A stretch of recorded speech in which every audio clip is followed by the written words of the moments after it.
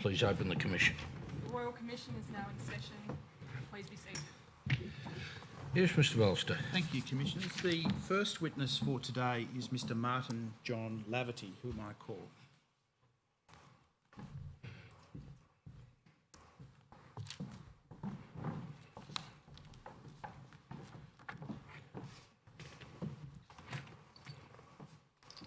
I swear by Almighty God I swear by Almighty God that the evidence I shall give that the evidence I shall give will be the truth, will be the truth, the whole truth, the whole truth, and nothing but the truth. and nothing but the truth.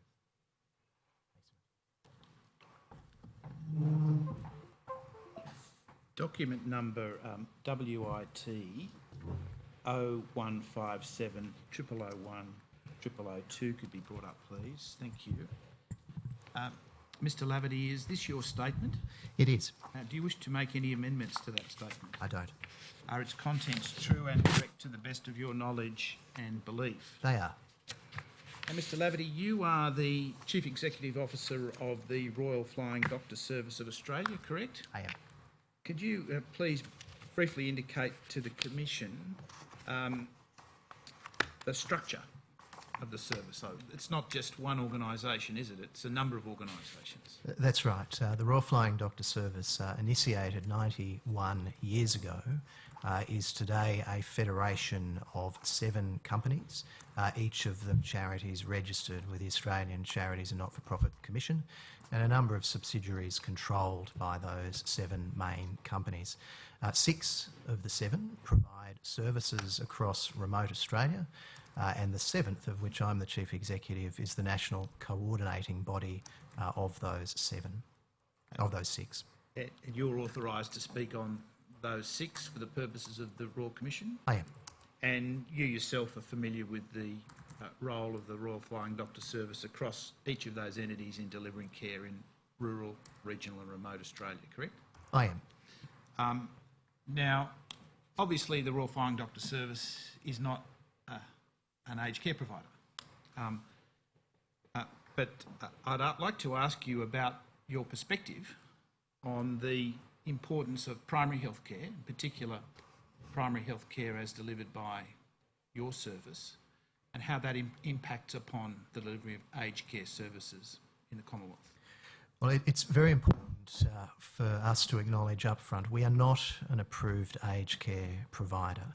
Our role is as an emergency healthcare and a primary healthcare provider, principally in remote and very remote Australia. Primary care and aged care are interdependent. They are reliant on each other. And there's 2 main interdependencies. The first is that primary care, that is access to doctors, to nurses, to allied health professionals, to dentists, to geriatricians. Primary care plays an essential role in keeping older Australians, and indeed all Australians, well and healthy. And the longer you are able to maintain your health through access to adequate primary care, the longer you are likely to avoid the necessity of access to the formal aged care setting. The second interdependency is that once an older Australian enters an aged care environment, be it residential or community care, access to ongoing primary care is essential to that citizen receiving appropriate care. Simple access to doctors is perhaps the easiest to observe, but it goes a step further. Access to geriatricians, to dentists, to mental health professionals, to palliative care specialists. This is the interdependency between primary care and aged care. And my evidence to this Commission is that in remote Australia, primary care is failing older Australians. And let me outline the evidence that I'm able to make that claim. The first, people in remote Australia are accessing the medical benefits schedule, or Medicare, at 1/5 the rate of people who live in metropolitan areas. There are half the number of doctors working in remote Australia than there are in city areas. And very similarly, when you look at all of the allied health professions, you see roughly between half to one-third the availability of various allied health professions, physiotherapy, pharmacy, occupational therapy in remote Australia. And the consequence bears out in the acuity of those older Australians living in remoter areas. And if I can take you through potentially avoidable hospital admissions to help prove my point. All right. I just want to pause there for a moment. I note your the microphone is breaking up slightly. Is that something we need to attend to?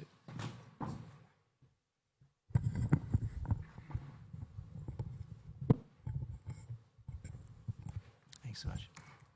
All right. Question occurs to me from your statement arising out of your introductory remarks, and that is the geriatrician service that you operate in Victoria, geriatric access.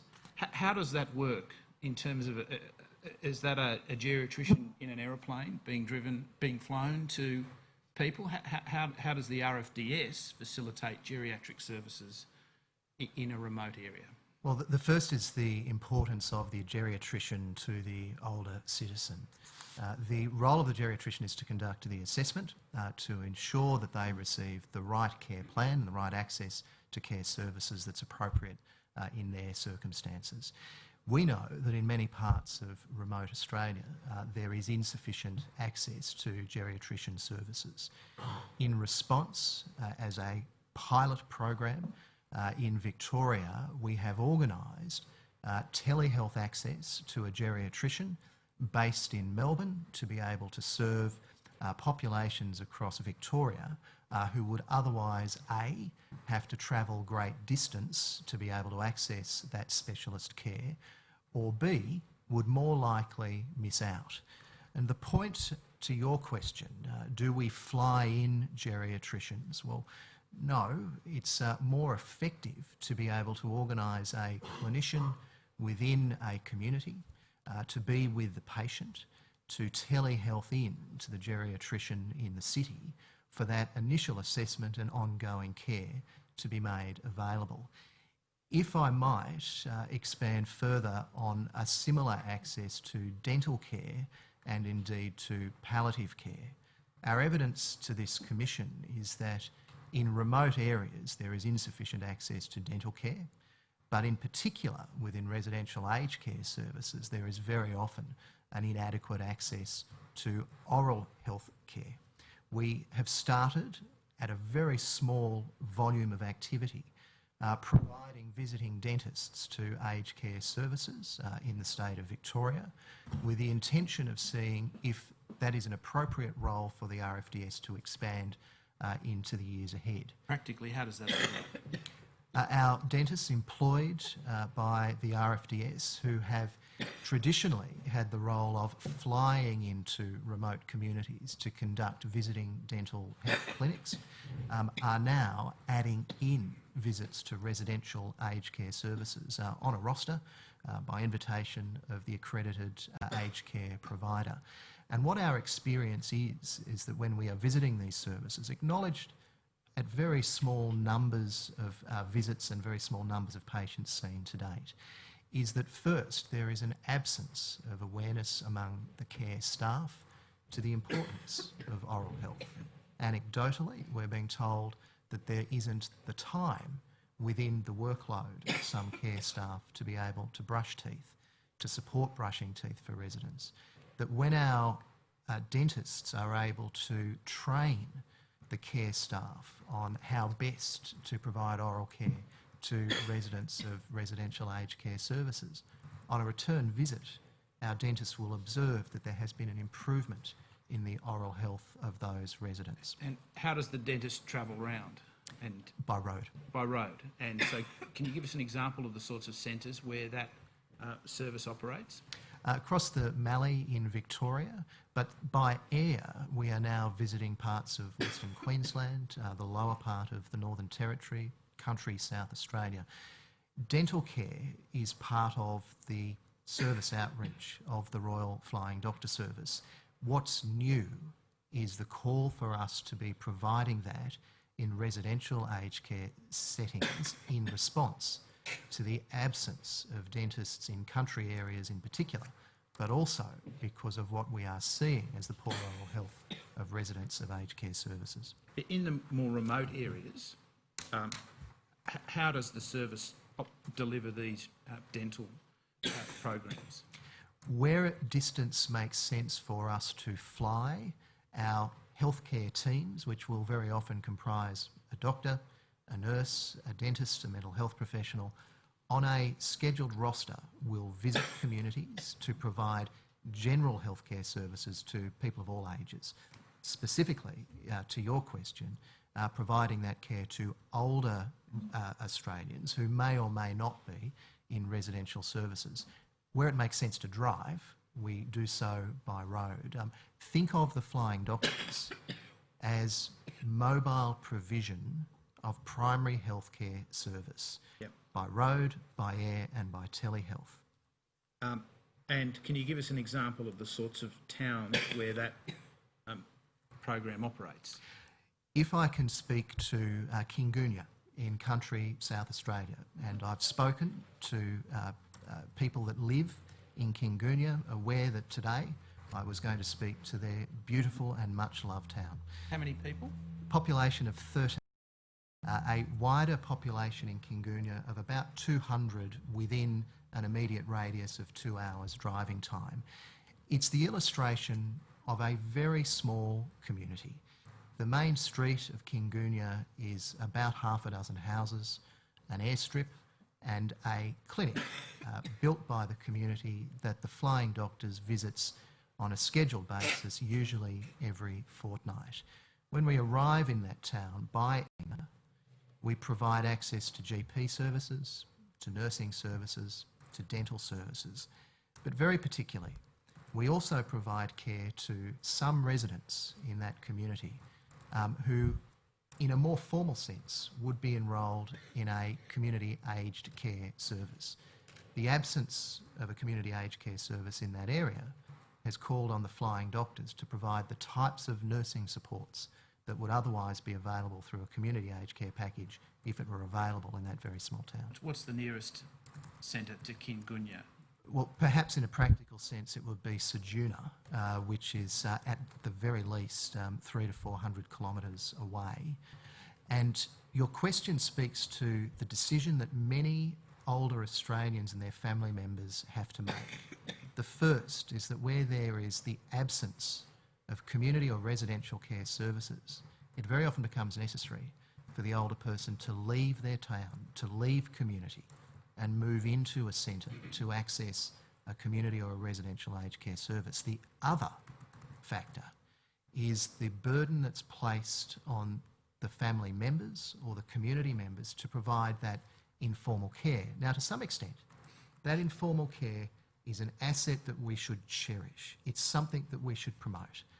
But we hear from the care providers, the informal care providers and family members, that burden falls on them somewhat unfairly, and that very often it impacts their own lives in addition to those that they are caring for.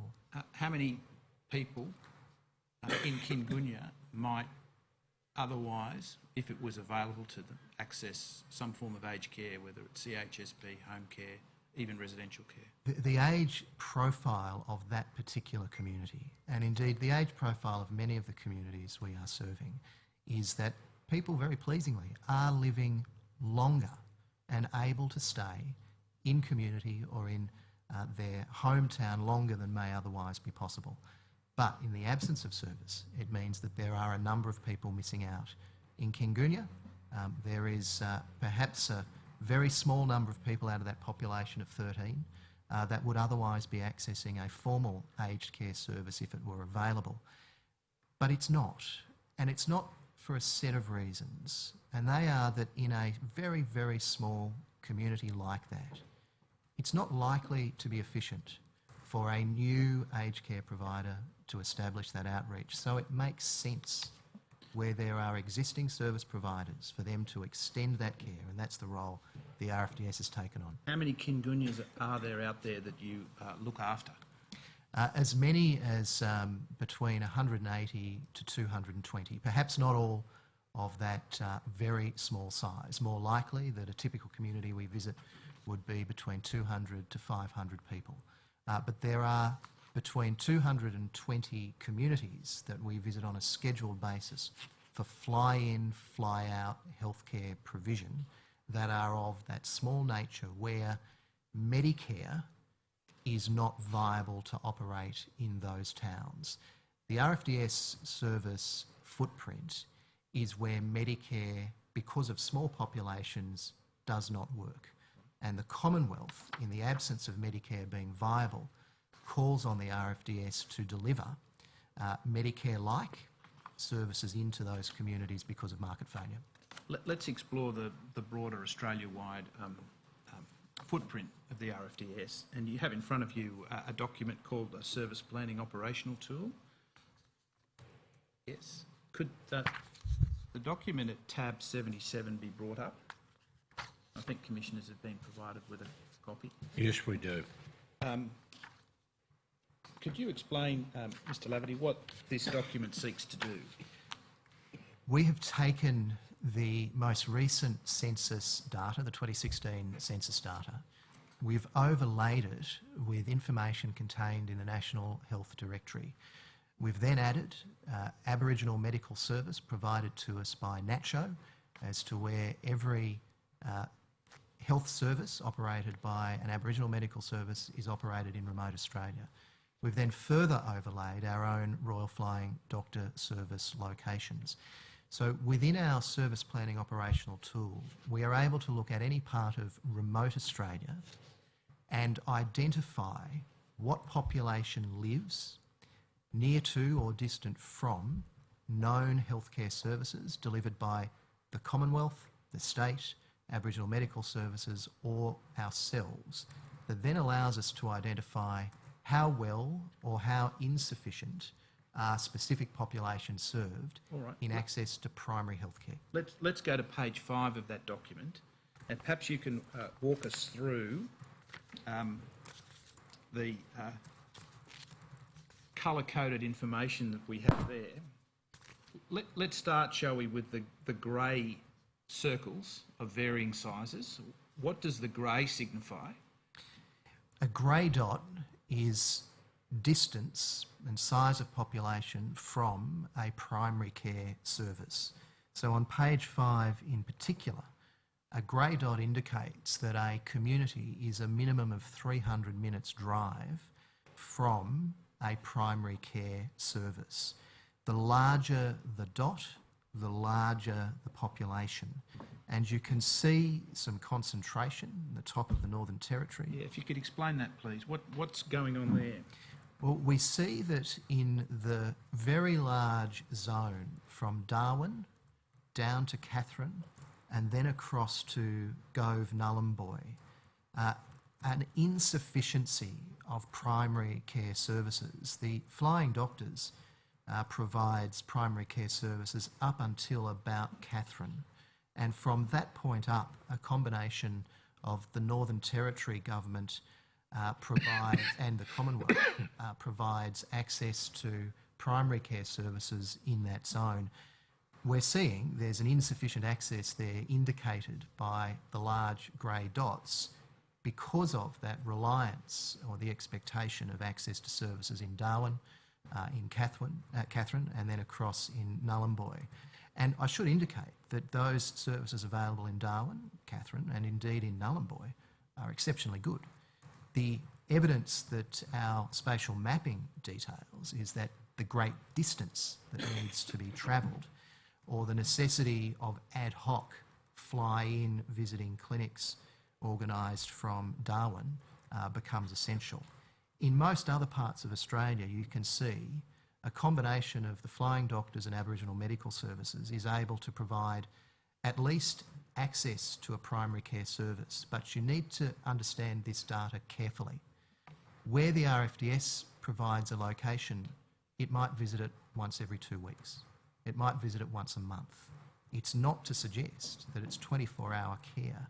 So missing from this data is an interpretation as to what's reasonable, What do we agree is reasonable access to care, to primary care in remote Australia to support older Australians? Let's just explore the other colour-coded indicators on the map. So the green populations, say for example Alice Springs, right in the middle, that indicates that there's obviously a close proximity to a GP. And if you look at the Kimberley region, it's fairly well covered, both by access to a GP and the blue diamond dots. What do they represent? Blue Diamond Dots are RFDS service centres where we are visiting on occasion, not there 24 hours a day, but visiting on occasion. But can I offer a warning about how to interpret this data? And I'll speak to the Kimberley in particular.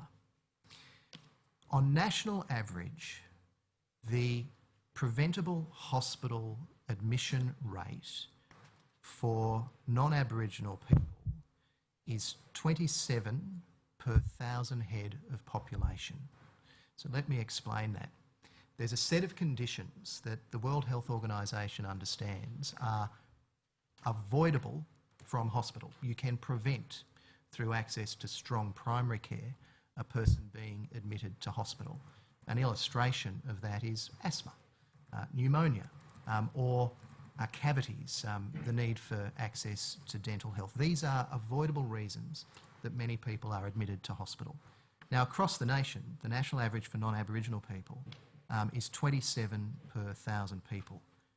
In the Kimberley, the rate for avoidable hospital admissions for Aboriginal people is 75, almost 3 times the national average. That's across all ages. Across all ages.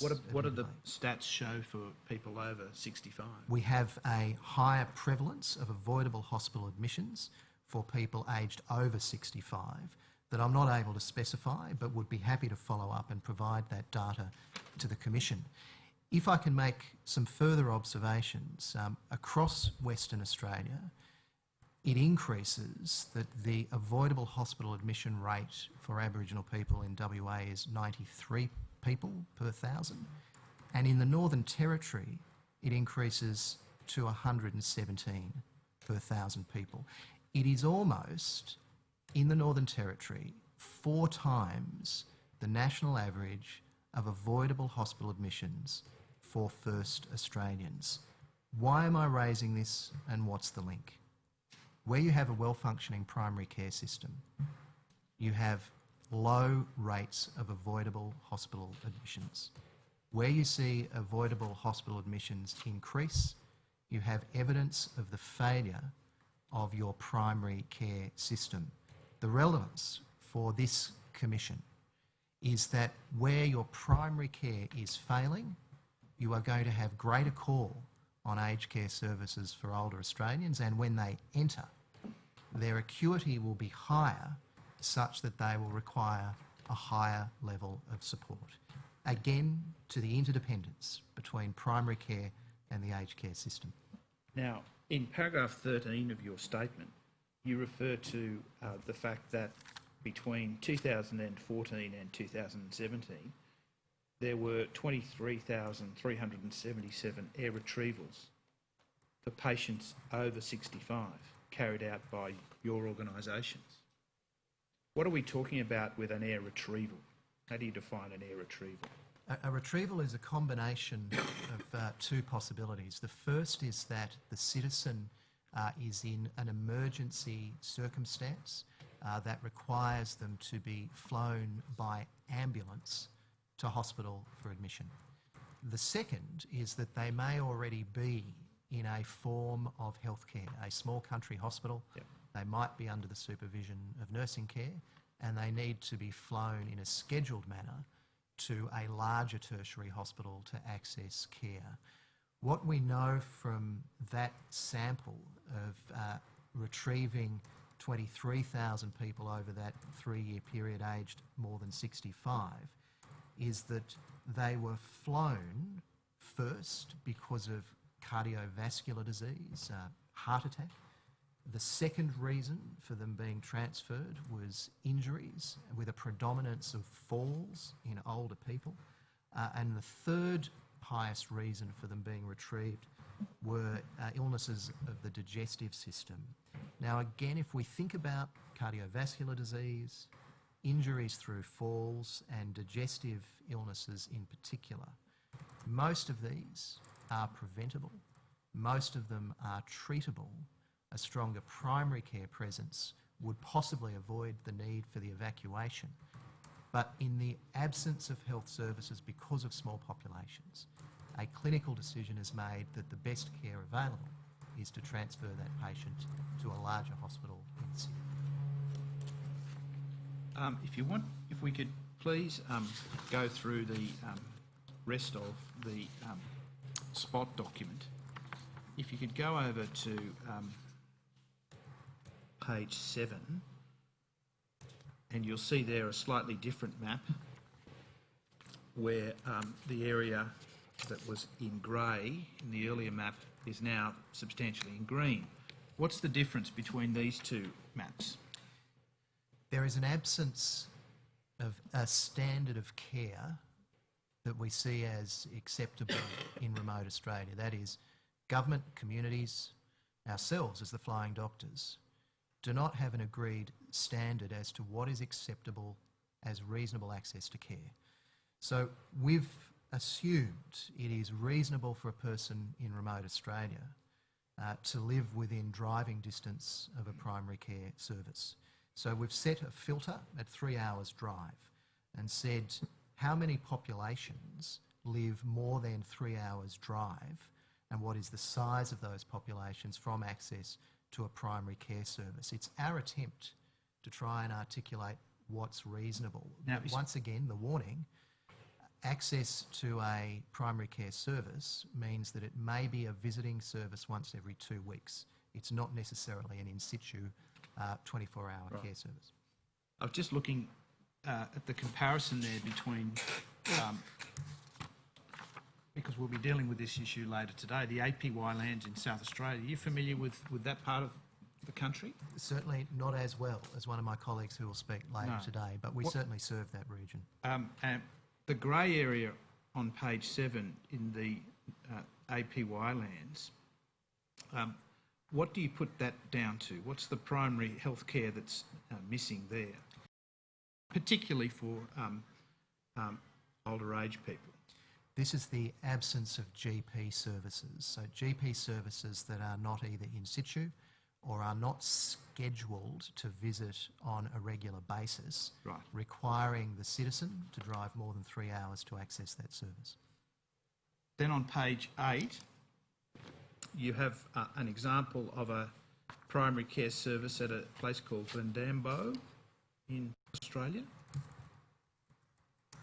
So this is indicating the size of the population that lives within a 2-hour drive of access to a visiting clinic. And we're able to say that 88% of the population of 5,600 people lives within a 2-hour drive of a visiting facility.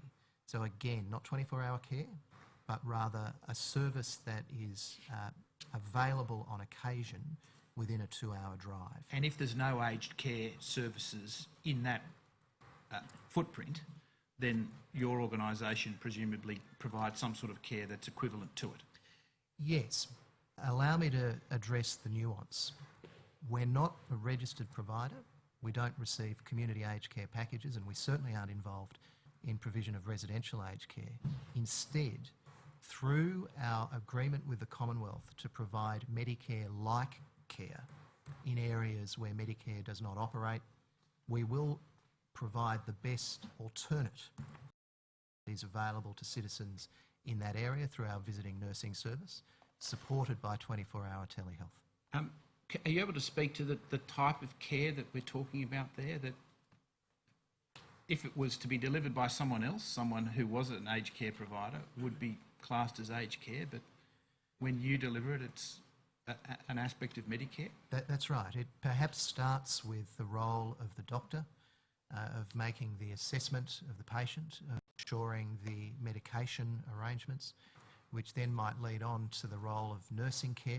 The nurse will attend to wound care, to overseeing the medication management after prescription, through to the various allied health services. So we do have a small number of dietitians, access to mental health professionals, and the broad range of allied health professionals to provide that care to older citizens when a formal aged care package is not available, in addition to those other supports addressed earlier, such as access to geriatricians where available, access to dental care where available, and also to palliative care. And if I might expand upon palliative care for just one moment. There is insufficient palliative care services across remote Australia. That will come as no surprise.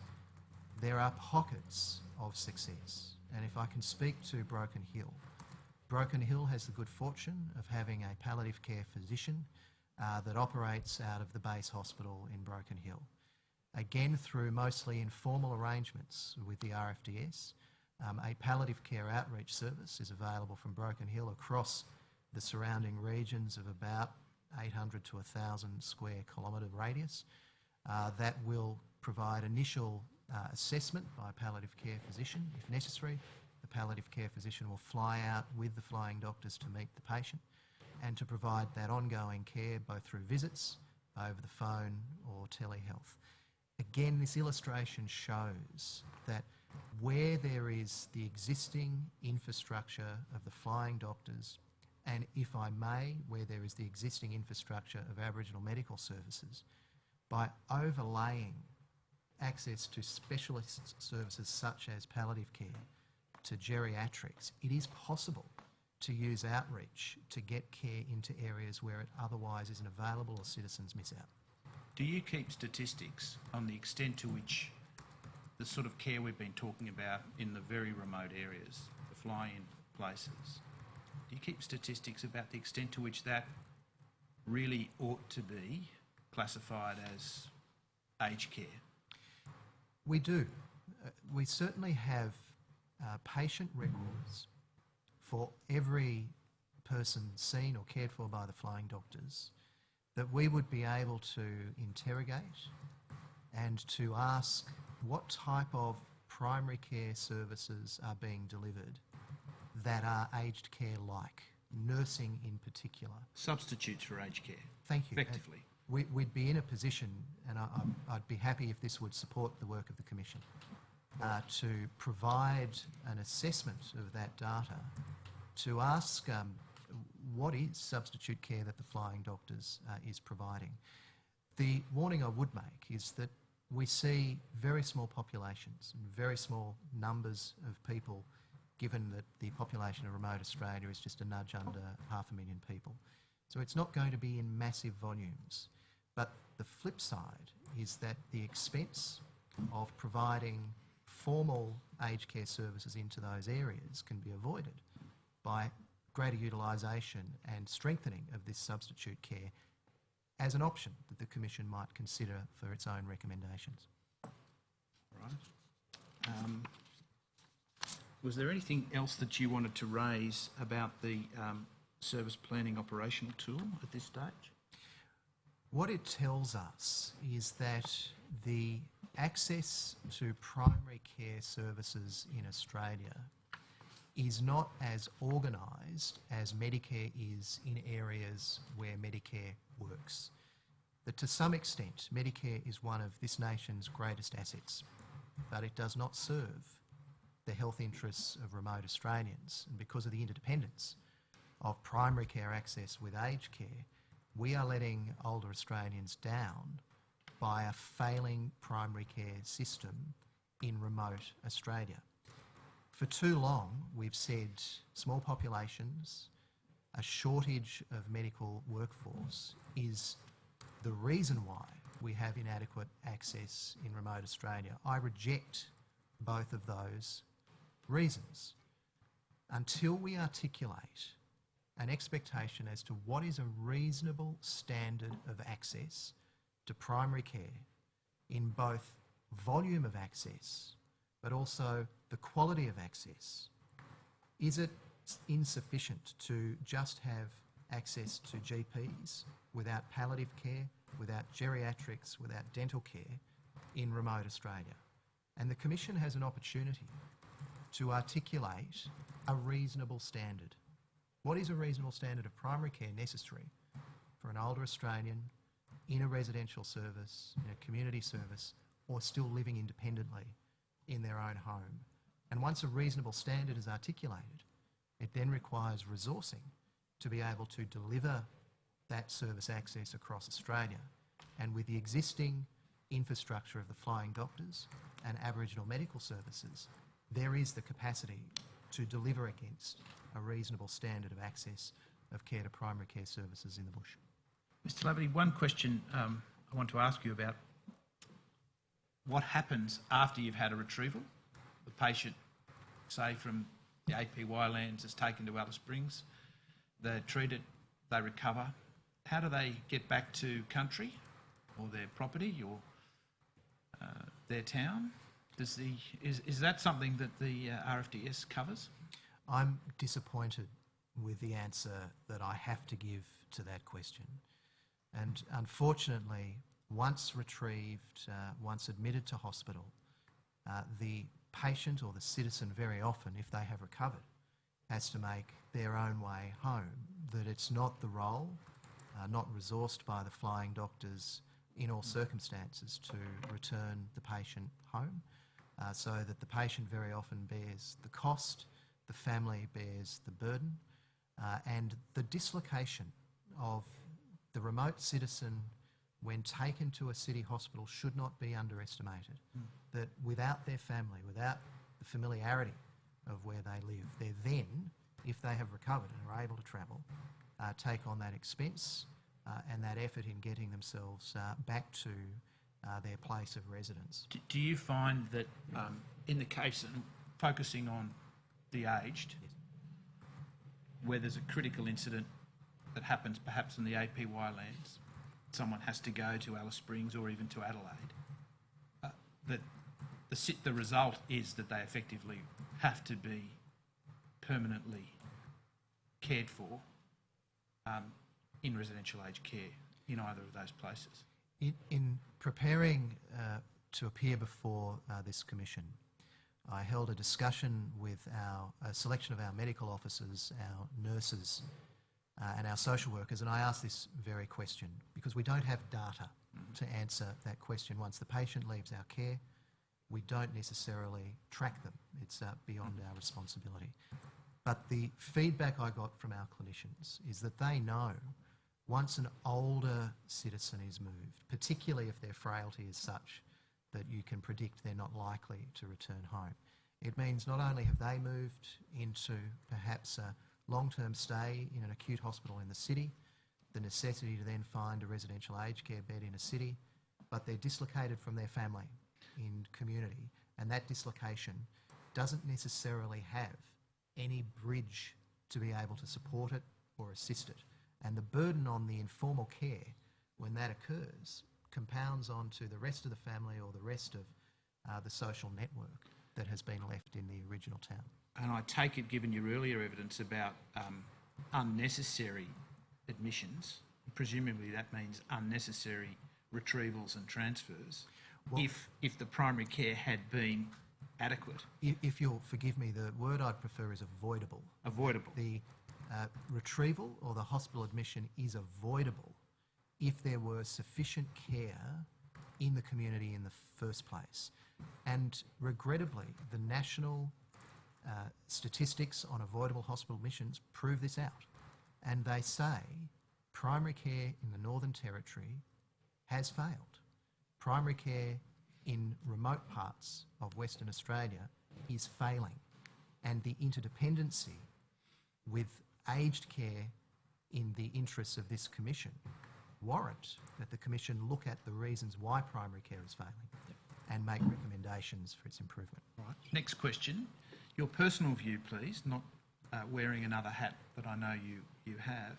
What can aged care learn from the NDIS? Much, and thank you for the opportunity. The opportunity of the National Disability Insurance Scheme is directed care, reasonable and necessary choice and control. They are the objects of the National Disability Insurance Act. Reasonable and necessary care that a citizen has choice and control over. In reality, aged care doesn't yet reflect choice or control. A citizen, particularly in remote areas, would likely choose to stay in community, on country or within their own home for as long as possible. That choice is very often taken away because of the absence of adequate care services. That principle of choice and control needs expansion into the way in which our aged care system can work in remote Australia, but insufficient services are denying choice and control for citizens at present. I don't know whether you heard the evidence yesterday from Professor Flicker and some statistical evidence about the number of Indigenous men or Aboriginal men in their 40s and 50s who present early with cognitive decline because of head trauma. Professor Flicker gave evidence about the incidence of that and how it's seemingly readily apparent in the number of people using residential care. To what extent is that population being addressed by the NDIS? I suggest that the early phase of the NDIS in remote areas means that it's in its infancy, that the NDIS is not yet fully deployed across all parts of remote Australia, and it's taking a learn and build approach to informing how service provider markets can be grown to meet demand. I'll make a very similar point to that in relation to the NDIS as I will to my argument about how to expand primary care. Aboriginal communities must their expectations and be respected in the decisions about the types of services and the types of service providers that they would want on their country. And that must be the first and foremost guide. And the second is that it makes sense for existing service providers, the majority, overwhelming majority of which are community controlled, to be bolstered to expand their care services. For existing infrastructure to be grown rather than new overlaid. And I think that is a guide. I think that is a guide in principle is informing the NDIS, informing the way in which any effective primary care service is going to succeed within community where community controlled organisations need to be opportunity to plan plans and determine what services they want within their territories. Let's use the AP1 land as an example for Mr. Aiken shortly. There's an established provider providing significant home care, CHSP resource, develop trusted relationships with the local community governance, and etc. As we'll be hearing shortly. Has the NDIS itself established itself area in that area? Does it have the need to go there, and how should it when it gets there? Perhaps those authorised speak on behalf of the NDIS to speak to the detail of the extent of employment, but I'm aware that the NDIS has commenced a provision of packages within the APY lands as it has in other Aboriginal communities. Very important connection between the provision of service assuring and ensuring there is adequate service provided. That nexus must be within the APY land. I'm aware of existing long-established community controlled service providers. I encourage that. I know that the agency has been working to expand their services because its existing community controlled organisations across the country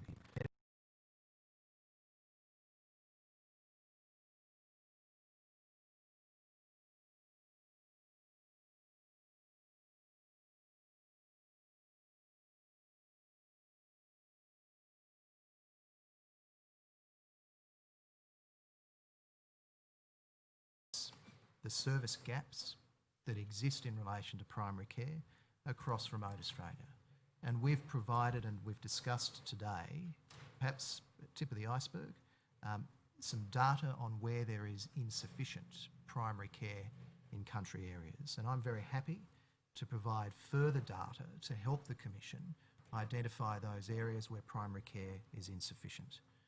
Second, it should then determine what's a reason the service gaps that exist in relation to primary care across remote Australia. And we've provided and we've discussed today, perhaps tip of the iceberg, some data on where there is insufficient primary care in country areas. And I'm very happy to provide further data to help the Commission identify those areas where primary care is insufficient. Second, it should then determine what's a reasonable standard of access to primary care in country areas, just as I know it will be considering what's a reasonable standard of quality of access to aged care across remote areas. It should then, in thinking about what's a reasonable standard, contemplate how can, given previous challenge, we expand access to primary care services into remote areas so that dentistry, geriatrics, palliative care and medical care is available in the volume and the quality that is needed in remote areas. And my evidence is that mobile care delivery, outreach care, using the existing infrastructure of Aboriginal medical services and the Royal Flying Doctor Service, is a method of building on something that's proven to work, but is today not sufficiently resourced to reach what we would think is a reasonable standard of care. We also think that the role of informal care, that provided by families, that provided by members of community, needs to be thought through, particularly as it relates to Aboriginal and Torres Strait Islander communities. If we didn't have informal care, if there wasn't community bonds in many country towns, the nation would be worse for it. And I think there is an opportunity to look at the adequacy of the financial and the other supports that we give to informal carers, and addressing very practical things, such as when a person is retrieved from a remote area into a city and that dislocation occurs between family and person in care, how might we bridge those areas? I think these few areas that I suggest of mapping the service gaps, of determining what's a reasonable standard of access to care, of using existing infrastructure to expand primary care, and considering the role of the informal carer in this circumstance would all improve care for the aged and strengthen Australia's aged care system. Thank you, Mr Laverty. Commissioners, I tender the Service Planning Operational Tool, which has been added to tab 77 of the tender bundle. Well, I think we'll just add it to the tender bundle without marking it separately because the tender bundle's already in. Thank you, Commissioner. Yes. And those are my questions. Yes, thank you. Yes. Dr Laverty, thank you very much for such detailed evidence. As you know, we're presently engaged in hearings directed to assisting us to know how medical services are provided in rural and remote Australia, and the Flying Doctor Service has, for I see on the material now, 90 years provided such services, and they've become more and more essential as medicine has become more sophisticated and people have ventured more and more into remote areas, and the community is all the better off for the services that your organisation provides, and we thank you very much for the insights you've given us into the way in which services are provided and how they might be improved. Thank you very much for coming. Pleasure, Commissioner. Commissioner, I tender Mr Laverty's statement as well. Yes, the statement of Dr Martin Laverty dated the 22nd of May 2019 will be Exhibit 4.7.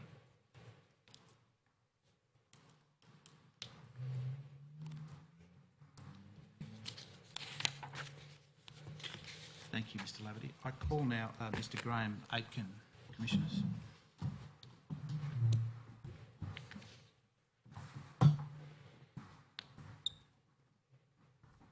Please make yourself comfortable there, Mr Aitken.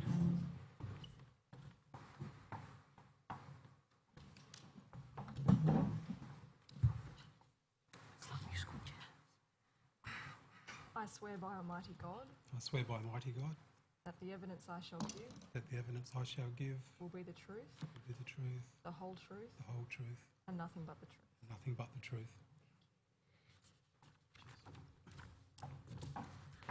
Mr Aitken, before we go further, I understand you would wish to make a statement to the Commission. Yes, thank you very much. I'd just like to acknowledge the traditional owners of the land that we meet on today. I believe a warm welcome was provided yesterday. I'd also like to acknowledge all the elders which we provide aged care services to across South Australia. I'd also like to acknowledge one particular elder whose funeral is happening this week in the API lands. A very respected elder who was instrumental in us establishing our services on the API lands. And my thoughts are with his family, our staff and the API lands communities this week. Thank you. The Commission is indebted to you for advising us of those events and extends its condolences to members of the community who are no doubt feeling deeply the loss of a respected elder. Thank you. Is that okay? Yes, that's the microphone. If we could please bring up document number WIT 1134 0001 0001. You'll see on the screen there, Mr Aitken, there's a copy of your statement, but you've got a printed copy in front of you as well. Yes. All right. Do you wish to make any amendments to that statement? No, thank you. And are its contents true and correct to the best of your knowledge and belief? Yes. Commissioners, I tender Mr Aitken's statement. Yes, the witness statement of Graham John Aitken dated the 3rd of June 2019 will be Exhibit 4.8. Mr Aitken, you're an Anangu man, do I have that correct, that pronunciation? Yes, Pitjantjatjara Yankunytjatjara is the API lands, and my family are Yankunytjatjara people. And you are the CEO of Aboriginal Elders and Community Care, Yes, and you've held that position for 8 years. correct. And previously to that, you've had an experience in delivering programs to Aboriginal people in South Australia through the South Australian State Government, correct? Through the State Government Office for the Ageing, where we administered the HAC program, and I was responsible for the HAC funding, administration and outcomes for approximately 7 years. And prior to that, I worked for ADSIC for about 8 years. I wanted to start off with a difficult question for us non-Indigenous people. What does the word elder mean in an Aboriginal culture? It's also difficult for me. There are learned people that would give a definition and researched what elders are. For us, it's about respect. It's not necessarily about age. And we have the great privilege of delivering supports and services to a number of elders across South Australia. Yeah. It's very hard to define what an elder is. Use of the terms uncle and auntie in Aboriginal culture. Very common. And what should we take from that when we hear it used to describe a person? Is that there's a sign of respect there, acknowledgement of them as an Aboriginal person, and of their cultural identity. Just wanted to talk then about ACS and the organisation. It's a corporation with a very large footprint over South Australia, correct? Yes. Can you... So we are an incorporated association under South Australian legislation. We've been incorporated since 1995. We started off as a small hack program, and the Aboriginal Elders Village in Adelaide at Davarin Park, which the commissioners came to a couple of months ago, and really thank the commissioners for doing that. Since then, we've expanded our footprint across the APY lands, which we'll talk about today in terms of remote service delivery. Also, Maree is a small remote community in the northeast of South Australia, and the community of Cooper-Pedy, where we also support the Commonwealth Home Support Program for the elders in that community. Now, ACS is obviously a not-for-profit organisation. Yes. What's its role? What's its mission? What does it stand for? We have an Aboriginal board, although we do second non-Aboriginal people for their expertise. Now, our vision is to support the growth of progressive and prosperous Aboriginal communities that are based on a foundation of respect, accountability and self-determination. And you say in your statement that you currently provide care for 592 elders throughout South Australia. Yes. About 60% of those are in Adelaide. Correct, yes. And about 40% are elsewhere in the locations you've mentioned. That's right. And that number fluctuates basically on a daily basis, with movement of elders and unfortunately elders passing away.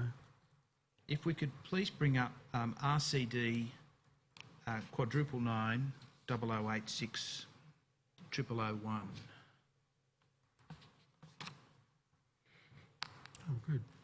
I take it you're pretty familiar with the locations on that map. Yes. And that's a broad depiction of the APY lands just south of the border with the Northern Territory. Correct, yeah. And the principal centres that we deal with when we talk about the APY lands, could you walk us through where they are and the size of the population? Okay, so from the south east part, as you enter the APY lands, from the Stewart Highway from Cooper-Pedy is in Indulkna, and this is the first community to come to. I'm not exactly sure the population numbers, between 1 and 200 people. Yeah. That's the community which my mother was born in, and consequently I have lots of relations there, which we are now providing aged care supports to. The second community there, which we look after, is Mimley. It's a little bit smaller than Indulkna, and then we go on to Couchedy. Couchedy is also known as Fregon, as you can see on that map. That's also similar size to Mimley. We go up to Armata, which is one of the larger communities on the APY lands, and it's closer to the NT border. From there we go right across towards the WA border, to the communities of Piplajara, right next to the WA border, and also 10 kilometres from Piplajara is the small community of Kauko, which we support from Piplajara. So how long's the drive from Indulkana to Piplajara? 1, 2, 3, about 6 hours. Yeah. Clearly it depends on the road conditions at the time of the year. It also depends on how fast you drive. Yeah, right. And the wet season in that part of the world, is it significant? Yes, we were up there 3 weeks ago, and there was already significant water on some of the roads. We were lucky enough not to get bogged in our 4-car group, but we heard that there were a number of other vehicles that were bogged. Yeah. The roads, once you leave Indulkana and head west, are they any of them bitumen roads? Or? From the Stewart Highway to Indulkana, that is bitumised, or has some type of all-year road surfacing, but the rest is all dirt. In communities there is some bitumen, and that's to reduce dust, etc. Yeah. And the wet season runs from when? Yeah, that's a good question. I don't really pay much attention to that. All I know is when it rains, it rains. I suggest that a lot of the rain comes down from the northwest, so from this area, associated with some tropical storms, etc. So whenever it rains up this way, generally it rains in the API lands a bit later.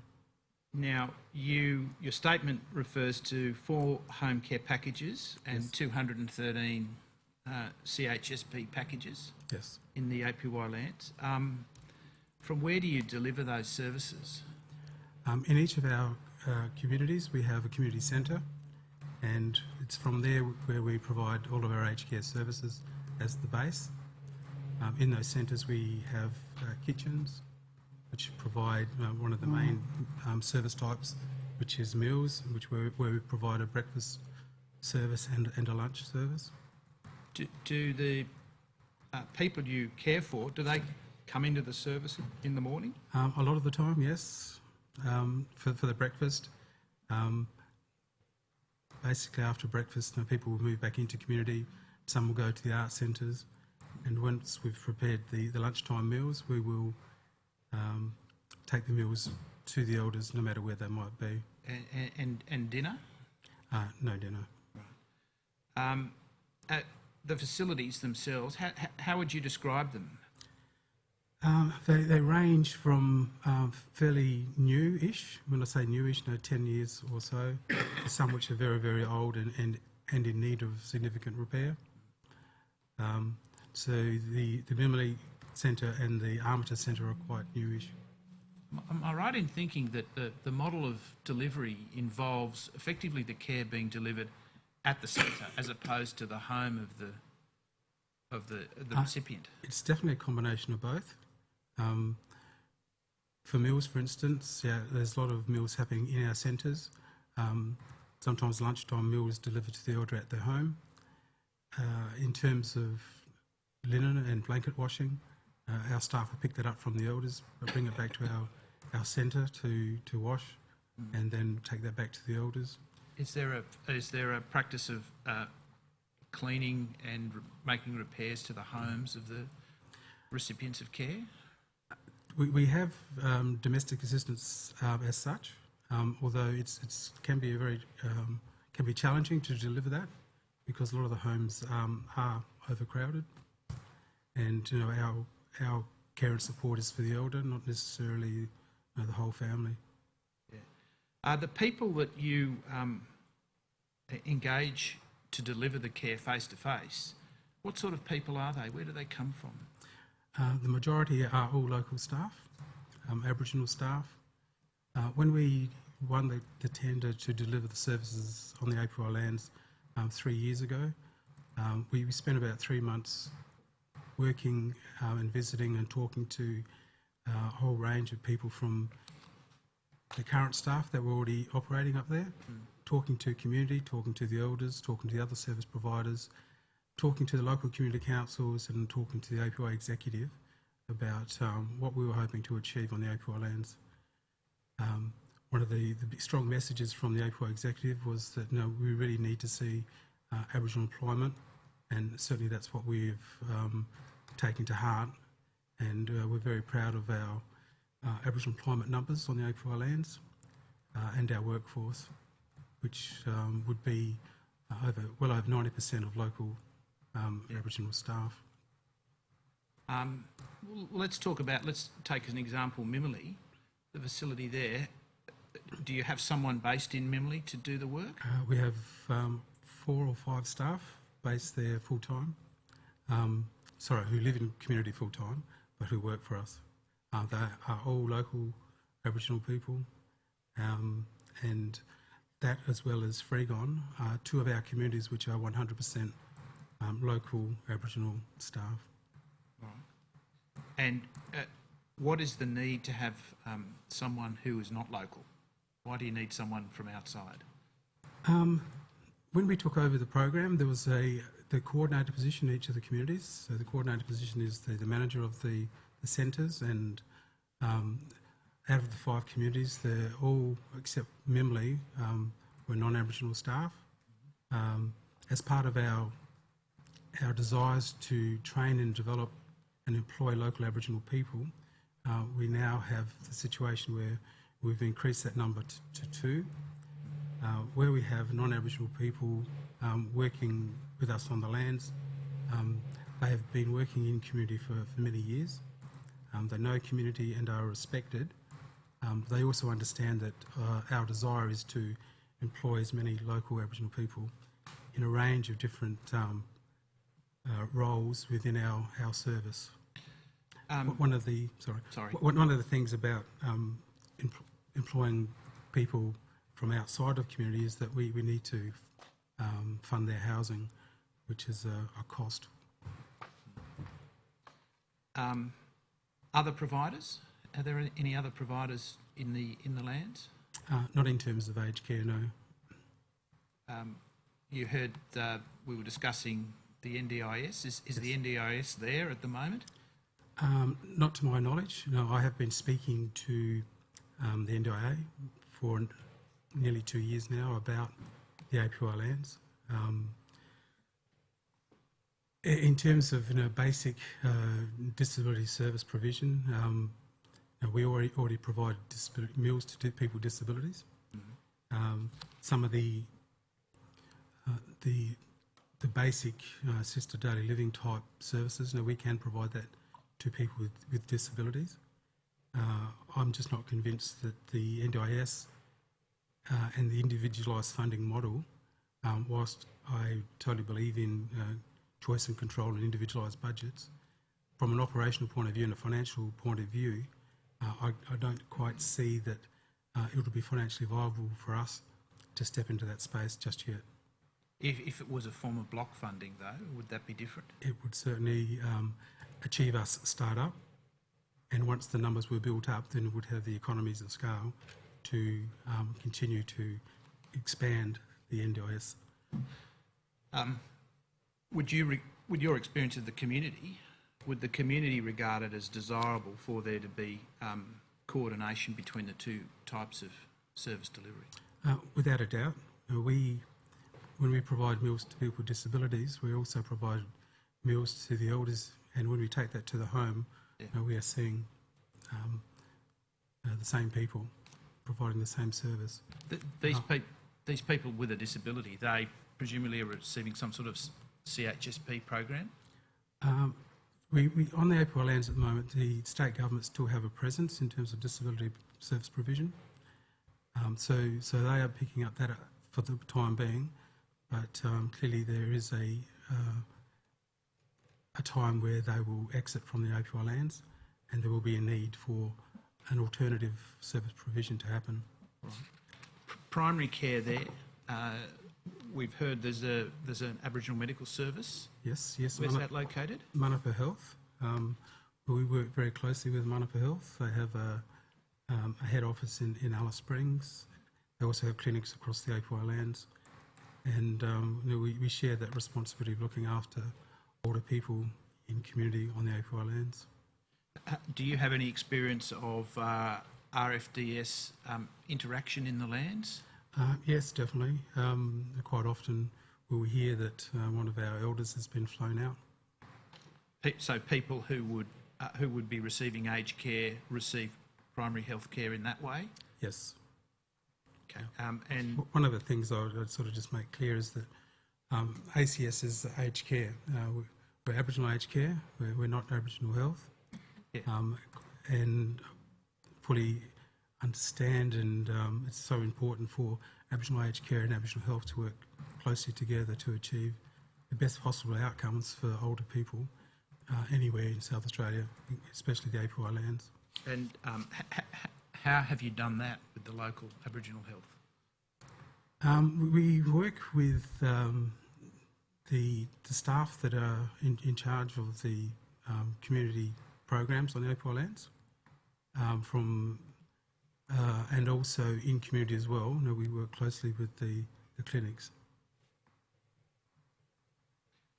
I want to turn to the big question of trust. Yes. And you deal with this at some length in your statement, and I won't get you to read that out, but what's the most important thing in developing trust from the community in the APY lands? So it goes back to the time where we were transitioning in, and the fact that we were respectful in our conversations with the community about what we were wanting to achieve in terms of aged care service delivery. Talking to as many different people as possible, and certainly the elders, has really helped us not only establish our service provision, but also enabled the elders to really understand what it is that we were trying to achieve, and by dealing with the elders in a respectful way, asking them how they wanted us to do business, we've been able to get to a place now, and we're still developing and improving all the time. This is our third year, but people on the APY lands have seen so many different governments at various times, from state governments to Commonwealth governments, many bureaucrats, many programs, they come and go. One of our values is that is sustainability. When we talk to the elders on the APY lands, we say that we're working with them and we're here for the long term. We're very honest in our communication with them, and likewise they are very honest with us around their expectations about us as a service provider on their country. You mentioned local employment as being something that they want. What are the other things that are important to them? They were very pleased that we were not government.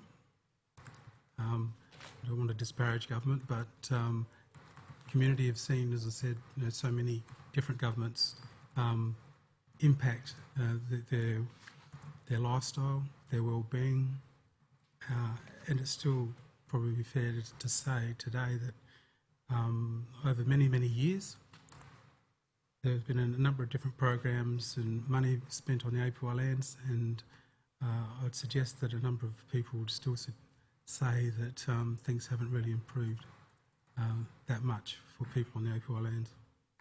There's a long way to go. All right. Cultural safety. You mentioned that in some detail in your statement, but what's the most important thing for the Commission to understand about cultural safety from your perspective, delivering care in that part of the world? In our eyes, there's been lots of research and papers written about cultural safety. In our eyes, the judge of what culturally safe is the individual. And we will speak to the elder about what they need for us to be culturally safe, appropriate, or whatever. It's an individual conversation, and it's a respect that we treat everyone as an individual and with dignity. And to us, that's what cultural safety is all about. You say in your statement that the elders come to you through their community. Yes. What does that mean? It's sort of something that's happened for many, many years, going back to HAC days. HAC was a program that ran for over 25 years. It was a program that was established in South Australia, right across South Australia, so that in every community there was a basic HAC service available for elders. They knew that they could walk up to the HAC service and ask to be supported. It still happens today, but back in the HAC days, we were able to do an assessment. We were able to put them on our books, do up a care plan, provide them with services. Today we need to, when an elder comes to us, go through My Aged Care so that they are registered on the national system, so that an assessment happens, with a regional assessment, for instance, so that then they can then start getting services. Well, let's talk about registration and assessment, because I understand it's something you want to Yes. address in some detail. What are the problems associated with getting elders registered? So we can go through, this is broadly speaking for South Australia, we can go through a process of assisting elders through the My Aged Care journey. We can assist them with their regional assessment service by way of supporting them with the conversation and sometimes acting as their representative. On the APY lands, we've come up with a workaround where the regional assessment is the MPY Women's Council, and they work closely with us, with our elders, and they will come into the APY lands to meet an elder in our community, to get them into the system, and to also, as the regional assessment service, do the assessment. And assessment for which programs are we talking about? So that was just for the starting point, the CHSP. Yeah. In most cases, after the regional assessment service has happened, it's quite evident the elders' needs are greater than CHSP. So working with MPY Women's Council, Manapa Health to get a medical summary, and ourselves, we will get an ACAT completed. How do you get an ACAT completed in the APY lands? So the ACAT in South Australia is run through the SA government. The nearest ACAT we have to the APY lands is operated out of Port Augusta. It's very rarely that a face-to-face will occur. So it's important for the three organisations to work together to enable the ACAT process to occur. And that's done by telephone or telelink or... Is the disparity between CHSP and home care packages the result of difficulties with getting assessment? It's one of the reasons, definitely. And how difficult is it to get the assessment? Quite challenging. Although we are working with the ACATs in Adelaide. That's the managerial part of it. The assessors work out of Port Augusta. To work out a way that we can move forward to enable these ACATs to occur a bit quicker and a bit more comprehensively, so that the ACATs have enough information to enable them to make an informed decision. We've heard lots of evidence about waiting times between ACAT assessment and assignment of a package. Is that an issue that faces your clients? Yeah, like everyone, yes, definitely. So The wait list is quite long. it's the same wait list in the APY lands? My understanding is yes. Even if someone's assessed at a level 4 and high priority, the wait time is still considerable. You have a second waiting time though to get the assessment. Yes. And how long is that? In terms of the ACAT, we mentioned that we had 4 home care packages operating. That took a significant amount of time and effort from our staff on the ground, and once again, all this work was unfunded. So the work on the ground that's unfunded is the registration process, Yes. getting them through the Women's Council, Yes. talking to My Aged Care. Yes. And how difficult is that when the person, I'm presuming, would have a language barrier or wouldn't have any idea about how to log on to My Aged Care? Correct. Extremely, and this is why we need to assist elders through that whole process to navigate the aged care service system. And how do you do that? Just practically, how does that happen? So an elder would sit with our staff, and because our staff are local, there is no language issues. There are some technical issues in terms of the aged care service system and navigating, but we support our staff to do that, and this is why it can sometimes take so long. There is also the conversation between the elder and an assessment. The RAS assessment with MPY is not too bad for the elders, but an ACAT assessment where an elder is talking about some of their very personal issues to a stranger, basically, is a very daunting thing for an elder to go through. And that presumably takes place on the phone, it's not face-to-face. Correct. It's not something that perhaps a doctor in the local Aboriginal health clinic could better perform? We definitely work with Manapa Health on that. Yeah.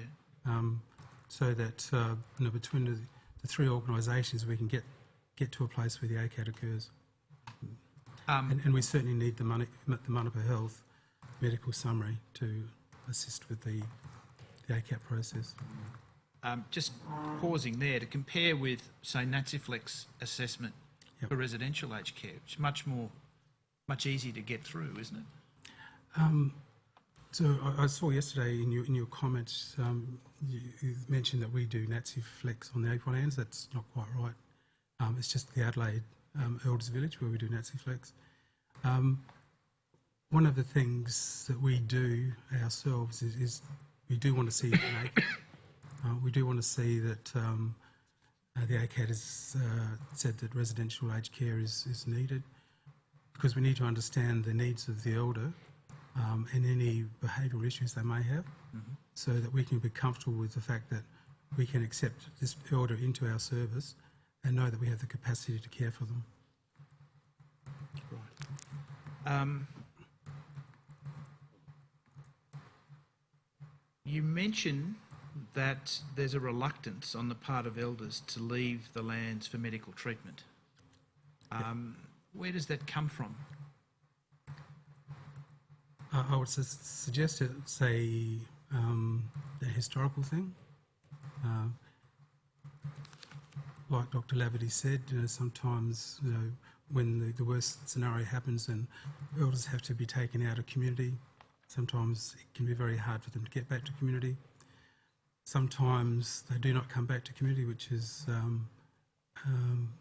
obviously not a good outcome, which is why in our efforts in the aged care space, our priority is to try and keep elders in community and in their own homes. Would there be a number of people you care for who have never left the APY lands?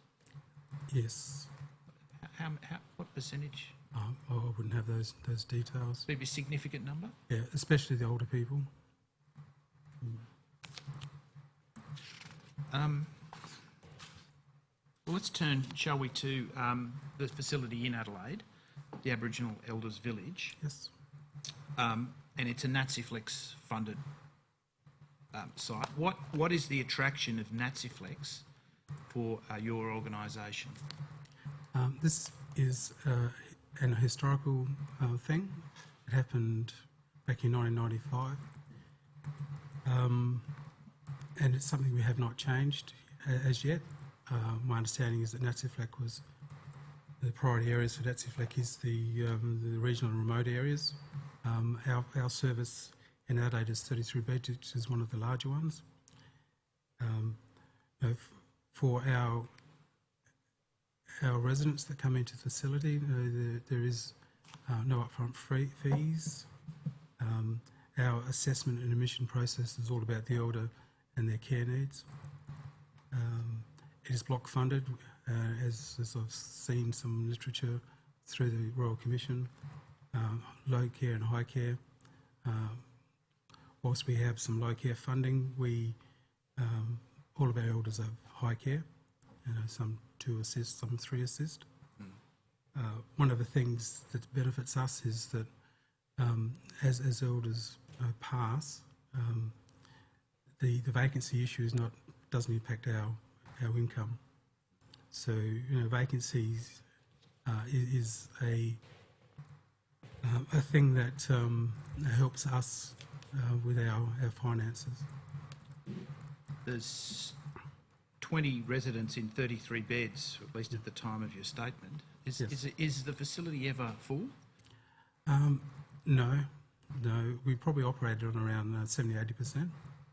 And as the higher level, when elders pass away, which has happened in the last 12 months, our numbers do drop. you may have heard evidence yesterday about people having to acquit unused money at the end of the cycle or at the end of the year. Yep. Do you have to do that because you're only 70 or 80% full? No, unfortunately, no, we struggle to balance our Elders Village funding. Where does the problem arise, Mr. Ake? Just increasing cost. Our facility is very old. There's a significant amount of money expended on repairs and maintenance. We have had significant water issues, and our regime to try and keep our facility clear of Legionella is quite costly. Yeah. Have you been successful in obtaining capital grants to support the NATSIFLIC funding? In the past, definitely, and that has been very, very helpful. There is a current grant operating at the moment. It's open, but the priority areas for those are the MMM 7s and 6s. Yeah. So we may or may not be successful in that. Yeah. So the current application, what are you seeking money for? For the water system, to convert our warm water system to a hot water system. Right. And how long have you had to put up with that situation? Yeah, to be fair to the department, when we first started having some of these significant issues 4 or 5 years ago, the department stepped in and provided some significant funding to address some of these issues. We have continued to monitor and try to keep our systems clear of Legionella, in which we've been successful for the last 18 months or so, but it is a costly event. There was some evidence yesterday about the seasonal attraction of temporary residential care during the wet season in the north and in the area around Docker River.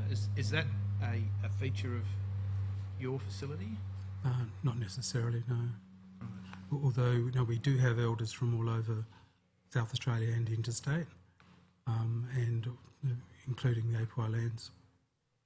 The ones that you have from the APY lands, are they there because of a critical health issue that's necessitated the move? Yeah, generally it's dialysis. And is there dialysis in the APY lands? Not at this stage, but I believe Purple House will be starting dialysis in Pukacha very soon.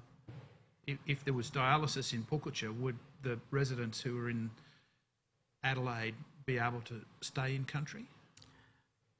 Possibly, although having a couple of dialysis chairs in Pukacha, it'd be interesting to see how far people on the APY lands will travel to get that dialysis. Pukacha is middle, high, right. Right, close to the border above Amacha. That's right. So to get there from Indulkana is 2-3 hours. Further across from Piplajara. It's fantastic that we have those dialysis chairs there. But it'll be interesting to see how well it's utilised. I'd suggest that it's utilised very, very well, but will it meet all the needs on the lands? I wanted to turn to the issue of workforce now, and talking about your workforce in both the APY lands and in Adelaide, and starting perhaps again with the APY lands, the building of local capacity in your employees, was that something driven by the community, or was that something you had to do yourselves? No, it's the deployment outcome was what the community were after. Getting them into the services is one thing, training and developing them is another. How do you do that? So we work closely with the CDP provider on the APY lands, which is RASAC, Regional Onagu Service Aboriginal Corporation. Their role is to try and get local people job ready. If people are job ready, we will employ them. And job ready, what does that mean? That doesn't mean a Certificate 3 or a Certificate 4? No. What's job ready for? For us, it means sort of a police certificate. It means having an understanding that the elders in each of the communities need a reliable and consistent workforce. And once they come into our service, then it's up to us to then provide the additional training to enable them to do their job in a way that meets the needs of not only the elders but us as an organisation and obviously the standards. Workers that come in, are they split male, female, 50-50? No, mainly female. We probably have probably only 3 males that work across all of our communities. Are there any cultural issues in the APY lands that make it better for women to deliver the care, or are there any demands that they do it? Once again, this comes back to the individual and the individual family. From a cultural perspective, like this week, a lot of communities will be closed. From the fact that we employ local people that are related to the elders in their community, sometimes that's a positive thing, sometimes it's not. So we have to just be mindful of that. Certainly our workers tell us whether it's okay for them to go to a house or to visit an elder in one of our communities. And we take that on board and make sure that that works out positively for both the elder and our staff member. I presume that's a large part of the training that you provide them after they're certified job ready. Yes, but also from our elders themselves, they provide us with that significant cultural understanding around some of these cultural issues. What qualifications do your staff end up having by the time they're Certificate 3. Certificate 3. Yeah. And where do they get the Certificate 3 training? So in the APY lands, in each of the communities, there is a TAFE. Yeah. And TAFE, we work closely with the TAFE. In fact, we did training in the TAFE centre in Umwa about 3 weeks ago. So Umwa is just down from, or across from Pukaja. Oh, yeah. That's actually an administration centre on the APY lands. It's not an Aboriginal community as such. It's where a significant number of contractors, police, etc. Operate out of. They also have a TAFE training centre there, which we went to approximately 3 weeks ago, and had staff from our Adelaide office come up to Umwa to meet with their colleagues to talk about some of the issues around HR, budgets, data, and standards, etc. Retention? Do you keep staff? Yes, we do. We do have to be flexible because quite often our staff will need to take off for various reasons, and as we say to our staff, well, you can definitely leave, but we always need 1 or 2 staff in community every day to look after the elders, to prepare the meals. Between our staff, they make that arrangement, and when they come back, the job is always still there for them. And why do they need to take off? It can be for family reasons. It can be for cultural reasons, such as men's business or women's business. Can also be for sorry business. I take it it's an important part of delivering trust to the community that you honour those traditions. Is that right? Without a doubt. And that's part of being culturally safe. And if you didn't do that, what would be the reaction of the community and the elders you care for? They would be very disappointed. They would voice their disappointment to us, and in particular to me, around not allowing their staff to do what they need to do. How often do you need to get outside workers to fill gaps? Very rarely. One of the things that we do have is a relationship and partnership with community stores in each of our communities. If for any reason our centres can't open, either for staff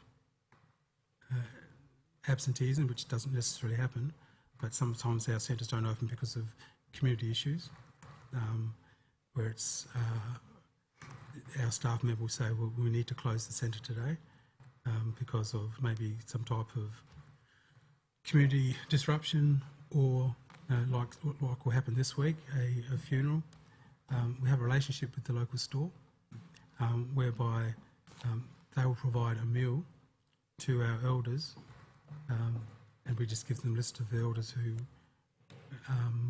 need that meal, and they'll come in to get that meal. The staffing in Adelaide, how different is it? There's obviously a greater pool of people to employ when you go through a recruitment and selection process. Yep. We recently advertised for a coordinator position, had a significant number of applications. Unfortunately, not any that were Aboriginal, even though some had experience of working in Aboriginal communities.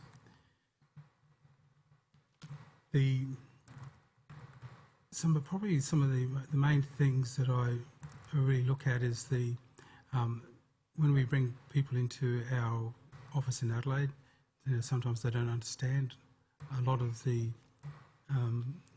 deep knowledge and understanding required in terms of Aboriginal culture and the needs of the elders.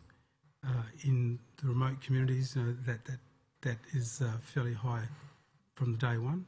So a lot of the Adelaide staff, they learn from our Aboriginal staff in Adelaide. They also learn from the elders themselves.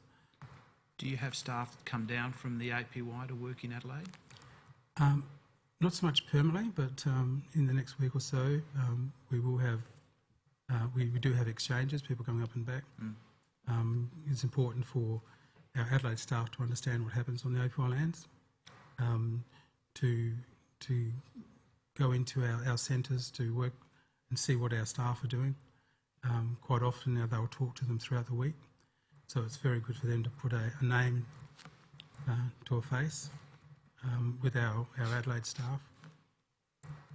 Just in terms of getting a sense of what happens in the APY lands and vice versa, and you've heard the evidence of the other providers at Thursday Island, Docker River, Yes. Juniper, Southern Cross. Is there some form of organisation where you're able to share your experiences and learn off each other and different perspectives? Without a doubt. I think one of our strengths is that we don't work in isolation. We don't work in a silo. In the APY lands, for instance, as I mentioned, a whole range of different other service providers that we work with closely. In Adelaide, the same is true. In terms of other Aboriginal organisations, in South Australia, for instance, there are some of the smaller ones that are exiting aged care because of a whole range of different issues, but certainly compliance is an issue, financial viability. So whilst we've helped them in the past, it now seems that as they're exiting, we're stepping into that space, and which is the reason why we are becoming a statewide service. Compliance, you talk about that. What's the most difficult thing for your organisation when it comes to compliance? Okay, it's fair to say that last year we had some non-compliance in Adelaide. We rectified that in 2.5 months. It's unfortunately it can be very easy for individual staff members to not follow processes and procedures, to not do what's required in terms of supporting elders, and that's where non-compliance comes into it. I've mentioned in our statement that at the present time All of our programs across South Australia are 100% compliant. That takes a lot of work. It takes buy-in from our staff. We also have a risk and compliance team and a manager who's responsible for that. It works with all of our programs to ensure that we are compliant. I suggest that no aged care provider wants to provide substandard service, and sometimes things happen. The important thing is how we as an organisation, for instance last year, is how we deal with it. That's the strength of our organisation, that we were able to turn that around in a very short period of time. Financial viability. Your organisation's principally reliant on NATSIFLEX funding. Not necessarily. Well, what other funding does it rely on? So we get CHSP funding. Yep. We get funding through home care packages and NATSIFLEX. On the API lands, we also get funding for meals for disabilities. We also have a trachoma elimination program on the API lands across 3 of our communities, so in Dalton, Mimili and Freegon. So we have, when we took over the API lands 3 years ago, it was just base CHSP. Since then, we've added additional CHSP services. We've added the meals for disability. We've added the trachoma. Can you tell us briefly about the trachoma? Trachoma still impacts Aboriginal people in some remote communities, and we get funding through the state government for those 3 communities I just mentioned. Our part of trachoma elimination is, in terms of the World Health Organisation, there's a safe strategy, surgical, antibiotic, facial hygiene and environment.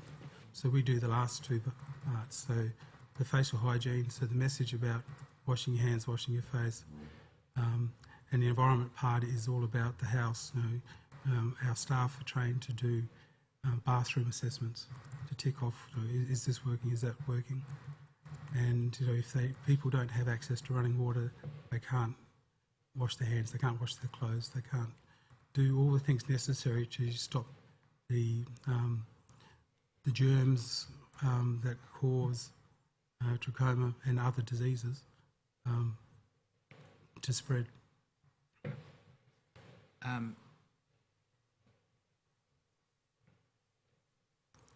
Are there too many programs for you to have to manage to deal all the care, to deal out all the care that you deal out? No. We say no because this all adds to our vision about progressive and prosperous Aboriginal communities. It also adds to our financial viability on the API lands for us to operate. It also provides us with an opportunity to provide a whole range of different skills for our workers on the API land, so they can be trained in CHSP, they can be trained in HCP, they can be trained in the trachoma elimination. Wouldn't it be easier if you had a more flexible central system of funding for all of these programs? From an acquittal process, and we use the word acquittal, but clearly there's financial acquittals, there's also outcome reporting, possibly. But the system we have at the moment, that's what it looks like, and rather than not do it, I'd prefer to do it and then go through the administration process to acquit the various grants that we have, even though it means going to different funding bodies to acquit different funds. I wanted to ask you some questions about police checks. What's the problem with having to get police checks? Names is an issue. People don't necessarily have birth certificates. People have different names. Then once people do get a police check finally through, there may be things on there which an individual may be a bit embarrassed by. But that really only comes to myself and my HR manager. So as we say to staff, don't worry about that, don't be embarrassed by it. If there are things on there, we do have the authority or delegation to be able to to look at things and put in place mitigation processes if they're serious. Generally, they're not serious. Where does that authority come from? From me, from our board, to me, And and it's compliant with the department's rules on police checks. and you mentioned a risk mitigation process. Yep. Could you just briefly explain how that operates? We haven't had to use a whole lot of those, but if there's something on there, the police check, which we think we may have to put in place something to prevent any risk, we will do that. But as I say, whilst that's there, we haven't had to use it a whole lot. Have you had a problem with employing someone No. with a problem record? No. Unless there's something very serious on there, then we will turn people away. But it hasn't happened very often. I want to ask you some questions about the Healing Foundation. But before I do that, I'd like to finish up with the aged care, home care, community care. What would you change, Mr. Aiken, if you could? What would be the priorities for you for this Royal Commission to recommend to the government? I think the starting point of aged care is my aged care. That in itself is a challenge for everyone, let alone Aboriginal people, let alone Aboriginal people in remote communities where computers and telephones are not necessarily available. Once people get into the my aged care space, then there is the assessment process. I'm aware that the department are looking at the assessment process at the moment in terms of the Regional Assessment Service and the ACAT, and perhaps looking at an alternative to those two. That is important. When back in 2015, I believe, when the tender was put out for Regional Assessment Services, we applied in our own right to be a Regional Assessment Service for Aboriginal people across South Australia, but it wasn't the model which the department were looking at. We also tried to join a couple of consortiums, but unfortunately those consortiums didn't get up either. So the issue there is around the cultural appropriateness of the assessment service. I acknowledge that the MPI Women's Council is a regional assessment service and they do a good job. I'm not sure how widespread that is around the rest of the country. I certainly know from Adelaide's point of view, it can be a challenge for our elders to get through that process. So the assessment process is very important, as is the first step, My Aged Care. In terms of CHSP and home care packages, I'm aware that the department are looking at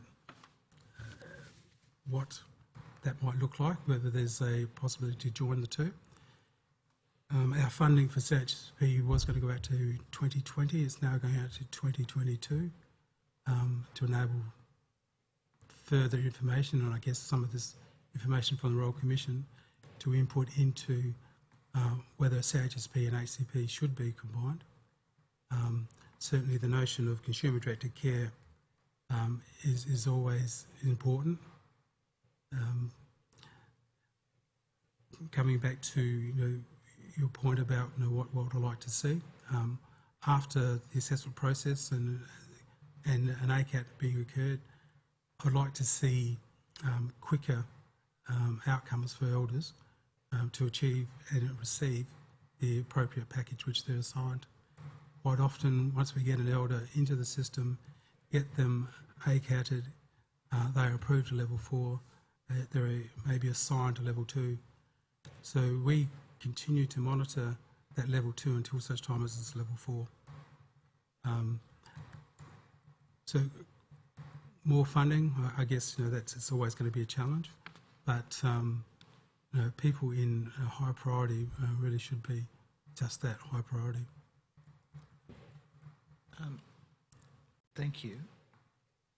You co-authored a media release with Ian Ham and Ros Malay. Yes. under the heading the Healing Foundation and the Aboriginal and Torres Strait Islander Ageing Advisory Group joint statement earlier this month. Yes. I wonder if you could speak briefly to what the group is seeking to do in connection with this Royal Commission and the issues that you believe the Commission needs to confront. Okay, I might start with the Australian Association of Gerontology. They are a significant organisation with the ethos of connecting research, practice and policy. And the reason I joined them a number of years ago was because I truly believe that to change policy you need to have that research. You need to have the benefit of practice, which is service delivery, to inform the policy. So we've done a number of reports with the AAG, and this conversation with the Healing Foundation happened just before Christmas at an AAG conference in Melbourne, and we touched base with the Healing Foundation and their desire to meet with us to put the issues of the stolen generation survivors at the forefront. So we held a forum in Melbourne a few weeks ago with the Healing Foundation, the AAG and the Aboriginal Advisory Group. It was attended by some of the stolen generations, I'd call them their reference group, which is made up of stolen generations survivors, people from the department, and at that forum, I talked about aged care and what aged care currently looks like. From the Healing Foundation, and in particularly from the reference group of the Healing Foundation, they presented a significant picture of disadvantage for members and survivors of the stolen generation in terms of what they're experiencing today, even after so many years have passed, including data from the Australian Institute of Health and Welfare that talks about the survivors having significantly more impacted in terms of health and welfare outcomes, even compared with contemporary Aboriginal and Torres Strait Islander people. It talked about the trauma suffered by members of the stolen generation, being forcibly removed from their homes, being isolated from family, and in particular from culture. And it's a significant issue that is still impacting members of the stolen generation or survivors of the stolen generation. And then there's also the issue of being institutionalised and some of the abuse that some of these people endured growing up as young people. Do you have any of that generation in your care at the moment? Yes, definitely. A lot of them are very old, but yes, we definitely do have them. What needs to happen as more and more of them come into care? Yeah, it is the reason it has been talked about now is because it hasn't really been identified or talked about in the past around, do we need to do more for the survivors of the stolen generation? I would suggest yes, but what does it look like? So our intention is to work with the Healing Foundation, with the reference group members from both the Healing Foundation and AAG to talk about going forward, what do we need to do to provide better services and supports to these people, or this cohort of people who are even more disadvantaged than their contemporaries in the Aboriginal community. And you're planning to put together a submission in this regard? Yes, definitely. Yeah. Was there anything else that you wanted to raise at this stage? Yes, if I could. So today we talked about our organisation. Our organisation is Aboriginal Aged Care. we're not Aboriginal Health. There is a difference. Fully recognise and understand that it's so important for Aboriginal Health and Aboriginal aged care to work together to achieve the best possible outcomes for elders in our community. If you look at the Closing the Gap targets, a lot of that is met by the responsibility of the health sector. Aboriginal aged care is there, in my eyes, as almost like a preventative measure. We see our elders on a daily basis, if not every week. We monitor their well-being, how they're going, their ups and downs, and so many of our elders their well-being and their health conditions can change drastically in a very short period of time. Because of that contact that we have, because of the way that our service is delivered, we believe that we contribute significantly to the outcomes of Closing the Gap. The difference that we make to the lives of our elders is significant. We fully understand that we're not health, but we play an important role. In terms of the quality standards, the new ones coming out, we fully embrace implementing those.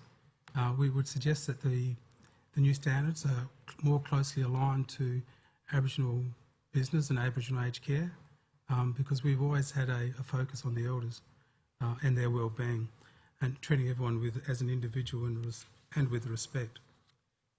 I saw in the transcript yesterday where the Commissioner talked about registration of carers. I fully support that and suggest that could probably go even further to all people working in aged care. The Commissioner mentioned about those instances of people going from one place to another. And I think the registration, just like nursing, I think is appropriate. One of the things that's sort of tying us up at the moment in Adelaide is at our Orders Village, our residential facilities, is anonymous complaints. We fully understand and know that complaints systems can be positive. Sometimes when the complaints are anonymous and vexatious, they are a detraction from our business and the support that we provide to our residents. The big issue there is that if the agency comes in and investigates the complaint, finds there's nothing there, it's resolved, because it's anonymous, they have nowhere to go to say to the complainant, it's been resolved. So we are seeing the same complaints happening once or twice, if not 3 times. The last comment I'll make is around the aged care reforms.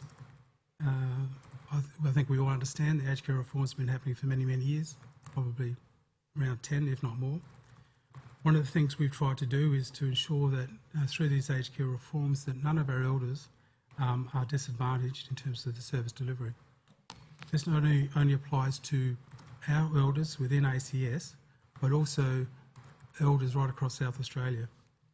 We've had many conversations with Aboriginal community-controlled health organisations and communities around what the aged care reforms look like, what it means for individuals, and how they can get into the system. Once again, it comes back to getting into the system and being assisted. But it's important for us that throughout these reforms, and they will continue to happen through to 2022, that we as an organisation have the expertise to manage that reform, that change, manage the new standards, and continue to deliver high quality services to our elders. Thank you, Mr. Aiken. Nothing further. Mr. Aitken, we had for some time the map of the APY lands on the screen. One can't but be impressed by the enormity of the territory that's covered. Do you have people who have been assessed as eligible for packages for home care in that massive area that you simply can't reach, or they can't reach you? No, generally our home care packages, because we have that continuum of aged care from CHSP to home care packages to residential, we are able to channel people or transition people from CHSP onto home care packages. So they are already known to us. Yes, they may move about, but we generally are able to find them. And is part of your funding providing you with capital, for example, to buy buses or cars so that you can pick up the elderly people and bring them into your centres? Yes, in each of our centres we have small mules. They're little buggies that we utilise. We were gifted those from the previous provider, which is the state government. They are all needing attention, if not replacement. We'll have to fund that one of two ways, either through our operational budget or apply for one-off funding. In terms of our other infrastructure, we applied for infrastructure upgrade funds for our APY land centres through the Department of Health, and were successful in a grant of $500,000 to do that.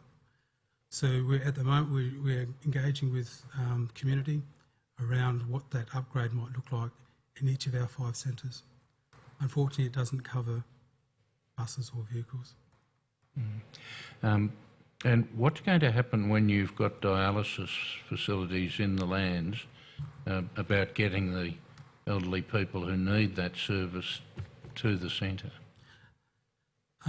Transport and transport disadvantage is a big problem for the Aboriginal community. It'll be very interesting to see whether or not the health sector, the dialysis provider, or the aged care sector will have to pick that up. Either way, I'm sure between the three of us, we will ensure that elders get the appropriate dialysis that they need. The same is true in Adelaide. Elders who are on our home care in Adelaide, either CHSP or home care packages who require dialysis, we ensure that elders still get to dialysis even if the health sector don't pick it up. And on another matter altogether, I couldn't but be impressed on my visit to the residential facility in Adelaide about the work that was being done by volunteers. There was a country and western singer there. There was a lady reading to one of the residents. There was a gentleman assisting another resident with the form guide for the day. Yes. Where do you recruit these people, and how important are they to the operation of a residential care centre? We're very lucky with our current residential services manager, Warren, who you met.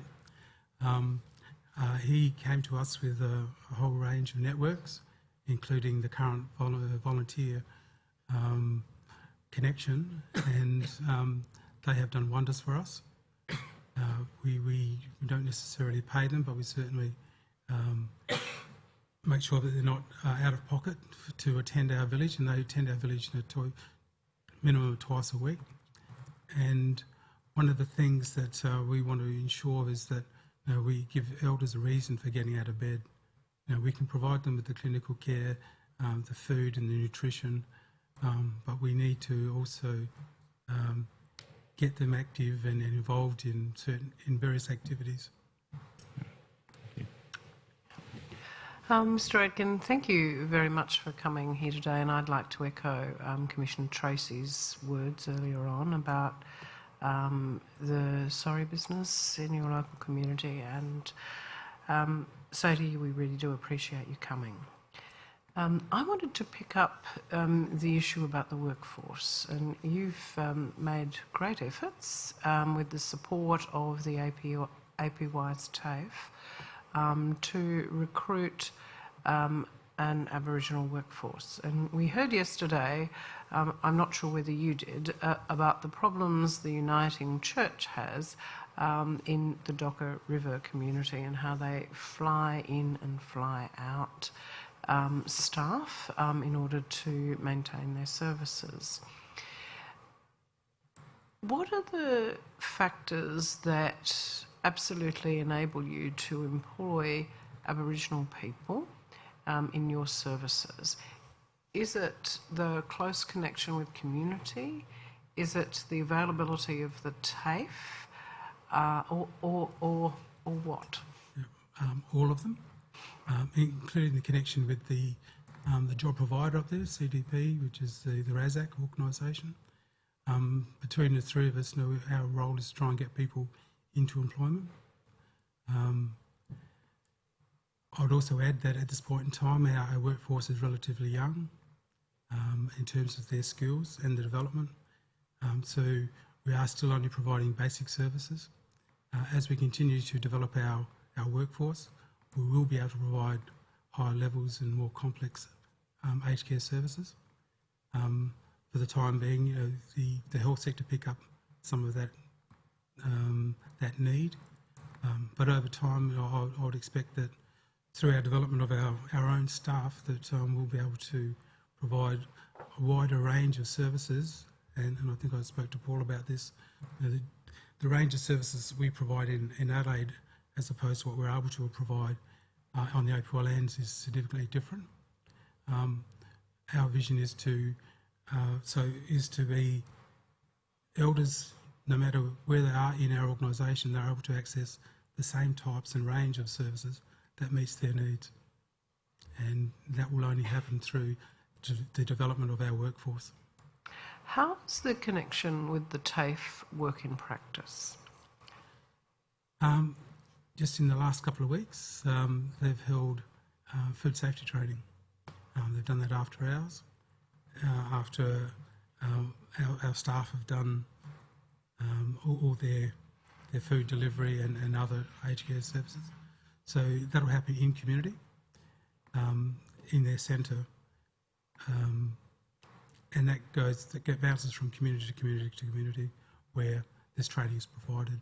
And that's just one example of the training which is provided by TAFE. Thank you. Anything arising from that? The media release, Commissioners, has been added as tab 74 to the tender book.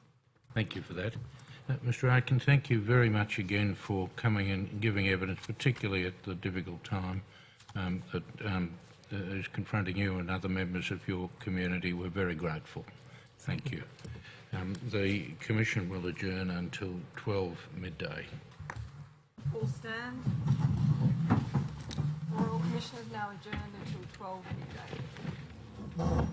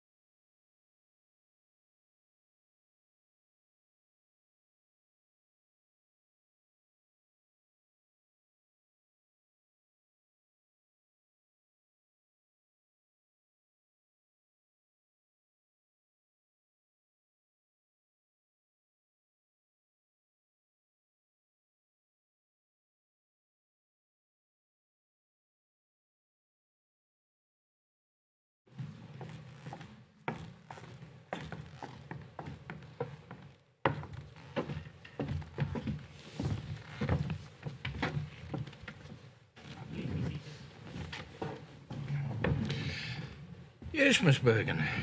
Commissioners, I call Ruth Ann Crawford.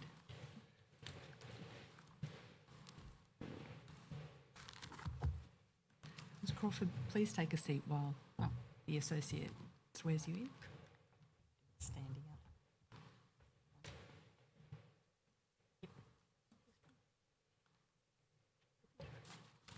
I swear by Almighty God I swear by Almighty God that the evidence I shall give that the evidence I shall give will be the truth, the whole truth, will be the truth, the whole truth, and nothing but the truth. and nothing but the truth.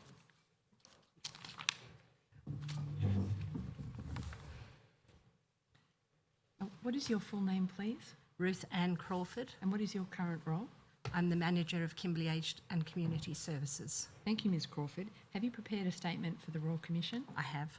And is there a copy there in front of you? Yes. Operator, could you please bring up document number WIT.18500010001? Do you have any amendments to your statement, Ms Crawford? No. Is it true and correct to the best of your knowledge and belief? Yes. Commissioners, I tender the statement of Ruth Crawford. Yes, the statement of Ruth Ann Crawford, dated the 23rd of May 2019, will be Exhibit 4-9. Ms Crawford, you mentioned that you're the manager of the West Australian Country Health Service in your statement. Could you tell... I'm not the manager of the WA Country Health Service, sorry. I'm Sorry, the Kimberley Aged and Community Services, which is part of the WA Country Health Yes. Could you tell us a bit more about your role, please? Okay, so in my current role, I've been in that role since 2013. I manage the aged care services for the remote Aboriginal communities of the Kimberley, which includes Commonwealth Home Support Program and home care packages, and the WA HAC Under 50 transition to NDIS people. I also manage the aged care assessment team for the region and the Commonwealth Respite Care Link Centre for the Kimberley, and various other smaller respite programs, as well as the Older Persons Initiative, which is based at Broome Hospital, Stroke Liaison, and the visiting geriatrician and psychiatrician services for the region. Thank you, Ms Crawford. What is the role of the Kimberley Aged and Community Services? Okay, so we work in partnership with remote Aboriginal communities to provide the aged care services for the Aboriginal people who live in remote communities. And we also provide home care package support to clients who live in the small towns of Derby, Fitzroy Crossing and Halls Creek, because there are no other providers. And we do that in conjunction with the town community care services.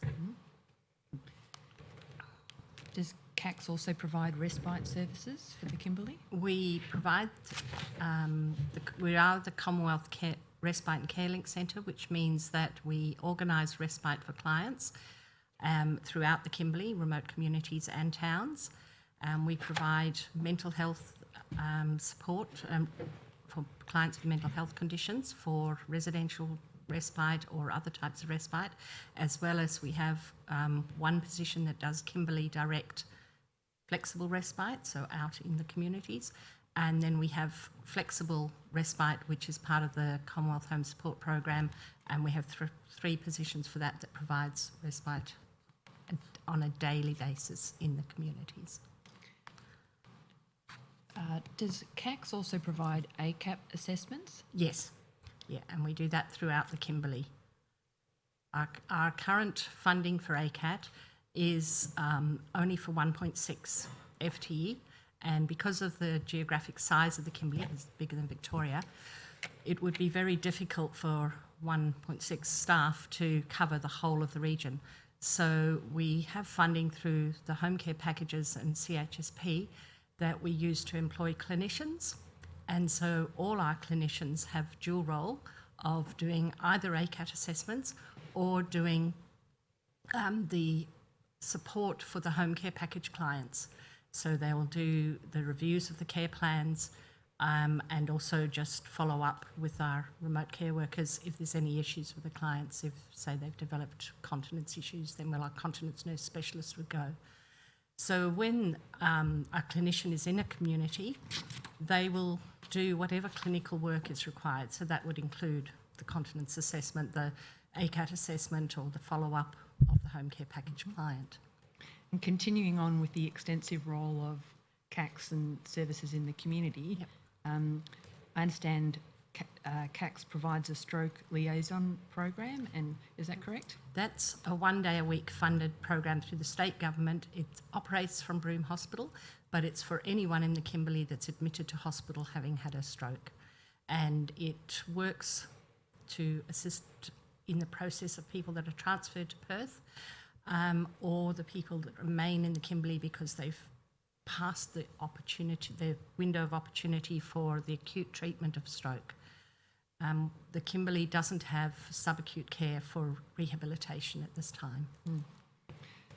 Does CACS also consult with a visiting geriatrician?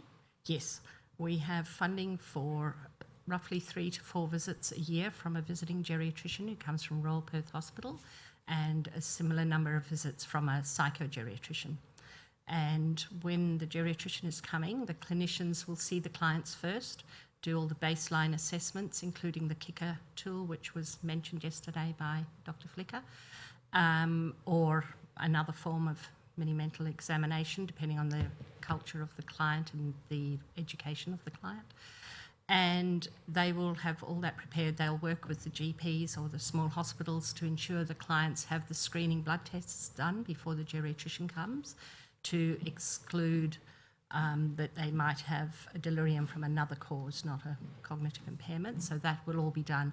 And then the geriatrician will come and see the client predominantly face-to-face, but sometimes we use video conferencing if it's an urgent matter, or if we can't get the geriatrician to where the client is. So before I ask you to explain how CACS sits as part of the state-based WACS service, Yep. are there any other services that CACS provides which you wanted to mention to the commissioners before we move on? I think I've mentioned them all. I think. The services are extensive. Yes. Yeah, we have 14 different funding buckets, which is challenging at times. Must be a Yes. significant Because some of them administration. are very small. Like our dementia education training funding bucket is only $33,000 a year. So some of them are very, very small, but we just put them all together to provide services to clients. Now, turning to the role of the West Australian Country Health Service, could you describe that to the commissioners?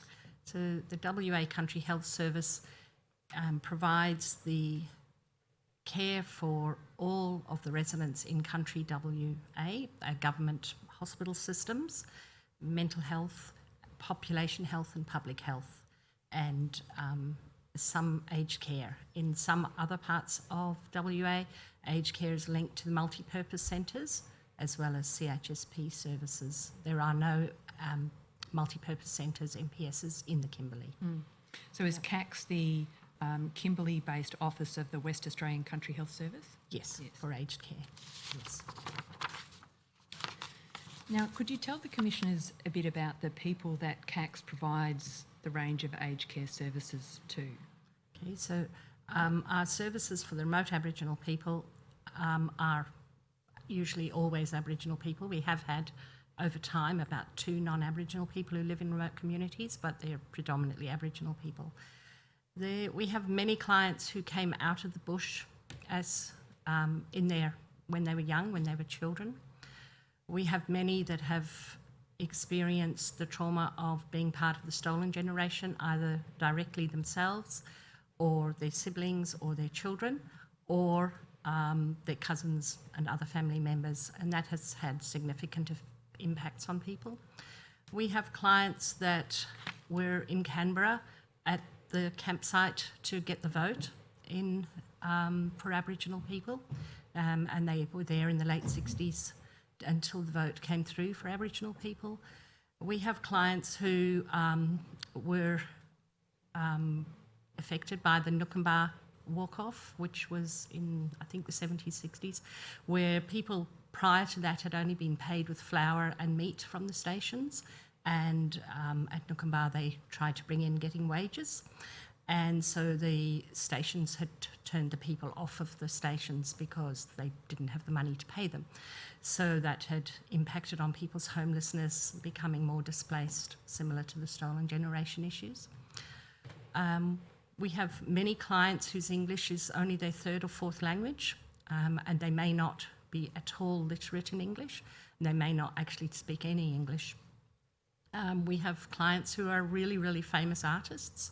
One of our clients painted the roof of the Louvre in France with her barramundi scales that you might have seen previously on the news. So we have a whole range of clients, yeah. And where are your clients located? The ones we provide the most services for are in the remote Aboriginal communities of the Kimberley, starting with Bidjidanga, which is 190 kilometres south from here, going up the peninsula, about 240 kilometres, there's 3 communities up there, then moving up to Luma, which is 3.5 hours away, Nookambah, which is about 4.5 hours away and includes a 70 kilometre dirt road, Wonkajonka, which is the other side of Fitzroy Crossing and has about 50 k's of dirt road, which can be really difficult in the wet season, out to the Kajunka region, which is Balgo, Billaloon and Mullen, which is a little bit south of Halls Creek, and that's 240 to 290 kilometres of dirt, which is frequently impassable in the wet season. And we go all the way up to Kalumburu, which is north from Kununurra, which is a 1-hour flight, or a 2-day drive. And the road to Kalumburu is only open usually from late May until October, where it closes because of the wet season. So our clients are very, very spread out and mostly in pockets of very small numbers, from 1 to 10 to there's a couple of communities that have 20. So given that very diverse spread of clients within the Kimberley, could you explain to the commissioners firstly where are CAC's staff located and how many staff do you have? So we have 31 staff in total, and we are located, 20 of us in Broome and 10 in Kununurra, roughly that, and we just have recruited one who's based in Derby. Yeah. And does that include a clinical team? That includes clinicians, remote care workers, respite workers and administration. And where is the clinical team based? The clinical team is mostly based in Broome, one in Derby and one in Kununurra. Now, how does CAC's work with remote Aboriginal communities? We work in partnership with the 12 of the bigger Aboriginal corporations across the community to provide services for 13 Aboriginal communities. And in that partnership, you want me to explain that? Yep, please. So do. in that partnership, like you heard just say from the people in Bidjidanga, the communities themselves employ the workers.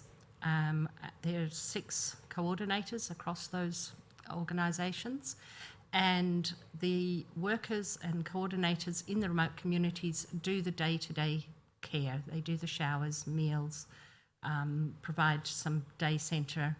They will do transport inside the communities and sometimes to the towns, depending on their availability of transport. They do all those kind of services. The CAC's role in that partnership is to provide the communities with the funding for workers and for the buildings, because care in most instances occurs in the centre. It doesn't occur generally in homes, and I can talk about that a bit more later because it's quite complex. The CAC's remote care coordinators, of which we've got 6, have a cluster of communities each that they're responsible for. And they go into those communities at least monthly. They provide support to the community care coordinator and staff in the communities to ensure the services can keep running. They make sure there's no equipment needs, there's no education. They do the education of the remote workers, the basic orientation education. They also do all the case management for the home care package clients. And they'll do that face-to-face each month. Yep. So the remote care coordinators who have this broad range of tasks in delivering aged care services, how do they work with Aboriginal communities? Okay, so they all, when they commence work with CACs, as part of the WACS orientation, we have cultural orientation. We also then pay for and support our staff in work time to go to the cultural orientation that a lot of the communities have now. Madeline yesterday mentioned the one that she has set up in Bidjidanga, so our staff that regularly go to Bidjidanga attend that training. There's similar courses in Kalumburu and Warman and Balgo, and our staff would go to those. We also ensure that our staff have some sort of update of cultural awareness or training every year. We link a lot of things to NAIDOC Week and to Sorry Day, so that staff become aware of those things. So that when the staff are going to communities, they're very aware of the cultural needs of the clients, the historical factors that impact on the clients, and they know that a major part of their role is to treat the Aboriginal people they see with respect, and that includes the workers in the remote communities, the carers, the clients, and anybody else that they deal with in the remote communities. Most communities have protocols for visiting where you have to get permission in advance, and our staff have to adhere to any such protocols. If there's a funeral or a sorry business, or men's business or women's business, it might mean that staff can't go to communities, and that's part of the protocol of communicating with the communities before they go. So they could have it all lined up to go, book the flight to, say, to Kalumburu, and then on the day they're going, they can't go. And that's just part of what happens and what we just do deal with. So we don't, we just know that that's normal, if you like. Can't explain it any other way. And You we don't mentioned get in your excited statement about it. that the role of community care coordinators. Yep. Could you tell the commissioners a bit about how they work with the remote care coordinators, who are the staff of CACS? Yep.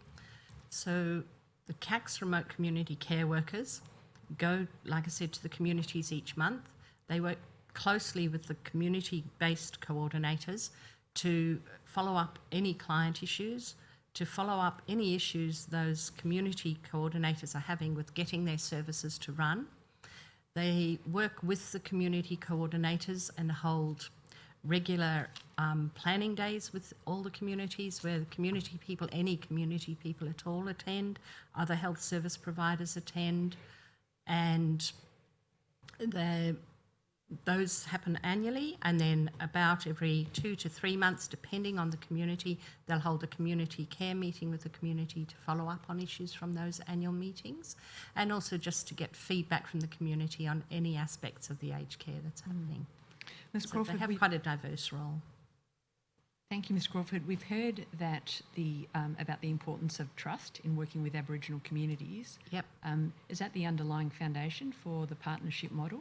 Very, very much so, because if you don't have the trust of the communities, and communities, A, won't let you visit, they won't listen to you when you go, and they don't want to work together with you. So having trust of people in the communities is really important. And we're very fortunate in CACS. We have, out of our 31 staff, we've got 9 that have been there for 10 years or longer. The longest serving person's been there 17 years, I've been there 14 years. So another third of our staff have been there for more than 5 years. And then we have a group of shorter staff. We have about 5 of us that have worked for CACS more than once. We've come and gone. So it means that over time, the communities have really got to know the CACS staff. They know that we're reliable. We go in regardless. If we can't get there because the road's closed, we will charter flights to get in. We'll talk to people on the phone when we can. We talk to the clinics. We work closely with the clinics. We work closely with the shops, because if a community's cut off because of flooding, we might have to organise meals through the local shops. There's only ever one shop in a community, the community store. So because our staff work so closely with the communities, and they know that besides respecting the people they see, they also have to be reliable and follow through and do what they say they're going to do. You know, they don't just turn up and go, oh yes, I'll do that, and then not do it. The team leaders very much follow through to make sure things are actually happening the way they're supposed to. So, Ms Crawford, given that framework with the remote care coordinators being employed by CACs, working with the community care coordinator, who is employed by the local Aboriginal corporation, Yeah. how are, for example, home care package services delivered to the end client? Okay, so the CAC staff do all the clinical part of the home care packages. The clinicians within CACs are also allocated a geographic area, and they work closely with the remote care coordinators, so they'll do any clinical assessments that's required for falls, or if the person has got continence issues, or if they're deteriorating, or if they're cognitively are not as good as they were, then they will be involved in that. The remote care coordinators see those home care package clients monthly to monitor them and make sure everything's going well. They also do a lot of case management. Case management is probably the biggest service we do altogether. Case management includes assisting people to navigate the housing services to, say, get a repair to their bathroom. It might include going to Centrelink and helping the person go through the Centrelink processes if there's been a problem with their payments. It can be helping them to navigate the health system with the clinics. It can be assisting if families are getting very stressed, so we'll get the respite people involved. It's just so varied. Then the remote workers do the day-to-day shower or hygiene or whatever the person needs. That is very much a development thing. So some communities where the staff have been there for quite a while and have had lots of education and training can, say, assist somebody with a shower. Another community that might have a very high turnover of workers, we would have to get a staff member, usually our clinicians, but sometimes our remote care workers, to work with those staff and teach them how to do a shower and actually train them from the start. So in that instance, there might be a gap until that service can then be developed to be restarted. If a person has, say, a wound or needs assistance on a daily basis, that can't be done by our staff because of the geography. So that is done with the remote Aboriginal clinics, the clinics in the remote Aboriginal communities, I should say, because that clinic service is there for all residents within the communities anyway. Thank you, Ms Crawford. So you mentioned the importance of clinics. Yep. Could you explain to the commissioners what services are delivered in the clinic in these remote locations? A clinic in a remote community is predominantly remote area nurses. They will have visiting medical services once or twice a week. Some areas it's only maybe once a fortnight, depending on the clinic and how many people live in the community. The very large communities like Balgo have a doctor who's there all the time, and they deal with everything from birth to death. Every health issue that the person might have and might need goes through the clinic. So And are there also centres where services are provided in remote locations? that's for the aged care services, which are distinct from the clinics and always separate. They're buildings that the communities have provided where the aged care services occur. Most commonly in Aboriginal communities, services don't occur in the homes. There's a lot of overcrowding, and because of the overcrowding, bathrooms, showers may not work very well, and there may not be much privacy. There may not be space, so the older person might be in a bedroom with 4 or 5 others or sleeping in a lounge room, so there may not be space for the things they need, like a wheelchair or a commode. Sorry, I just lost track of what I was going to say. Most of the care, like I said, occurs in the centre. Also within the communities, because the care is being done by local Aboriginal people, there's sometimes cultural issues with workers not going into a house. Or if they're from the wrong different family group or the wrong male-female relationship, they can't necessarily deal with that person, so they won't go into the house and do individual care. Clients also don't want other people from the community coming into their house because they don't want them to see how they live, because they're scared people will gossip. Even though workers are taught it has to be confidential, the clients themselves are scared that people will gossip about their house, so they don't like people going into their house. We do occasionally get single bedrooms. If a person's in a bedroom and high care needs, we'll get the bedroom cleaned. They won't do the rest of the house because often when there's so many people living in the house, the argument is, well, those other people should be doing that, which I can understand their point. So we focus on the most essential care and making sure that gets done somehow. Yeah. So we're talking here about services provided under both Commonwealth Home Support and home care packages? Yeah. The main difference between the two is that the home care package clients get the additional management. Usually they're needing that additional services to navigate all the other different things that have to be done, whereas the Commonwealth Home Support Program, people are still able to be more independent in that regard and not needing as much. How many home care package and Commonwealth Home Support clients does CACS have at the moment approximately? Roughly at the moment we've got about 140 Commonwealth Home Support Program clients and we've got about 76 home care package clients. We have roughly 30 WA HAC under 50 clients that are in the grandfather phase. And in addition to those three categories of funding, does CACS also have clients transitioning to the NDIS? Well, those WA under 50 people are the ones that are waiting to transfer to NDIS.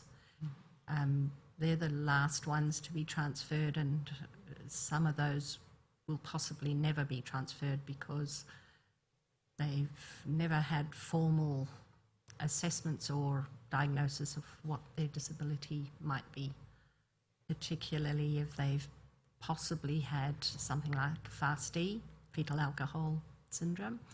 That might never have been diagnosed in those people that are now in their 40s because it wasn't known about previously. Does that also extend into the age bracket of 50 and above?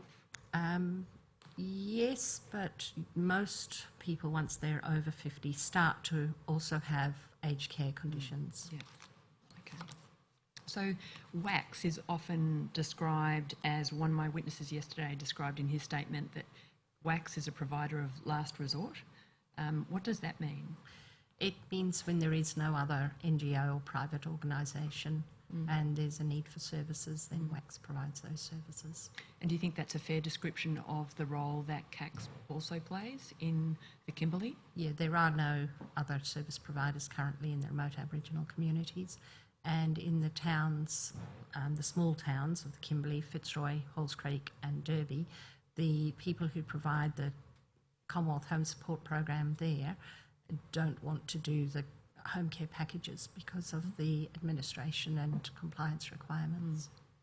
You've mentioned the administration and compliance requirements a couple of times, both in the context of home care packages, but also there must be compliance requirements, or there are compliance requirements that come along with administering CHSP, HCP, NDIS. You mentioned 14 buckets of funding. Yes.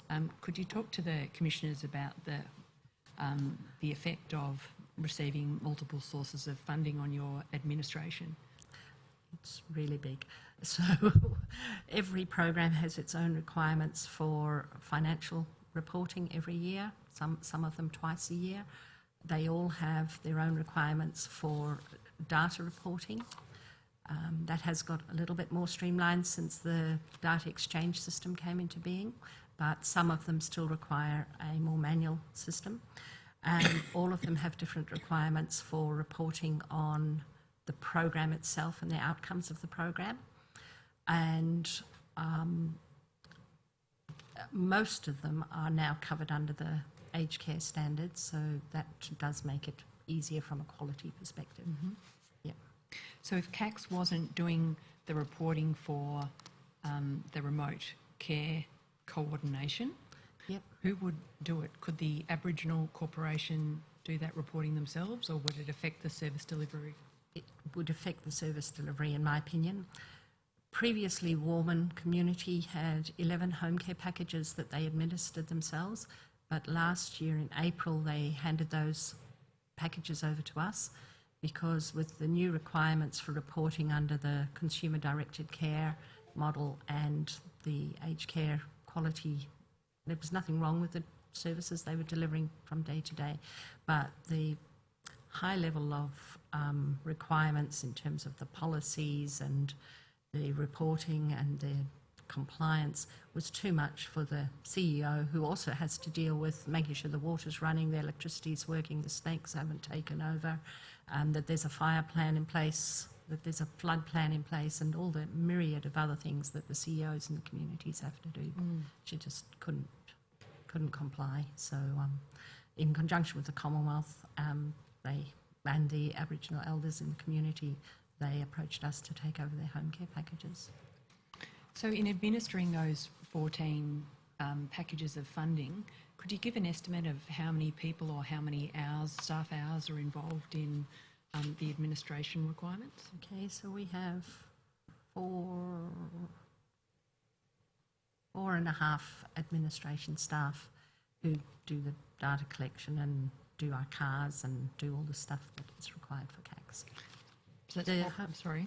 Since the home care package individualised budgets came into being, we always had consumer directed care. That was not an issue for us because we've always sat down with our clients, worked out what it is they wanted it, how they wanted it, where they wanted it.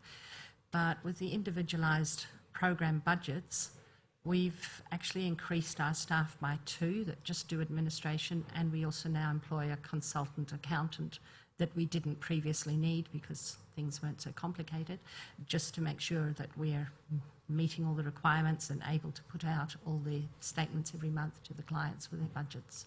So you're talking about an increase in staff just in relation to home care package administration, or do these staff have other functions?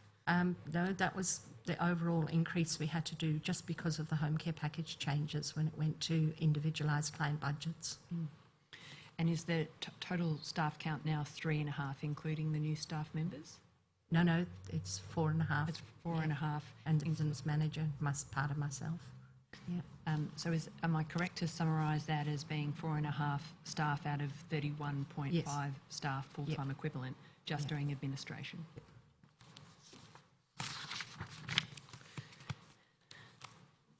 You've talked a bit about this already, but I'm interested in better understanding how service delivery works between CACs and the community partner. Okay. So, like I said about the role of the remote care coordinator, they also do the training for the remote Aboriginal workers. We have developed, my training coordinator developed a basic 6 modules of orientation training, includes what is aged care, hand washing, occupational safety and health, basic food safety, I've forgotten the names of the other 2, and so that gets delivered by our staff, and then once the remote workers have done those, we link them into the Kimberley TAFE, and they do their certificate 3s in aged care, and some of them now are doing the certificate 4s. We have National Job Creation Package funding, which is funding for 27 part-time units of employment, Aboriginal specific employment. One of those units is within CACs for the administration of the program. The other 26 units goes to the remote Aboriginal communities. And then we fund 6 coordinators on top of that from the other funding. And those 32 workers, 13 of them have finished the certificate 3. And of those 32 workers, 3 are non-Aboriginal, and that's because of the choice of the community to employ those non-Aboriginal people as coordinators. The 3 other coordinators are all Aboriginal, and all the National Job Creation Package workers are Aboriginal. They're required to be. We work very closely with the communities to ensure those workers have their police clearances, because that's a requirement under the Aged Care Act. That can be problematic because the community often see it as our fault if they can't employ someone that they want to because they've perhaps not got a very good police record. It's also very difficult to get the police clearance records sometimes because people don't have their required identifications.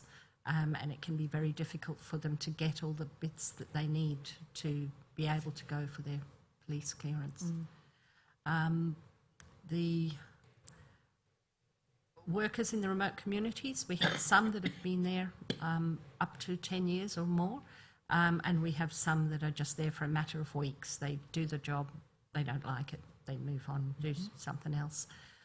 So in some areas there's lots of turnover, in other areas there's not so much. It's always good when there's not so much turnover, but you know, it just very much depends. Things external to aged care also impact on the aged care services. So if the chairperson, Aboriginal chairperson in a community changes, that might alter who and how aged care services happen. If the CEO of a community changes, that always has an impact because the CEO does a lot of the administration within the community, so that will impact then on the services. Things like if the community is cut off with floods. So 2 years ago, Nukumbau community was cut off for over 3 months with floods. It got so bad, the floods, you couldn't even land a helicopter to evacuate somebody medically. And so quite obviously at that time, the aged care services couldn't run. So we were doing a lot of support on the phone to individual families when they had phones, which not everybody does. And after the floods, the community was in quite a disarray for some time. So we actually sent in our employed workers on a second weekly basis to do the basic services within the community for about 3 months until the community was able to get back on its feet and start operating services again. So circling back to recruitment and training for a moment, Yep. you mentioned the significance of police checks. Yep. How much of an obstacle is the requirement for a police check in recruitment? Getting the required identification documents can be really onerous for some people because they just don't have a birth certificate, they don't have a passport, they may not have anything other than their key card for the bank. They may or may not have a Centrelink card, but their names might have changed. Their name and date of birth on their Centrelink card can be different to what's on their Medicare record, and that's a big problem. So there's all sorts of reasons why it's difficult for people to get their identification, to get the police clearance checks. Then sometimes when people are maybe younger, they might have been in trouble for some sort, and even though it might be many years later, they might have had jail time or something like that, which means that they're automatically disqualified from working in the community, even though, you know, they might have been quite clear of any of that for many years. So then it sounds like CACS is quite strict about compliance with all the requirements under the Act. Well, we're required to be, so we have to be. Correct. So yes, Okay, yeah. thank you. And we make sure that, you know, we check every worker's police clearance. Now, on training, it sounds like the training is significant. You mentioned induction training, cultural awareness training, 6 modules of training delivered to the remote community care partners. Yep. How much of an obstacle is retention of staff? In CACS or in the remote In community? both, if In you both? mind. In CACS, what we're having difficulty with now is recruitment, because a lot of our contracts with the Commonwealth for a number of years now have been 1-year rolling contracts, especially our respite contracts, and that programs are all ending in November. We also have the change with the CHSP coming in. Initially it was only going to be for 2 years, and now it's just been extended till 2022. All of that and the individualised nature of the home care package budgets means that within WACS, we're only allowed to employ people for the term that we have funding. So we currently have 19 people that are on rolling contracts, because it's been a number of years now that all of this has been happening with the short-term Commonwealth contracts, and that's quite significant. We're lucky that a lot of them have chosen to stay, but trying to recruit clinicians in particular or senior staff to be team leaders when you're telling them they're going to have a 6-month contract because we don't know what's happening with our funding is really difficult. So would you agree that the uncertainty associated with security of tenure is a problem? Yes, yes. And that's One of our nursing positions was vacant for 10 months last year. We advertised 3 times before we finally got somebody. Yeah.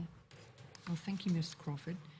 Now, turning to I'd like to ask you to address the commissioners on some practical challenges of delivering services in the in remote communities. So let's take the example of a typical day for a community care worker, being one of the CAC staff based in, say, Kununurra, who is in a case management role with someone in Balgo. Okay. What does that look like? So usually they'll leave on a Monday, sometime between 6 and 7 a.m.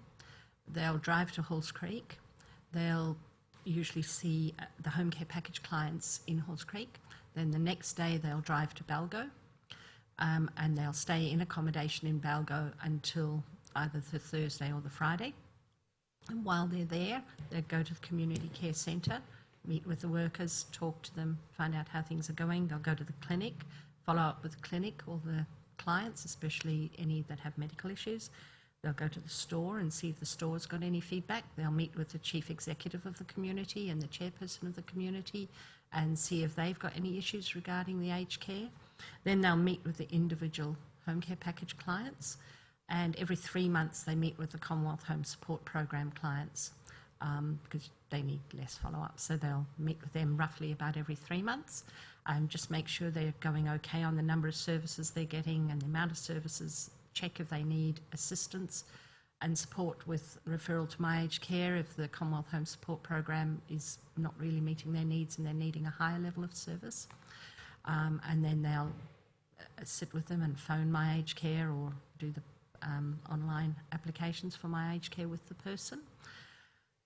And it just varies so much, but that would be a typical week. Then at the end of all of that, and then in the afternoons, most communities have a siesta in the Kimberley in the afternoon, so that's when the staff will do their notes, any writing up they might have to do. They might go out and see people after the siesta time, depends. Some clients don't like to see government or health workers after the siesta time because that's their time, so they like that themselves, and then that's often when our staff are following up with the clinic and the store and those type of people. They'll have seen the clients in the morning, and then on Thursday they'll drive back to Halls Creek, or they might go to Billaloona or Mullen and then drive to Halls Creek, and Friday they drive up to Kununurra.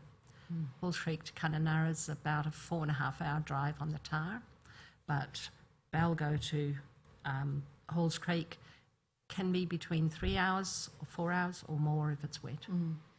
So how many hours, if you could estimate, how many hours driving would that worker do, or how many kilometres would they cover in that round trip, visiting the 3 communities and returning to Kununurra? A lot.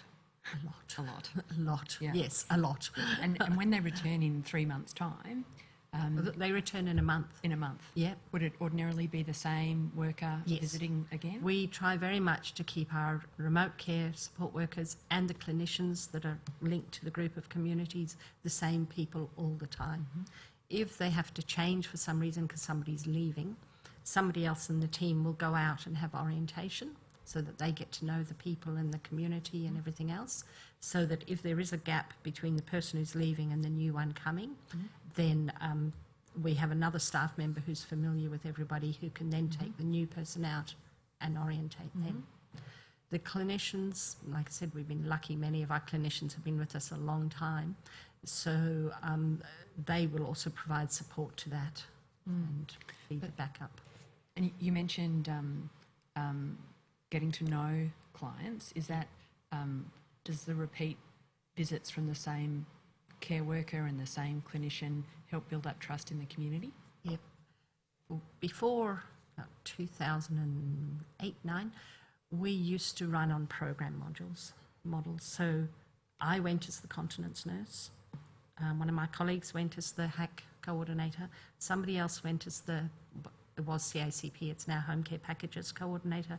Somebody else went as the respite person, and then the a remote worker for that community would go on a different day of the week, and we'd all go different times, different days. We wouldn't necessarily travel together. And then we changed our model to the team model that we now have. So we have the 3 teams, and each team has a team leader, and in that team, our remote care support workers, clinicians have their own team, but they are linked to the team, the remote team. And then we have respite workers also attached to that team. And that way the communities that that team is responsible for gets to know the team. So that if one person's on holiday, there's somebody else from the team they know. And the team leaders have always been to all of those communities in their area. They've also met most of the clients, and they will follow up if somebody else isn't there also. Yeah.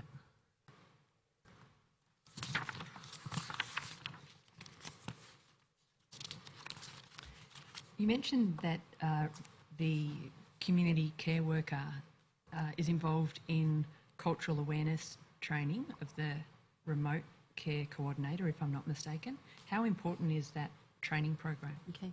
The community care workers in the communities don't do the training of the CAC staff as such, but the community itself might have a cultural training program. So like Bidjidanga has its own cultural awareness training day that our staff that go there regularly attend. But the workers in the remote communities do help our staff to advise us if something is not appropriate for us to see a person at a certain time for some reason culturally, or if there's something else going on in the community, they will advise us and say, oh no, you know, this isn't a good time because there's cultural business happening. And our staff know that they have to listen to that. So when you mention that there might be cultural business happening, what's your experience of an example of what that might look like? So I was previously the continence nurse for the remote communities, and myself and a work colleague, we went to Balgo one time from Broome, so we drove. It was about a 10-hour drive, because you go up to Halls Creek, which is 780 kilometres, and then you do the 280 or whatever it is in. And we got to Balgo. We were there on the very first day. I had clients to see for ACAT assessments and continence assessments, and my colleague was there to organise some training with the remote workers. And as soon as we got there, we weren't there even, I don't think, half an hour, and men's business started. And when that happened, all the women, we were outside the store, all the women immediately went into the store. And then we were told by the women in the community that we had to go to our accommodation and stay there. We had to stay there till the Friday before we were allowed to leave. So 2 weeks later, we went back to Balgo again to do the work we hadn't been able to do the first time round. And we no sooner got there when an elder in the community died, and it was the same again. We had to go and stay in our accommodation and stay there for the week because we weren't allowed to leave and go back out. So, and those things happen fairly regularly, you know. And neither of them were predictable, you know. Nobody could tell us exactly when law business was going to happen, so we couldn't cancel our trip before we went, and certainly couldn't know that the person was going to pass away. Yeah. Well, thank you for sharing that story with us. Does CACS use interpreters in the care worker roles? Yes, we use interpreters for any ACAT assessments, for any cognitive assessments. It was previously the Kimberley Interpreting Service, it's now the WA Interpreting Service.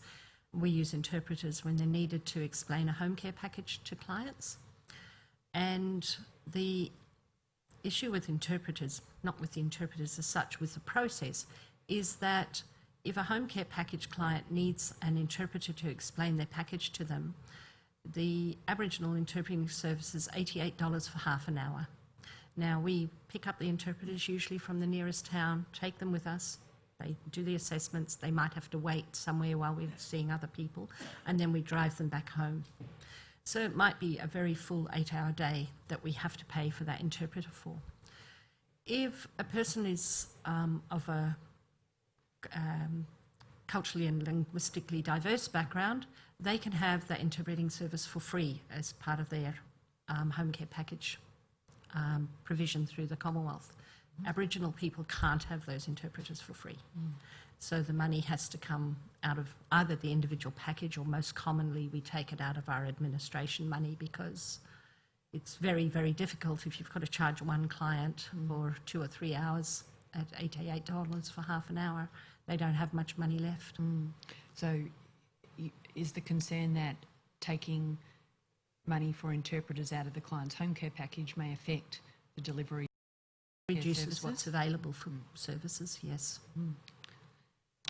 Just continuing on the topic of cultural safety, how many of your RCCs are Aboriginal? Currently 2 of them out of 6. And do they assist other staff to Yes. sort of learn about culture? Yeah, they would tell us if we're doing something wrong. Yeah. Okay. How important is that relationship between the remote care coordinator and the community care coordinator, who's the staff of CACS? It's very important. It's very important that they have to respect the community workers, and our staff, from when they start, are taught, you know, that it's not an easy process to provide services in remote communities. So they do have a lot of respect for their co-workers in the remote communities. And then in terms of the clinical team, how often do the psycho-geriatrician and the visiting geriatrician, how often do they visit Roughly the remote 3 to communities? 4 times a year. They visit the Kimberley 3 to 4 times a year. We group clients by where we've had the most referrals. So they might spend a day in Broome.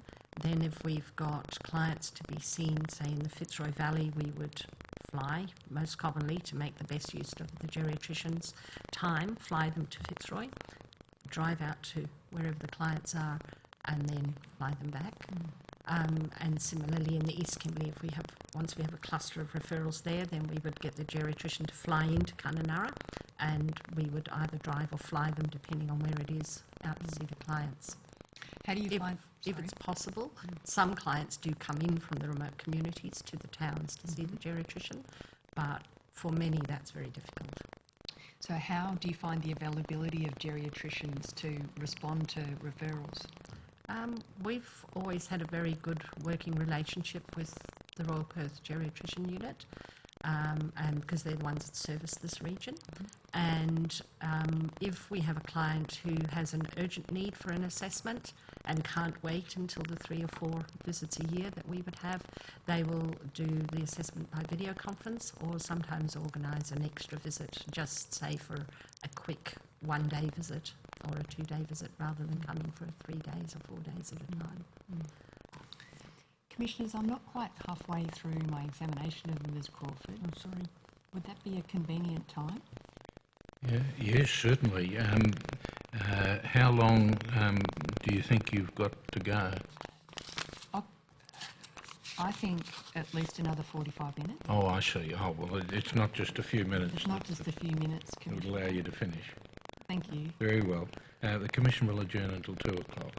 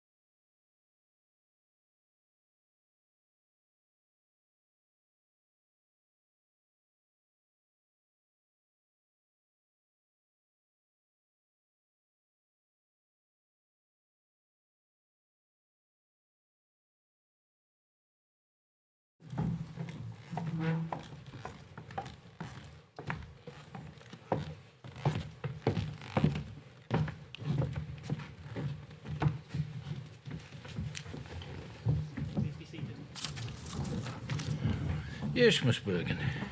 Thank you, Commissioners. Ms Crawford, we heard evidence yesterday about the demand for respite care from a carer based in Bidjadanga. I think you were here for that evidence. Yes. What challenges or how available is respite care in the Kimberley?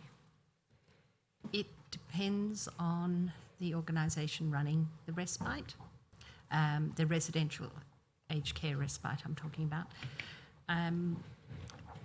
For example, Juniper, who run the facilities in Derby, Fitzroy, Kununurra and Wyndham, and the People's Church who own the one in Halls Creek, are very flexible and understand that for many Aboriginal people, they don't book respite 6 months in advance because they don't know what's going to happen 6 months in advance that they might need a break from.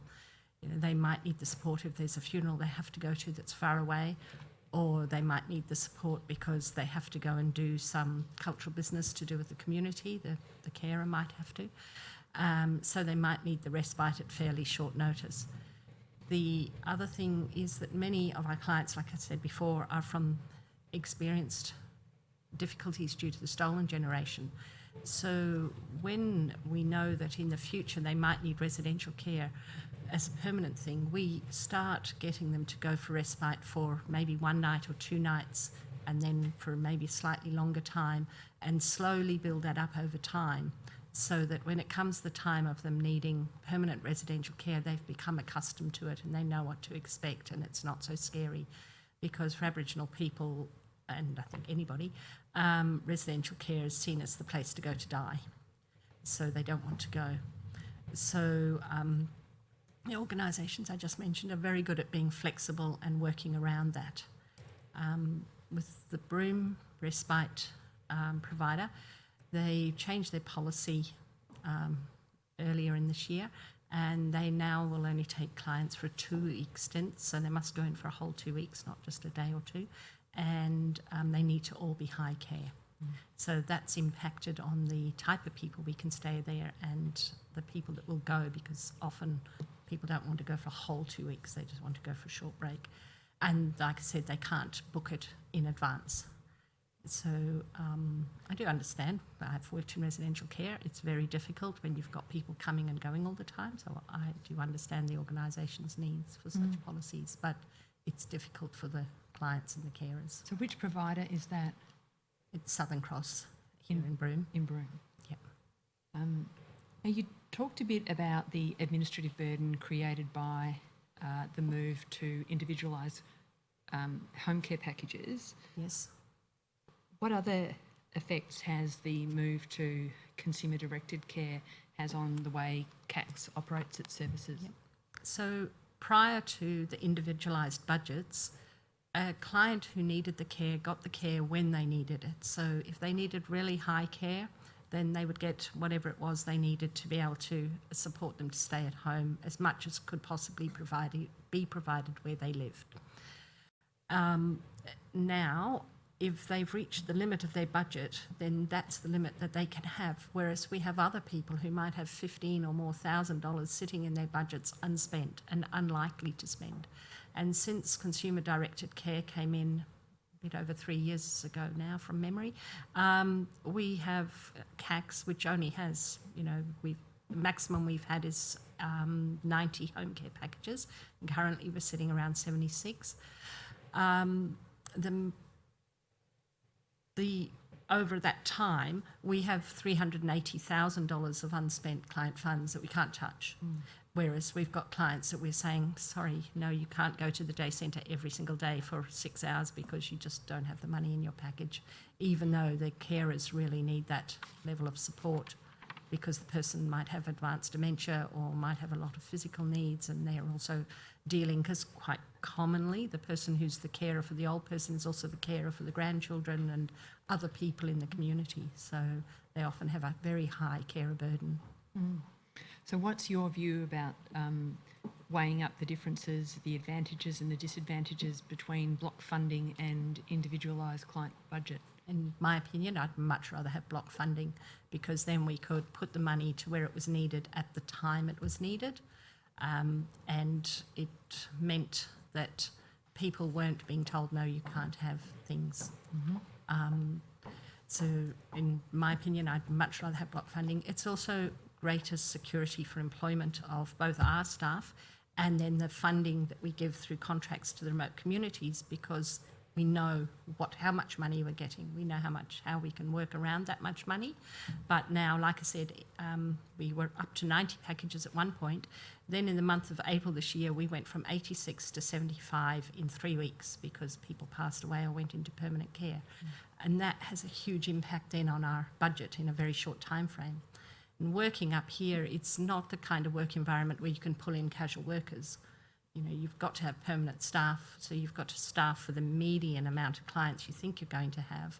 But when there's sudden big changes like that, and with no idea how long you'll be waiting to get more packages because of the national wait list being so long, it's very difficult to manage, especially when you've got small numbers of packages. Because I was going to say, even though we are part of the WA Country Health Service, which is a much larger organisation, because our funding into CACS is all tied to different programs, we have to manage those programs within their budgets that we're provided through the Commonwealth. We don't get extra state money. Sure.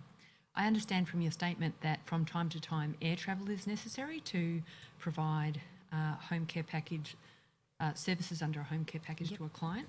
What does the move to individualised budgets mean for that need? That has been really difficult, and up until now we've averaged the cost of all our travel across all of our clients.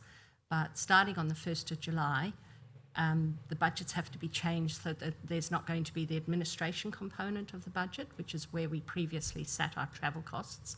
Now it all has to be attributed back to the client individual care cost. And we've been trying to work that out so it could be done fairly. And to this point, we haven't, with the assistance of the accountant, we haven't been able to. He's done different models, and we've looked at the best practice education that was provided by AXA, and we haven't been able to come up with anything that doesn't then severely disadvantage a great number of our clients, especially the ones that live in the most remote spots. Could you give me an example of a location that you might need to fly for example, clinician to, and what that would cost? Columbaroo, they've just recently started a little regular air service, and if we can get a seat on that, that's about $200 and something each way. If we can't and we have to charter a flight, it's $3,000 each way. The same going to Balgo in the wet season if the road gets closed, which it sometimes is for many weeks on end. It wasn't this year, thank goodness, but most years it is closed for 3-4 weeks at a time. That's another $3,000 each way.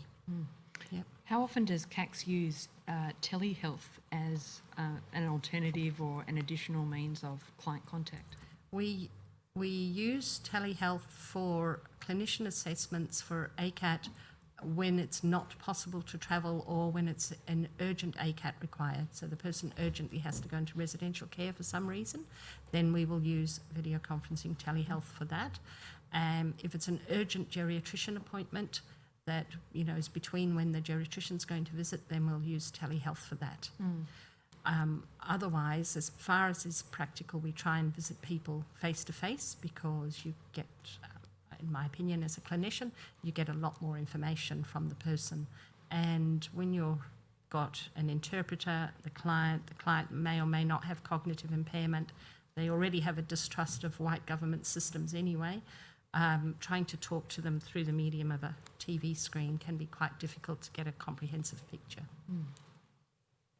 What are the obstacles of using telehealth with an interpreter?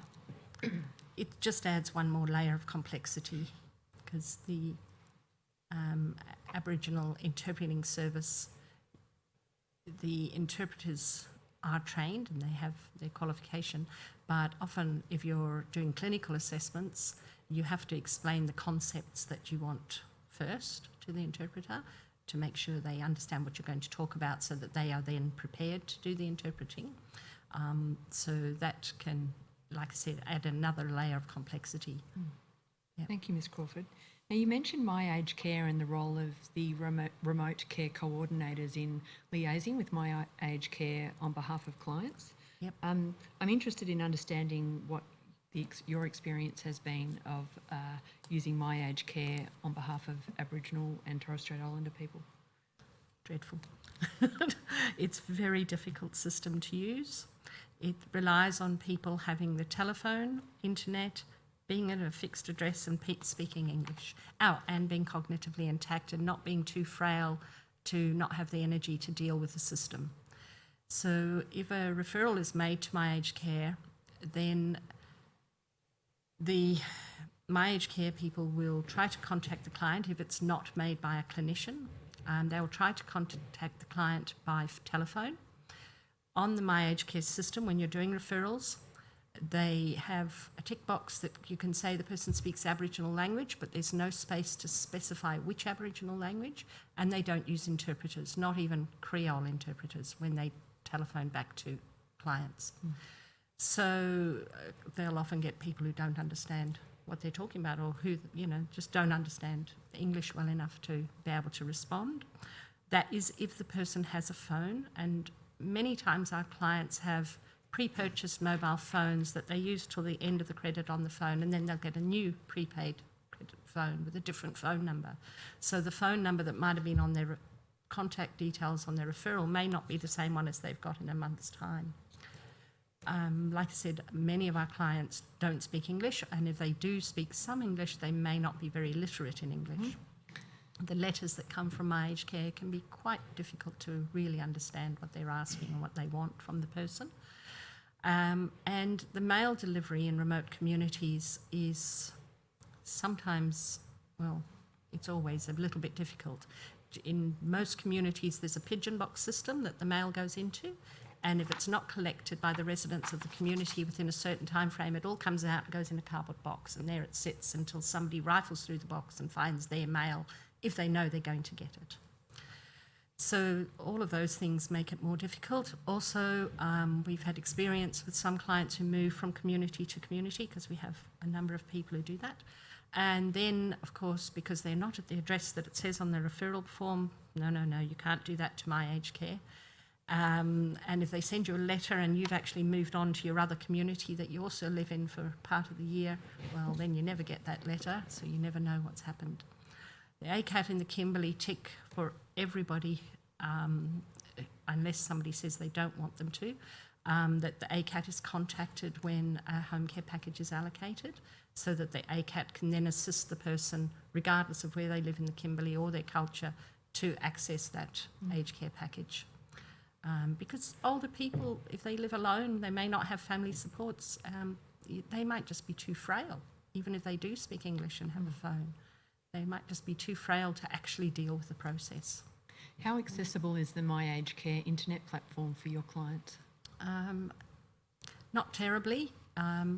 The Shire of Halls Creek did a survey last year, and they found that 80% of the residents in the Shire of Halls Creek, which includes Balgo, Billaloona, Mullen and the Halls Creek town, a small town, that 80% of the residents had no access at all to the internet.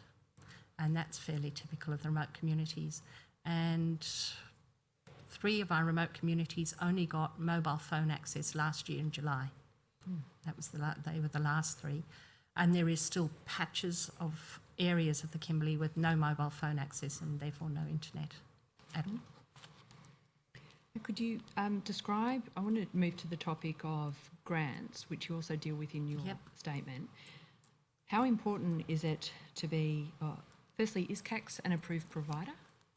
CACS, as part of WACS, are approved providers for Commonwealth home aged care provision, yes. And are the Aboriginal corporations approved providers? No, because we hold the approved provider status because we do the reporting to the government, the data, the financial reporting, the quality, all of that stuff, because that would be too onerous for many of the communities.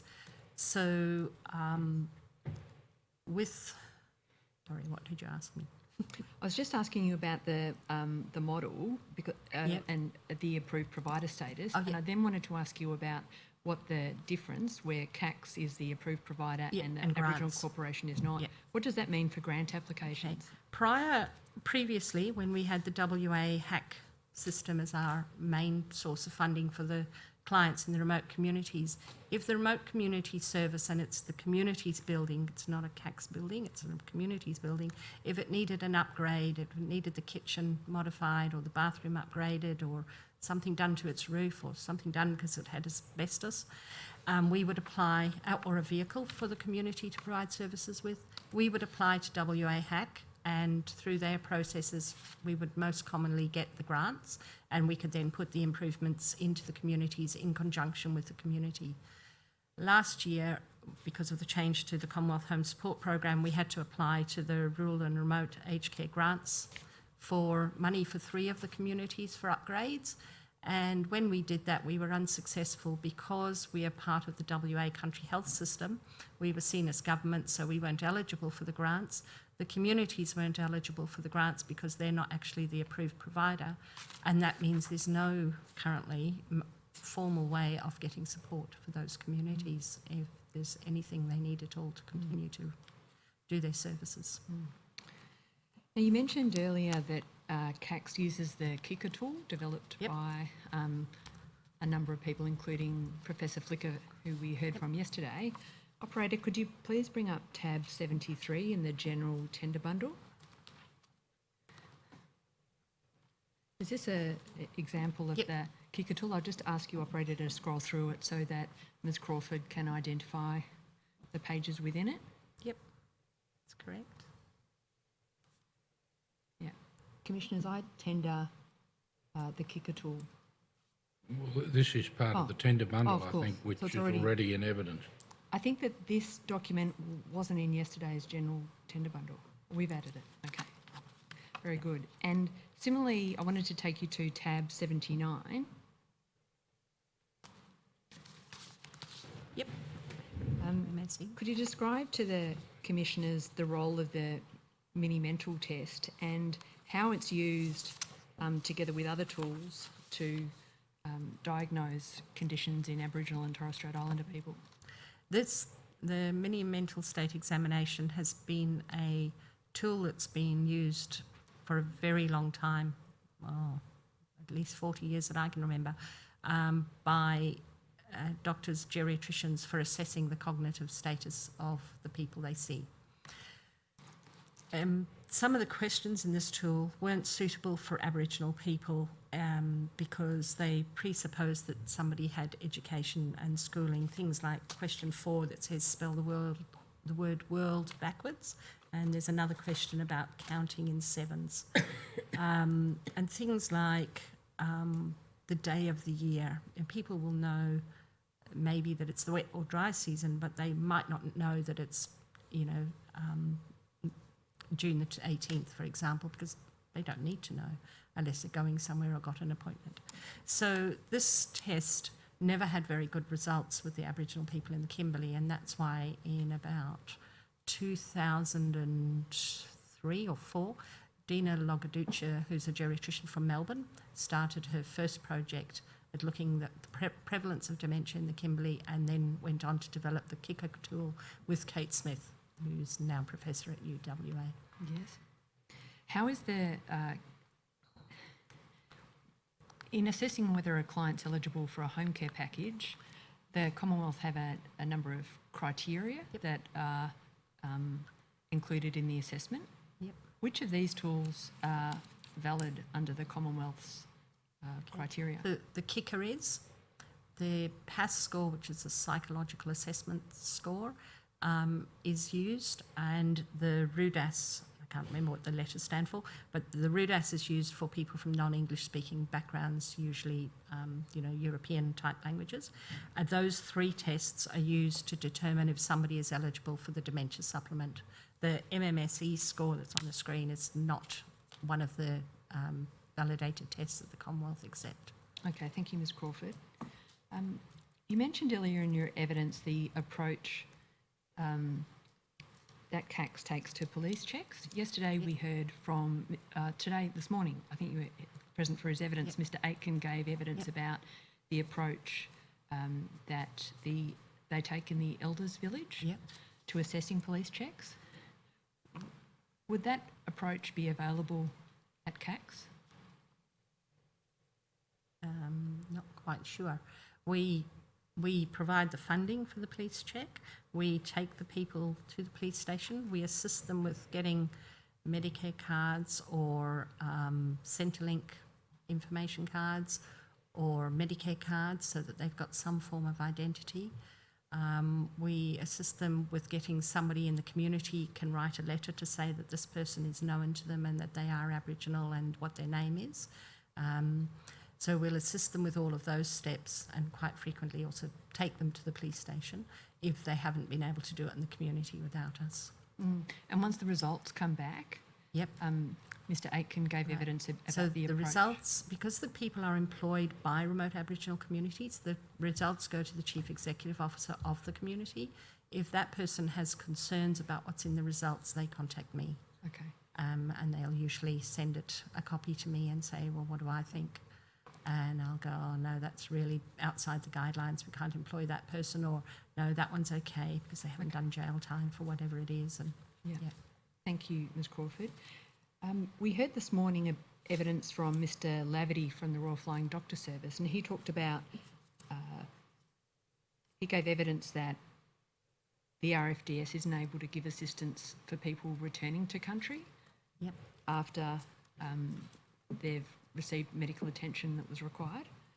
Do you have experience with the return of people home to country Yes. in that way? Yes, we do.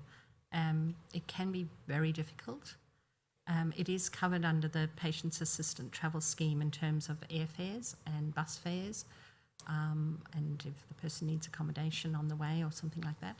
But if somebody's had to go to Perth or Darwin or even to Broome, if they're from, say, Balgo, it is a very long journey to then go home because they either have to fly into Broome and go on the bus, and unless they're being transferred to another hospital within the Kimberley where perhaps their family might visit, once they go on the bus, somebody from the community has to come out and meet them on the highway where the bus stops.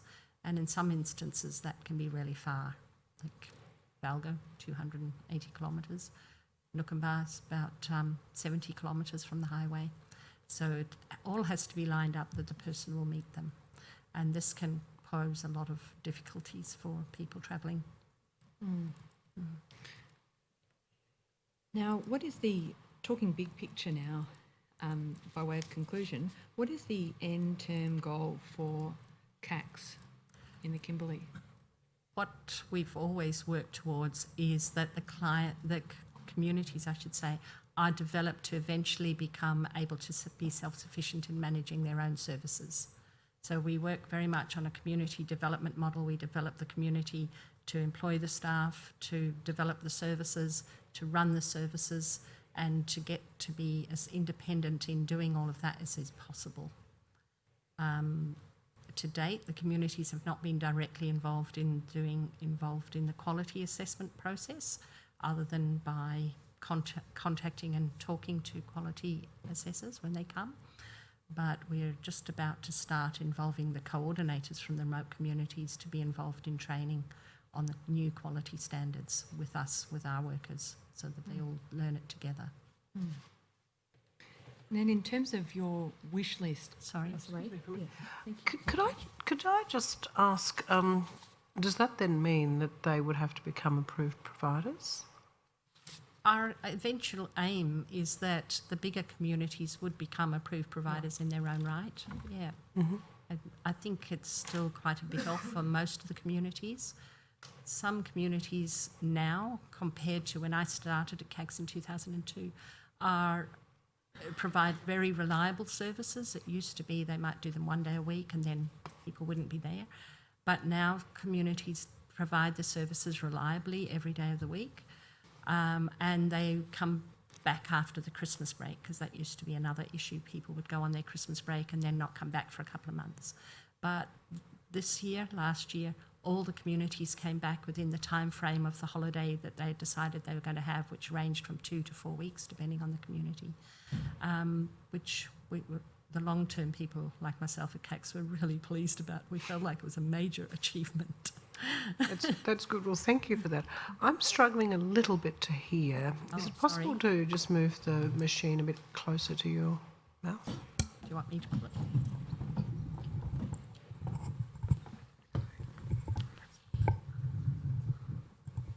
Sorry, how's that? Sorry. Thank you, Ms Crawford. So by way of conclusion, we ask all of our witnesses for their wish list. Are there a few things you'd like to leave with the Royal Commissioners to consider for the way forward? Yes, my things are probably very similar to what Mr Aiken said this morning. The number one thing is the My Aged Care system.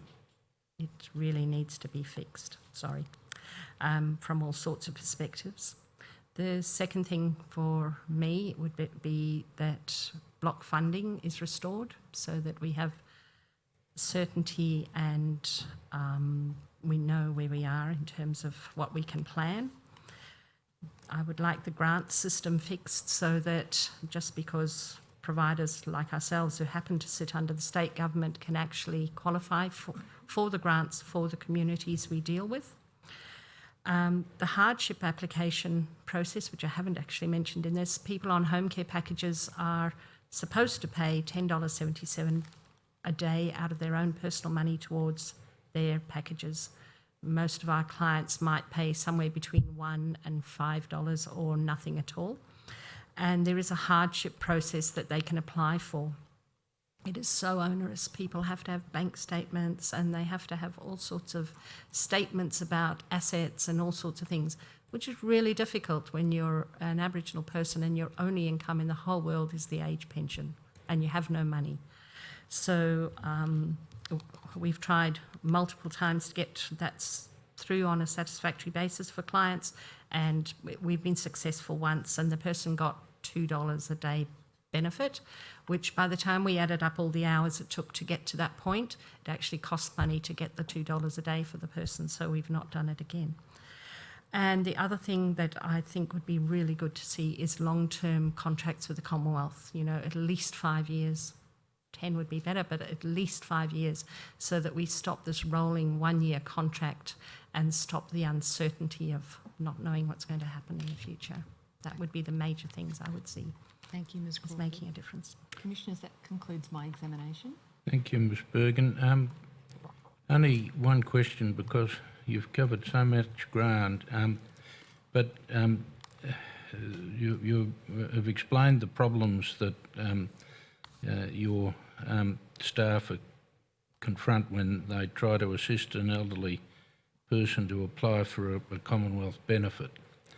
I just want to go back behind that and ask you how you become aware that there is somebody in a remote community who may be eligible. You don't know, but how do you become aware that there are people out there that might be entitled to benefits and are not getting them? Because we visit the communities every month and we visit our home care package clients monthly, we get to know them, and as part of their care planning process we sit down and go through the care plan with them. We explain what their budget can purchase and not purchase, and we explain to them that they are allowed to contribute extra money, and we ask them if they are able to do that. And the ones who say they're really just not able to because things are very expensive in remote communities, then they are the ones that are eligible to have the hardship application for the additional funding through the Commonwealth. And we have tried to assist about 15 of our clients, and like I said, we've been successful so far with just one, and the time it took, it's really not viable to do. But even a more antecedent question. Is it possible there are people out in remote communities who meet the criteria for particular Commonwealth benefits? A package, for example. Oh, okay. But you don't know about it? It's a possibility, but I think it's unlikely. Because we work so closely with the community care centres, we meet with the CEOs, we talk to the clinics, we talk to the remote area nurses in the places where there's just the remote area nurse. We talk to the shopkeepers. If there's anybody that they have concerns about, they say to us, oh, that old person down there or that disabled person down there, they need some help. We don't now deal with disabled people as such, but if we were to come across a person like that, we would then tell. So it's a process of services. informal referrals. Yes, Yes, I understand. yeah. And we're very well known in the community, so people see us coming and they go, oh, we need to tell you about so and so. Yeah.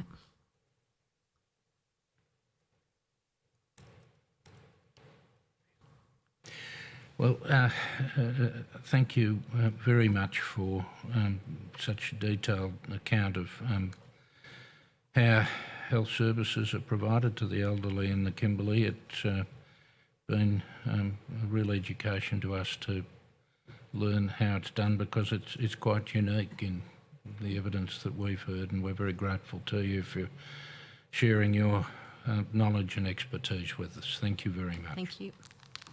Thank you, Commissioners. I've just been asked to indicate that the mini mental state examination is tab 79 and it's been added to the general tender bundle. Mr Bolster will take the next witness.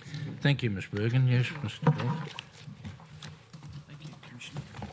We move to a small panel of provider witnesses, and I call Ms Rajan Antoinette Lagrange and Ms Belinda Jane Robinson.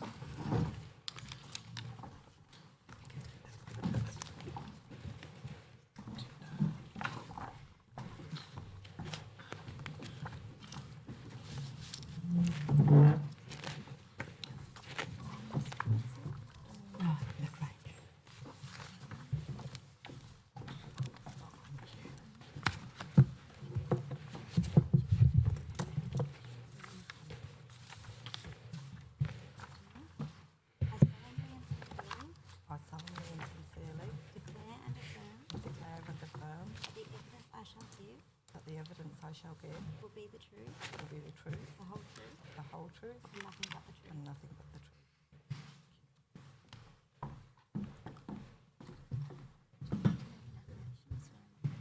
Affirmation. I solemnly and sincerely declare and affirm that the evidence I shall give will be the truth, the whole truth, and nothing but the truth. Deal firstly with Ms Robinson, Commissioners, and Ms Robinson is sitting on the left. Could we please bring up document number WIT 0211 001 0001? Ms Robinson, is that your statement that you see on the screen? Yes, it is. And you've got a copy of it in front of you? I have, yes, thank Excellent. Make any amendments to the statement? you. No, I don't. And are its contents true and correct to the best of your knowledge and belief? Yes, they are. And Ms Lagrange, is that the proper pronunciation? You have your statement in front of you. Yes. That is document ID WIT 0212 0001 0002. Do you wish to make any amendment to that statement? No. And are its contents true and correct to the best of your knowledge and belief? Yes. I'll deal first.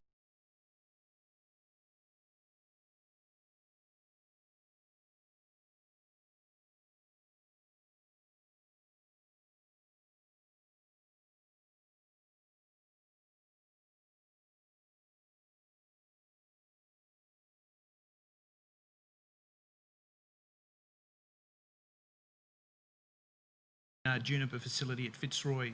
I Crossing? did, yes, Fitzroy. Was that an ACFI or a Natsiflex facility? And what's the name of that facility? Puadi Nadu. And how long were you there for? About 16 months. Right. And what was your role there? I started there as care coordinator and then became the manager. What's the difference from a practical perspective running an ACFI facility in Derby to a Natsiflex Juniper facility at Fitzroy. I Crossing? did, yes, Fitzroy. Was that an ACFI or a Natsiflex facility? And what's the name of that facility? Puadi Nadu. And how long were you there for? About 16 months. Right. And what was your role there? I started there as care coordinator and then became the manager. What's the difference from a practical perspective running an ACFI facility in Derby to a Natsiflex facility in Fitzroy Crossing? To try and cater to the cultural needs of the residents, it's very difficult under ACFI. It's very clinical care based, whereas obviously flexible care, we're allowed to be a bit more open with our attending to the cultural needs, taking them on country and doing all the things that they really want to do. But with the boundaries of ACFI, that's obviously harder to achieve. That suggests a different model of care? Definitely. It's definitely the flexi is more resident focused, and we're able to provide what they want. Give us an example of the difference that someone at Derby might experience compared to someone at Fitzroy Crossing. I do try and achieve as much as I can at Derby, and to do that it usually means that I may in fact take the residents out in my own time because we may not have the staff to be able to do it. But for example, a lot of the residents, Fitzroy and Derby, they like to chew their tobacco and they like a certain ash, and you have to go out and source the correct tree. You get the bark, and then you have to bring it back. It has to be burnt and sieved, and so it's fairly time consuming. Well, there's no way I can claim for that in ACFI, but it's still something that's required. Ms Lagrange, let's talk about your facility. You're an ACFI funded facility here in Broome. Yes. And how many beds? There are currently 42 people living there. And what is the population from an Aboriginal and Torres Strait Islander perspective? So yesterday the population was 60% of the people living there are Aboriginal. Yes. And is it full? No, it's not. And how many vacancies do you have? Well, we have closed down one wing with 14 beds where we've got only 3 people living there, reasonably independent in that specific side of the building. You've closed the wing down? We don't have enough people to open that, residents to open, to fill those beds. Right, okay. Now, you operate under the non-profit organisation Southern Cross Care. That's correct. Can you tell us a bit about Southern Cross Care? Southern Cross Care is a not-for-profit organisation. We have several facilities in the metropole, I think about 7. And we have two facilities in Kalgoorlie and one in Broome. Right. And then several home care packages in Perth, as well as in Broome, and also in the southwest. You have been here in Broome since March of this year. That's correct. And how long have you been appointed to be the acting business manager of the facility? For 3 months. For 3 months. And was one of the reasons that you were brought up to Broome to attend to matters that were of concern to the management at Southern Cross? That's correct. And what were they? They related to behavioural management of people with complex needs living with dementia and some issues around restraint at that stage. Right. And your experience previously, has it had a focus on remote aged care? My previous experience in terms of management of facilities has always been in urban. I have supported the Broome and the Kalgoorlie facilities as the dementia service manager, which is my position in Southern Cross Care. Yeah. All right. Could I ask you, Ms Lagrange, have you, until you've taken up this role, had experience in delivering care to Indigenous, Aboriginal and Torres Strait Islander people? No. And what steps did Southern Cross take to educate you about the sorts of issues that you would face up here in Broome with that cohort? Very soon after my arrival, a meeting with the Yaru people was organised. And so that was some exposures in terms of the needs of the local people. The rest was a training package that's available online on providing care and support to people with Aboriginal background. When you spoke to the Yaru people, did you speak to the local elders in Broome? I spoke to a lady called Nini. I'm not exactly sure what her surname is, but she's the CEO of the specific. And did she indicate what the local Aboriginal community's expectation was, or what their desires were about how the facility should respond to their cultural needs? That wasn't particularly the topic of the day. It was far more about how we could connect and make sure that we direct future care along their needs. So it wasn't already giving direction, it was about developing opportunity to receive more direction. Right. And where are you at in terms of that process? So we've had 2 meetings and we've established that all our staff are attending a 4-hour care at their facility, at their centre. The second group is doing their training tomorrow. And I have attended the first training session, and we were about 7 to 9 people, I can't remember exactly, that attended that training. Can I turn to you, Ms Robinson, and basically approach the same topic with you? Let's talk about Fitzroy Crossing first. Mm-hmm. Was the local Aboriginal community involved with you in the way in which you would manage that facility? Because I was very new to the field, I was hospital based. Once I got to Fitzroy Crossing, I liaised with a lot of the local services. I formed a really strong relationship with the HAC service providers who are basically next door to our facility. And from that, I was able to, if there was anything in regards to culture that I was unsure about, I would go and talk to them. I also had a resident that would actually advise me on what I should be doing. So I sort of used as many different networking facilities as I could. What were the most important things that you learned as a manager, presumably in a very unfamiliar situation in your time at Fitzroy Crossing? I think that probably the most helpful was news travels really, really quickly around these small communities, and the residents had already got wind that somebody had passed, and I didn't know what to do. So I immediately spoke to my colleague from HAC, and she gave me an explanation, and from that I was able to, once the process of the news being shared, we then offered to transport them down for sorry time. The family were all congregating, dropped them all off, and agreed to pick them up when they were ready, and just supported them as best we could.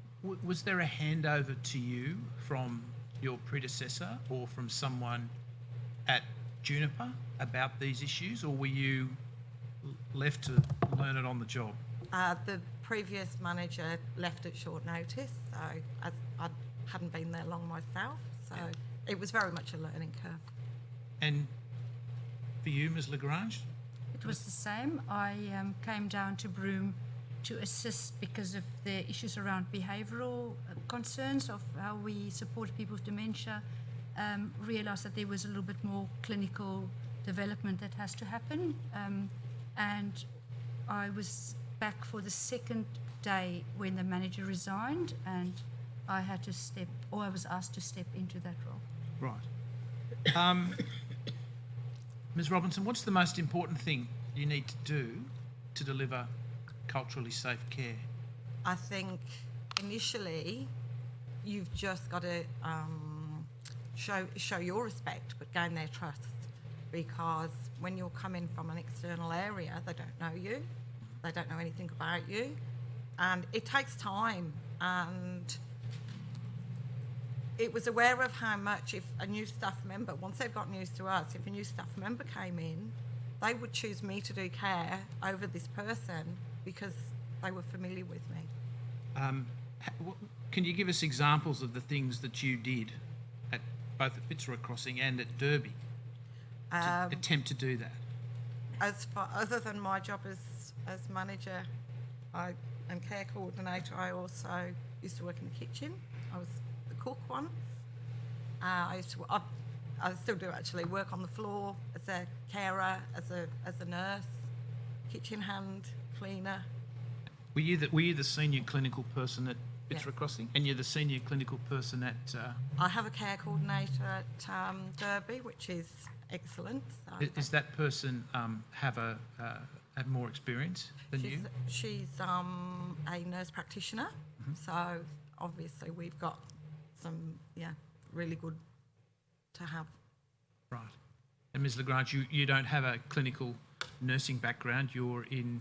I'm an occupational therapist. Yes. Your care, the person who's responsible for delivering care at your facility, how long have they been at Broome? So she's a lady from Broome. We've recruited her, and her first day at work was the 1st of May. And she is a lady that was trained as a clinical nurse at the Broome Hospital, and she's an Aboriginal lady. Right. Okay, good. Okay. Could I get an idea now, please, of the staff profiles of both of the organisations? Ms. Robinson, at Derby, how many nurses do you have on staff? I have 5 registered nurses, and I have 2 of my multi-skilled carers that have actually completed their enrolled nursing.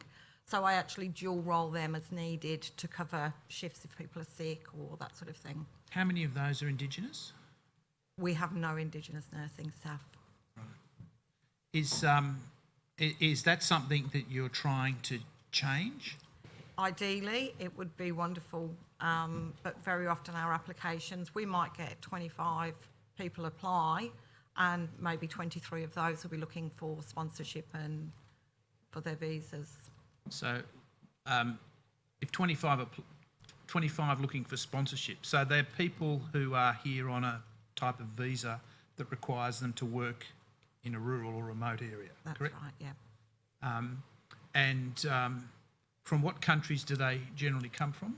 We have India, various parts of Asia, parts of Africa. Right. So of the, I think it's 7 nursing staff, how many of them are non-Australian? They're all. Oh no! I have 2. The enrolled nurses are Australian, Yeah. and but all my nursing staff, registered nurses, they're all from other countries. From other countries. Okay. And what about your carers? Again, very mixed. I have across the whole facility. I have 9 Aboriginal or Torres Strait Islanders.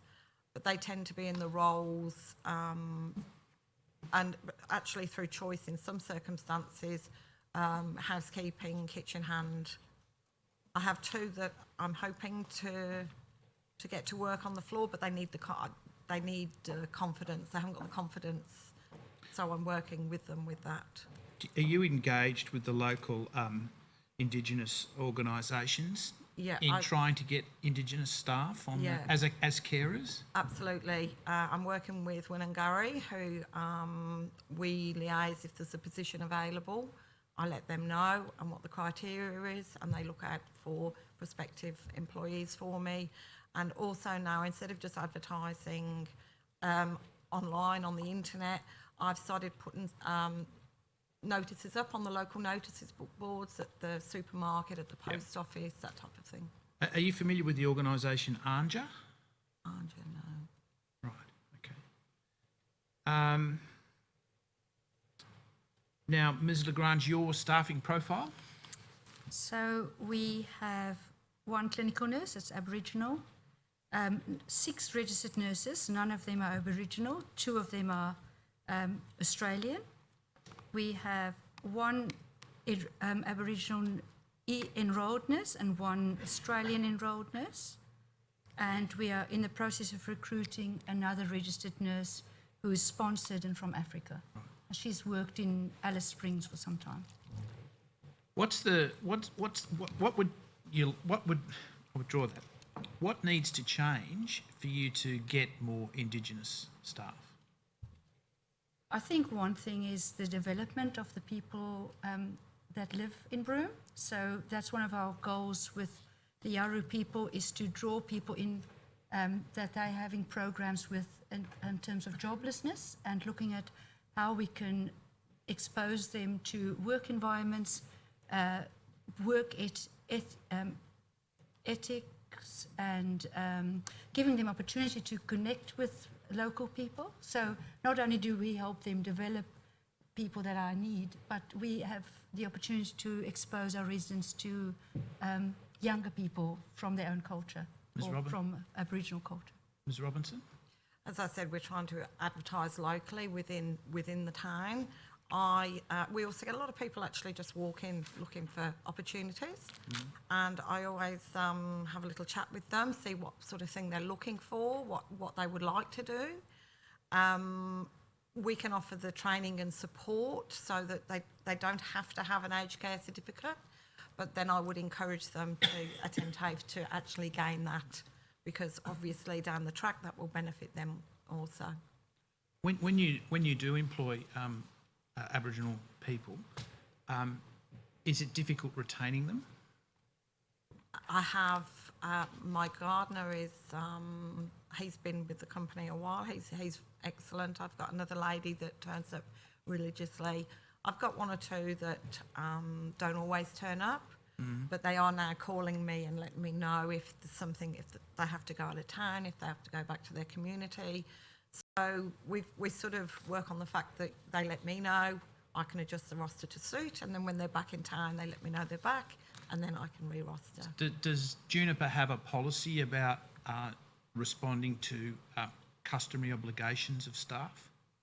We have policies and procedures in place in regards to workforce, and at the moment we're sort of working on a plan so that we can address all these issues. Yeah. I don't know whether were you able to hear Mr. Aitken's evidence this morning? Yes, about the way they deal with that? Yeah. Is your approach similar to that or different to that? I think my personally, I'm happy to give anyone a go, really. If they really want to work and they want to learn, give them the opportunity. Lots of encouragement, positive feedback. It's all.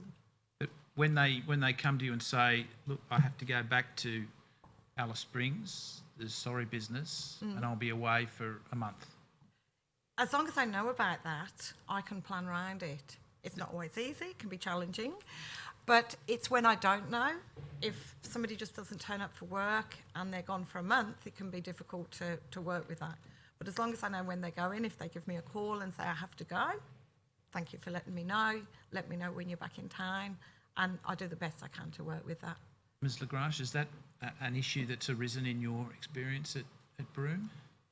Yes, we have had people not being able to work for some time, and it creates a great difficulty, because when you employ people, you have an obligation to give them shifts, and if you employ them just in case somebody else is not going to arrive at work, there's a commitment that you can't fulfill.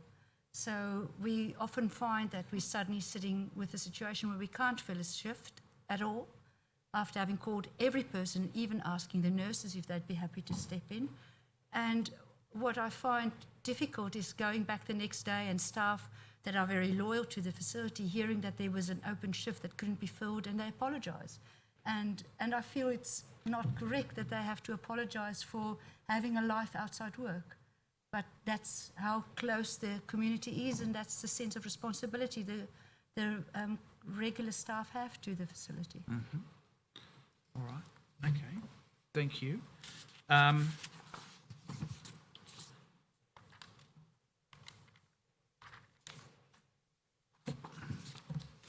I'd like to ask you now, Ms. Lagrange, some questions about the disclosure by your employer of some matters concerning the facility in about a year before you came to Broome.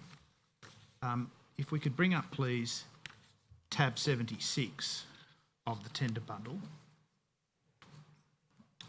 While that's happening, Commissioners, could I tender the statements of Ms Robinson and Ms LaGrange that I Yes, neglected the to do? Statement.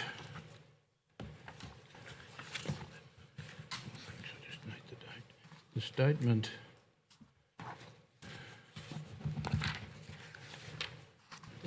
Yeah, but he's tendered that one first. The statement of Belinda Jane Robinson dated the 6th of June 2019 will be Exhibit 4-10, and the statement of Regina Antoinette LaGrange dated the 6th of June 2019 will be Exhibit 4-11. Now, tab 76, you should see that in front of you on the screen. I take it since a conference last week that you've been shown this document. Yes. And if we could go, please, to the entry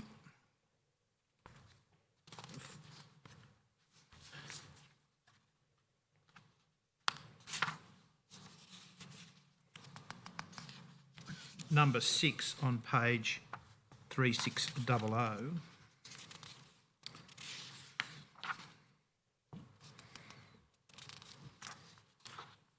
Can we have that page? You see there. No, we're not there yet, Mr. Belster. Hopefully we'll be there in a minute. 3600. It's the 5th page of the document.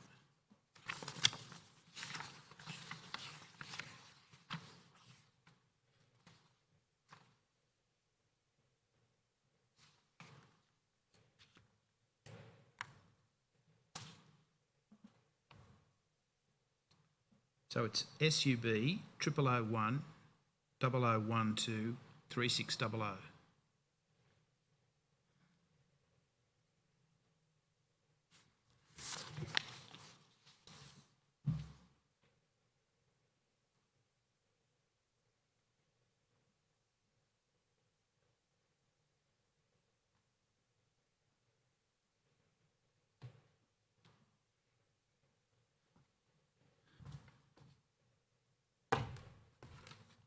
I think we've gone go back. past it. Just go back one more page.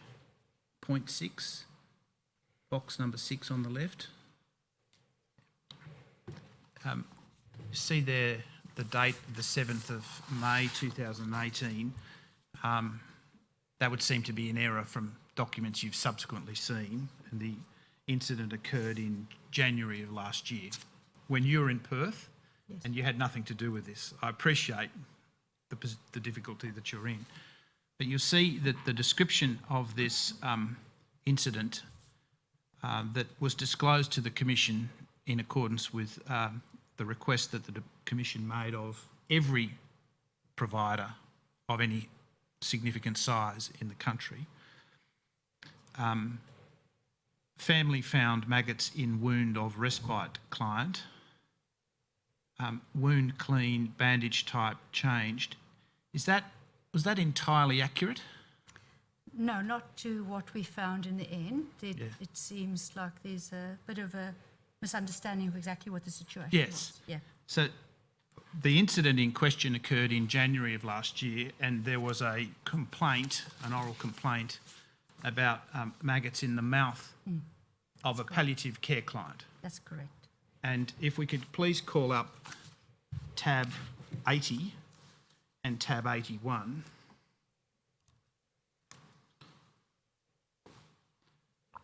Which is tab 80 is SCW 0001 0001 0014. If we could just go to the document on the left, please, not the document on the right for now. And if we could focus in on the first substantive paragraph on the page.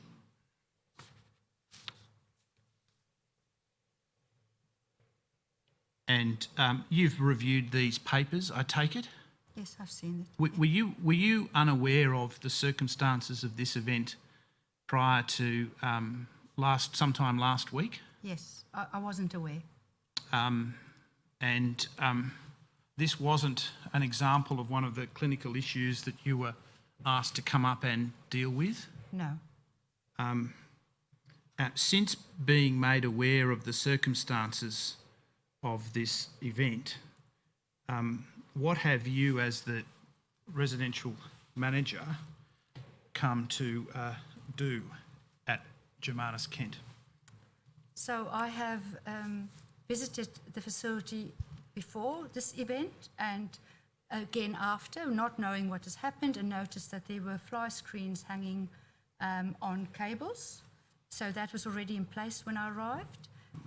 What I've done after I have become aware of this was, considering the fact that wound care management does not happen in communal spaces where all the fly screens are. Yep.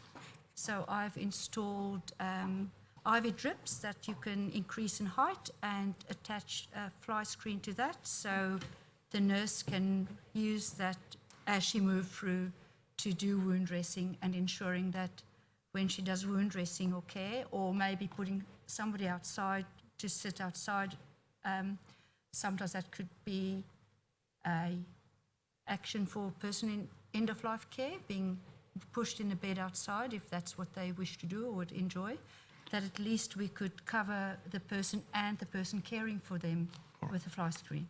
That first paragraph doesn't really indicate the gravity of the situation. Is it fair to say this, that during the course of one evening, in the wet season, when flies would have been a considerable problem up here, have obviously laid eggs in the mouth of the patient or the resident, and that with the incubation time of flies being a number of hours, there was an incubation and there were maggots in the gums of the resident. That's correct. I don't know if it happened at night time, but I do know that there's an incubation period of about 8 hours. I know that the resident had poor ability to chew, so there was food pooling and moisture pooling in her mouth, which would have created an ideal environment. Yeah. And the issue was, there was a complaint, an anonymous complaint to the Aged Care Complaints Commissioner. Have you reviewed the circumstances of the resolution of that complaint by the Commissioner? Yes, I have. And you'll see, if we could bring up, please, the next document, which is SCW 0001-001-0020. And if we could go, please, to page 20. So it's 2 pages after that page. If you see the paragraph with, I think there are 9 dot points in the second half of the page. Are there still registered nurses being flown up to Broome to work on short-term placements to increase the skilled staff coverage? Yes, on a regular basis. So how many nurses do you have on at any one time in the facility? 1 at all times, At all plus during office hours, a clinical nurse if everybody is well. Are you actively recruiting skilled staff and made a policy change to only recruit those with Certificate 3 in aged care? We are. I have not been involved with recruitment, but I've reviewed our rate of people with Certificate 3, and it currently is something like 29% of our care staff. And when you arrived, was the facility providing education on oral care in accordance with the 3rd dot point there? Yes, we are. And the dementia support team, is that a dementia support team within Southern Cross? Or Yes, is- that's the support team I'm the manager of in my usual job. Right. And the specific education it was being provided? Yes, it's in the form of a short YouTube video clip, Yeah. and it specifically addresses how to help a person brush their teeth when they are not keen to have a foreign object being placed in their mouth. Yeah. Were you in charge of the dementia support team before you came up here? Yes, And were you delivering that education before you came up here? we don't deliver it on a face-to-face basis. We deliver it through YouTube. It's very simple YouTube that teaches very basic skills, but very useful skills. And am I right in thinking that whilst you were in Perth, before you were appointed here, you were delivering that specific education in ignorance of this action plan? We were delivering it to everybody because it is a general problem for people with dementia to accept oral care. All right.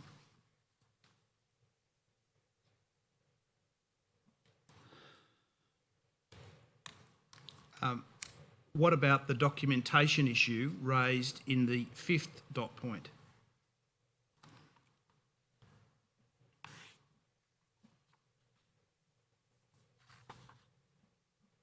So we are having ongoing documentation, education for staff on documentation. So we, for instance, 2 weeks ago had our head of learning and development, who's a registered nurse, up at our facility, and she did various toolboxes, which included documentation, administration of medication. So that is ongoing process, as well as with myself being there. It was one of my goals to encourage better documentation. Have you ever come across an incident such as this in your experience? No. What about you, Ms. Robinson? Have you ever seen this sort of thing? No. Has the new software system been implemented throughout the organisation? No, it's implemented in one of our facilities. It seems to be taking time to actually get it to integrate it into our systems. When was it implemented in Perth? I think around July last year. Right. Have you, since being made aware of these commitments, to use a neutral term, have you made any inquiries of Southern Cross about that? About the implementation of Yes. the no, I haven't. I'm aware of it being rolled out, and I'm kind of aware of some difficulties. So that's why I haven't inquired any further. I just made an assumption, I suppose. There's a reference there to a newly appointed clinical nurse manager. Has that clinical nurse manager still with the facility? Yes. Oh, no, not in this report. She's still working as a nurse at our facility, yes, but not in the role as clinical nurse. Right. And are you familiar with the resident in Bargana? Is that, I assume that's one of the wards, is it? Yeah, it's one of the houses, yes. And are you familiar with who that resident is? No. Are you aware of whether staff have explained to that resident why the doors need to be closed? There are several residents that enter and exit the building on an ongoing basis, and it's encouraged. So I am not aware. Yeah. All right.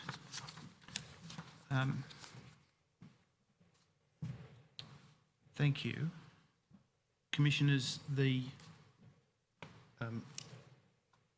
Southern Cross response and the Aged Care Complaints Commissioner findings are at tabs 80 and 81. They're now in evidence. The disclosure of Southern Cross is at tab 76. I'd like to move on now to some other matters, if I may. The question of food. And both of you run organisations where there are a significant Aboriginal populations. To what extent do you provide a diet that corresponds with the particular wants, customs, preferences of Aboriginal people? So we provide kangaroos on the menu regularly, but we also cook it in the traditional way, utilising our gardener, who's an expert in that field. So he will actually cook the kangaroo in the traditional way with the guidance of the cook. So then the temperatures can be monitored, so we can be assured we're still following all the guidelines. And then obviously it's dished up. The activities officer will get all the residents to make their own damper, which is baked in a traditional oven, and then they all have that with their kangaroo tail. And so that would be traditional food. How many times a week does that happen? It probably happens, it's probably once, about once a fortnight they do it in the traditional way, but it's on the menu more often than that. Do the residents take a role in the preparation of that food? The fire pit is down in Namang. So down there, they're very often sat around the fire pit yarning anyway. So they're all a part of that process. Can we just stop and talk about the fire pit? It's a feature in the Aboriginal nursing homes or residential aged care facilities that I've seen. Can you describe the fire pit place? How does it work? What's the importance of it? Well, Namang is basically a sort of an external facility. So all the rooms are on the outside with verandas, and then in the middle is a garden area with big boab trees. It's beautiful. And then the fire pit is set under there, and then all the residents sit round and yarning while the fire's burning. They do that. I'm very lucky I have a gentleman who worked down in Namang for 16 years. He's just decided to retire, but he's actually come back as a volunteer, and he comes in every morning, lights the fire for them and sets them all up round the fire pit in the morning, where they all sit there, jackets on and a cup of tea. Do you have a similar facility, Ms Lagrange? We do have a fire pit, and since I've been there, we've had one fire pit experience Friday a fortnight ago, which was received very well. It was when it was a little bit cooler here in Broome. It's something that I would hope that we could run on a fortnightly basis. We've had once before while I was there kangaroo tail, but it was just cooked by the kitchen, by our chef. We have the breakfast club, which mean that people come in from the community and sit outside in a veranda where they are served a cooked breakfast as their choice. But there's certainly a lot of potential and exciting opportunities to develop this area in care. I have run while I was there, a resident family meeting, as well as a survey to find out what people were thinking of the food. And there was some criticism, but I was very impressed with how our chef managed that, and we've had quite a few compliments since then. Given the location of Broome, its connection with the sea, do I take it the residents have expressed an interest in fish as a meal? Yes, but fish is very common in aged care. Every Friday, it's always fish, wherever you are, whichever country it seems you go to. What desire have they expressed in relation to the local fish that they're perhaps accustomed to? That has not been specifically voiced in any of the feedbacks yet. Right. Now, I wanted to ask you about the day centre that's attached to the residential. It's a brand new day. What is it? So Brand New Day is what we call our community services. So it could include people going to the community on a daily basis to provide all kinds of services at home. It also includes a Meals on Wheels service that comes from our kitchen. It includes people being collected early in the morning and attending the breakfast club. So about 5 to 6 people do that on a daily basis, and then about 6 to 11 people attend Brand New Day on a daily basis. Brand New Day is a day centre then, so some people merge from the breakfast club into the day centre, where they watch movies, sing songs, play games, go to church, do craft activities, play bingo. This is also a part where the community integrate with the care home because they share bingo and church services. And so people move between the different services, but it's based in this day centre. So are there, from your observation, are there relationships between the residents and the people that come in during the day? Certainly trying to develop it. I think historically it was a little bit more of a divide, but we have integrated these activities, and it's very well accepted that people from all the areas in care attend. And from where do you draw your residents? Do they come from Bidjadanga? Do they come from up north?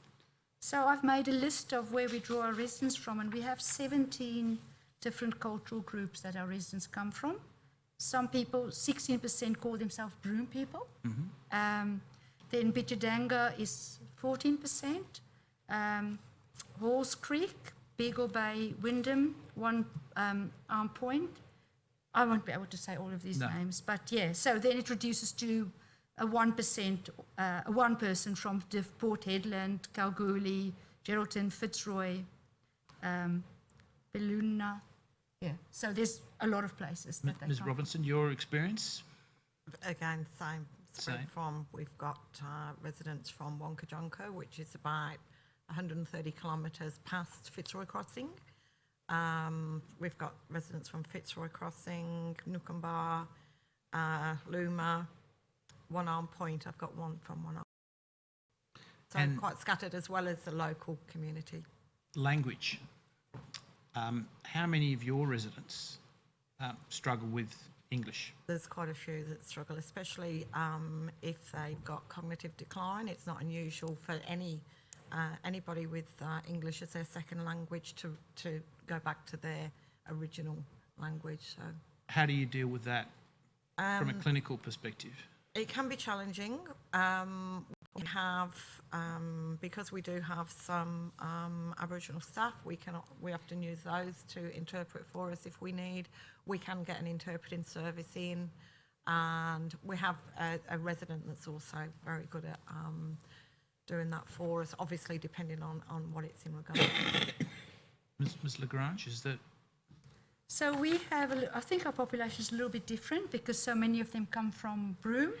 So we have 10 people out of the 25 Aboriginal people living there at the moment that have grown up and can speak another language except for English. But of that 10, one person can't speak English at all, and the other person has learned English as a second language. The other 10 have learned both English and Indigenous language at the same time. All right. And what do you do to communicate with the person who just doesn't speak English? How do you do that? We have organised a translator for this specific gentleman because we had a gerontologist that came up to do assessments of many of our clients after the visit before last week by the aged care accreditation team. And so we got a person in from the Aboriginal Indigenous WA interpreting services. And in that case, the interpreter's opinion was that the person's dementia was so advanced that it didn't make much of a difference at this stage which language we used. Who bears the cost of getting interpreters in if you need them? The facility does. I wanted to change topic. When you have a difficult resident, someone suffering from dementia, exhibiting behavioural symptoms associated with dementia, how do you deal with that? I think especially when they're challenging behaviours, it can be of perhaps if they're anxious and showing signs of aggression, then and it goes for anybody, reassurance, support, being aware of your own safety as well as the safety of the resident. But regardless of what language you speak, if you hold somebody's hand and they can understand, anyone would understand that that's a gesture of kindness and caring.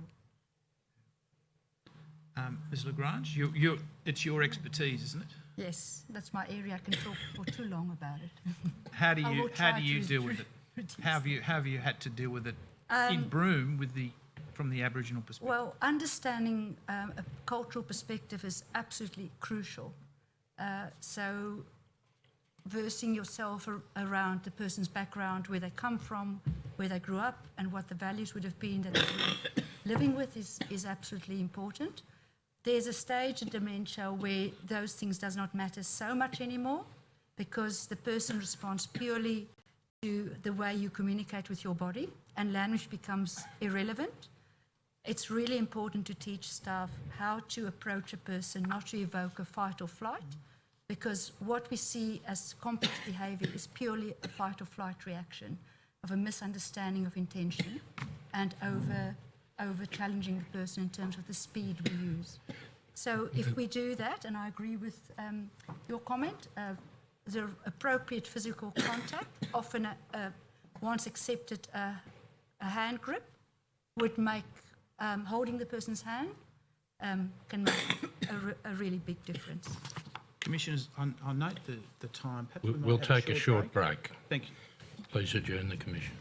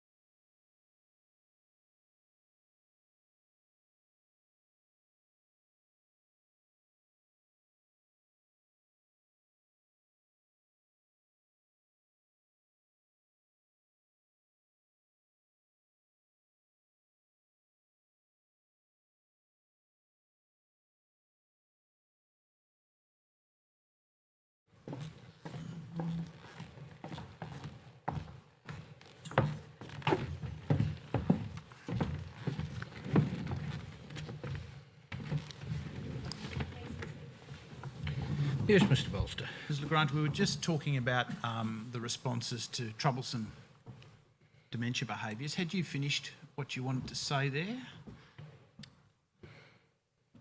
I want to say that if it relates to complex behaviour in dementia, that there is a lot that we can do that could de-escalate or prevent these incidences from occurring.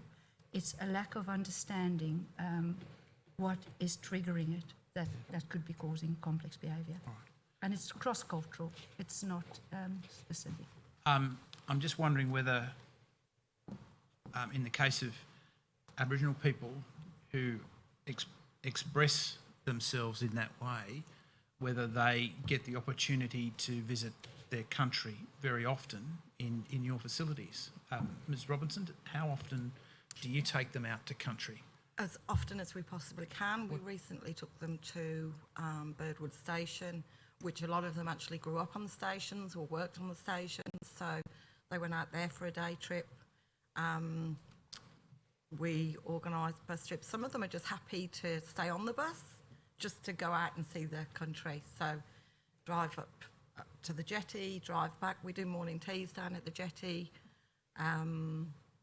We're in the process of organising some fishing trips. That's slightly more complex. But What about getting back to their country? I have one gentleman who hadn't been back on country for 2 years. Financially, he couldn't afford to go. So I liaised with the, he's also on dialysis, which complicates. So I liaised with the renal dialysis unit and we organised for him to go back to Fitzroy, and I took him myself and brought him back after his visit. Just on that dialysis point, how many of your residents are in Derby because they have to be on dialysis? I've got 3 dialysis residents. If they didn't need dialysis, would they be in the facility? They would probably need to be in a facility, but perhaps, as I say, one of the residents is originally from Fitzroy Crossing, and because they've only got small bed space there for dialysis, he needs to be in Derby. So, Ms Lagrange, getting your residents back to their country, is that possible? Is it done? Again, more just outings. There are weekly outings to Cable Beach or Town Beach, or we've recently had residents going on that we have occupational therapy students, final year students there, and they got the residents out to the beach, and they go on weekly shopping trips. But the people with advanced dementia are basically their country is going out in the garden and observing the bush. I wanted to ask you some questions about ACFI funding, because I'll be talking to Mr Priest about it from the Juniper perspective. Has there been any consideration to a switch from ACFI funding to NATSIFlex funding for your facility? I can't answer that. Are you familiar with the way ACFI funding operates? I have a basic understanding of ACFI funding. Are you responsible for admissions at the facility? Yes, we are. And does ACFI play a role in deciding who you admit as a resident at the facility? Yes, it does. What role does it play? Well, there's a minimum income that we need to keep our facility viable, and that minimum ACFI income might be too high for some of our people that would like to stay there. So what level of ACFI assessment is too low for your facility? So a person that is under 100 comes up under $100. We don't take in our facility. $100 a day. All right. And what level of ACFI funding is that? What characterisations? For you? I would guess. I can't. $100 a day. Yeah. Okay. All right. And are there many people that you have to turn away like that? I have one specific client at the moment who is there for respite and that would like to stay as a permanent resident, but we can't accept her because her ACFI turns out to be $68 a day. And there's no way that we can provide the care that is part of the care home at that income. Where's the nearest? I withdraw that. Is she from Broome? She's from Broome. And if she can't get a place at Germanus Kent, where can she go for residential care? The only thing she can access is at-home care, and that's not suitable for her at this stage. Ms Robinson, someone like that knocks on your door, We would take them. you will take them. Our service is mission-based, so Juniper provides quite a large subsidy to support all of the Kimberley facilities so that we can actually provide service. All of your facilities, as I think Mr Priest will tell us, all run at a loss. Yes, And they're all subsidised by facilities in Perth. that's correct. Ms Lagrange, is there any ability to be more accommodating on that from the Southern Cross facilities in Perth? I can't make a comment on that. I don't make decisions like that. Who makes those decisions? I mean, I assume it's a policy that you are bound by, not a decision that you make yourself. I'm following our organisational approach. And that approach comes from whom? That comes from finance department, from our management. It's different in the city, but yes, so it's lower in the rural area. It's lower in the rural area than the city. So if this lady came to one of your Perth facilities, would she get a place? No, What's the minimum ACFI assessment or ACAT assessment that you need to look after someone? I believe that some of our facilities also $100, but it's around $130 a day. All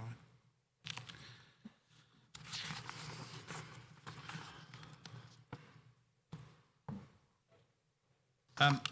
There's some statistics that we discussed earlier this week about the need for residential care on the part of Aboriginal and Torres Strait Islander people as arising when they're much younger in life than the rest of the population.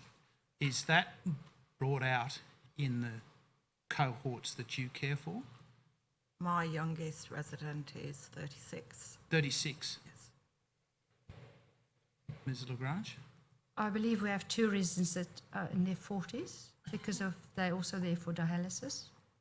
Do they have cognitive difficulties, each of them? To some degree, because of fetal alcohol syndrome. Ms Robinson? To some degree.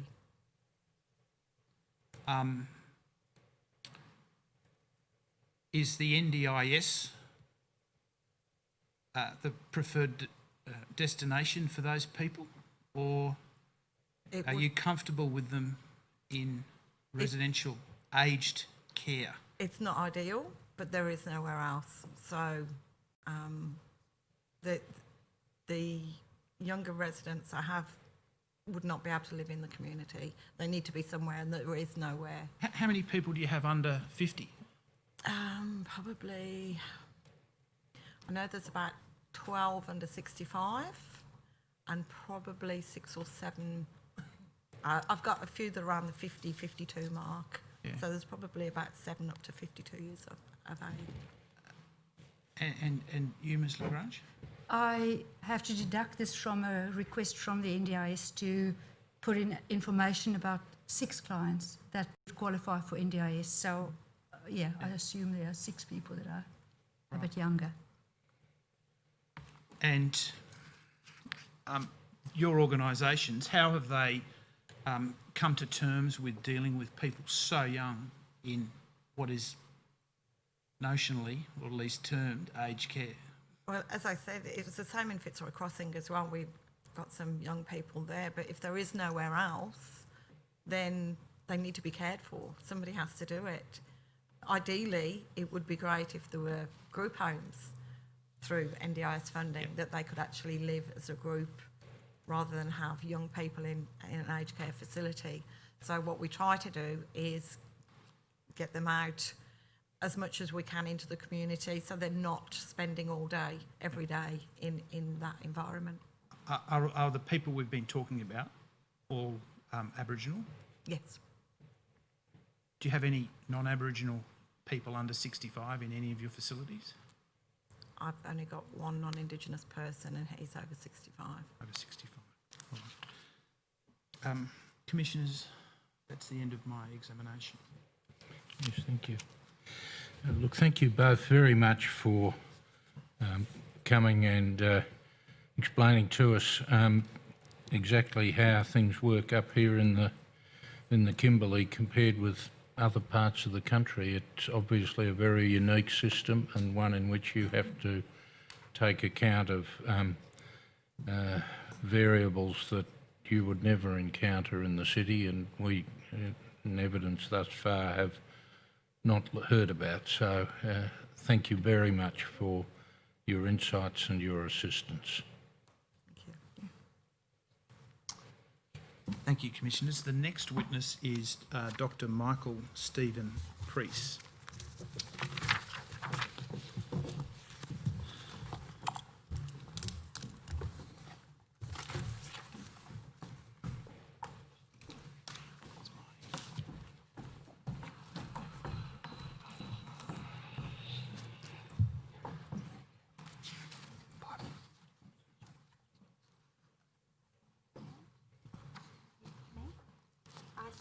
I swear, by Almighty God, by Almighty God, that the evidence I shall give that the evidence I shall give will be the truth, will be the truth, the whole truth, the whole truth, and nothing but the truth. and nothing but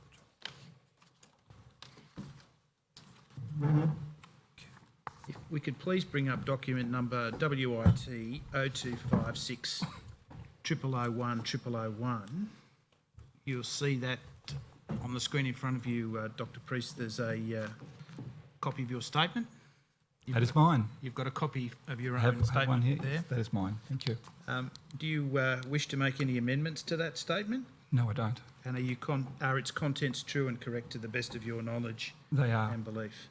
I tender Dr. Priest's statement. Yes, the witness statement of Dr. Michael Stephen Prince, dated the 13th of June 2019, will be Exhibit 4-12.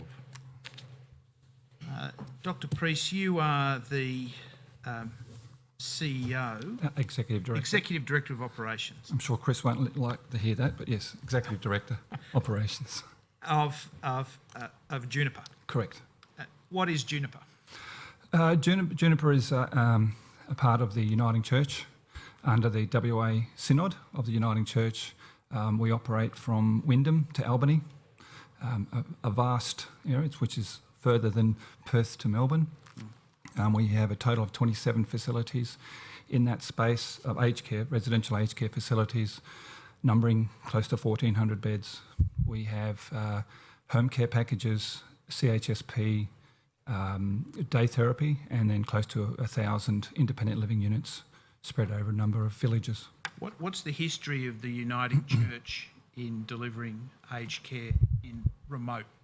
Our role started in 2014 when we took over a few of those facilities that we have in the Kimberley from Frontier Services. Now, you may have heard the evidence of the Queensland Uniting witnesses.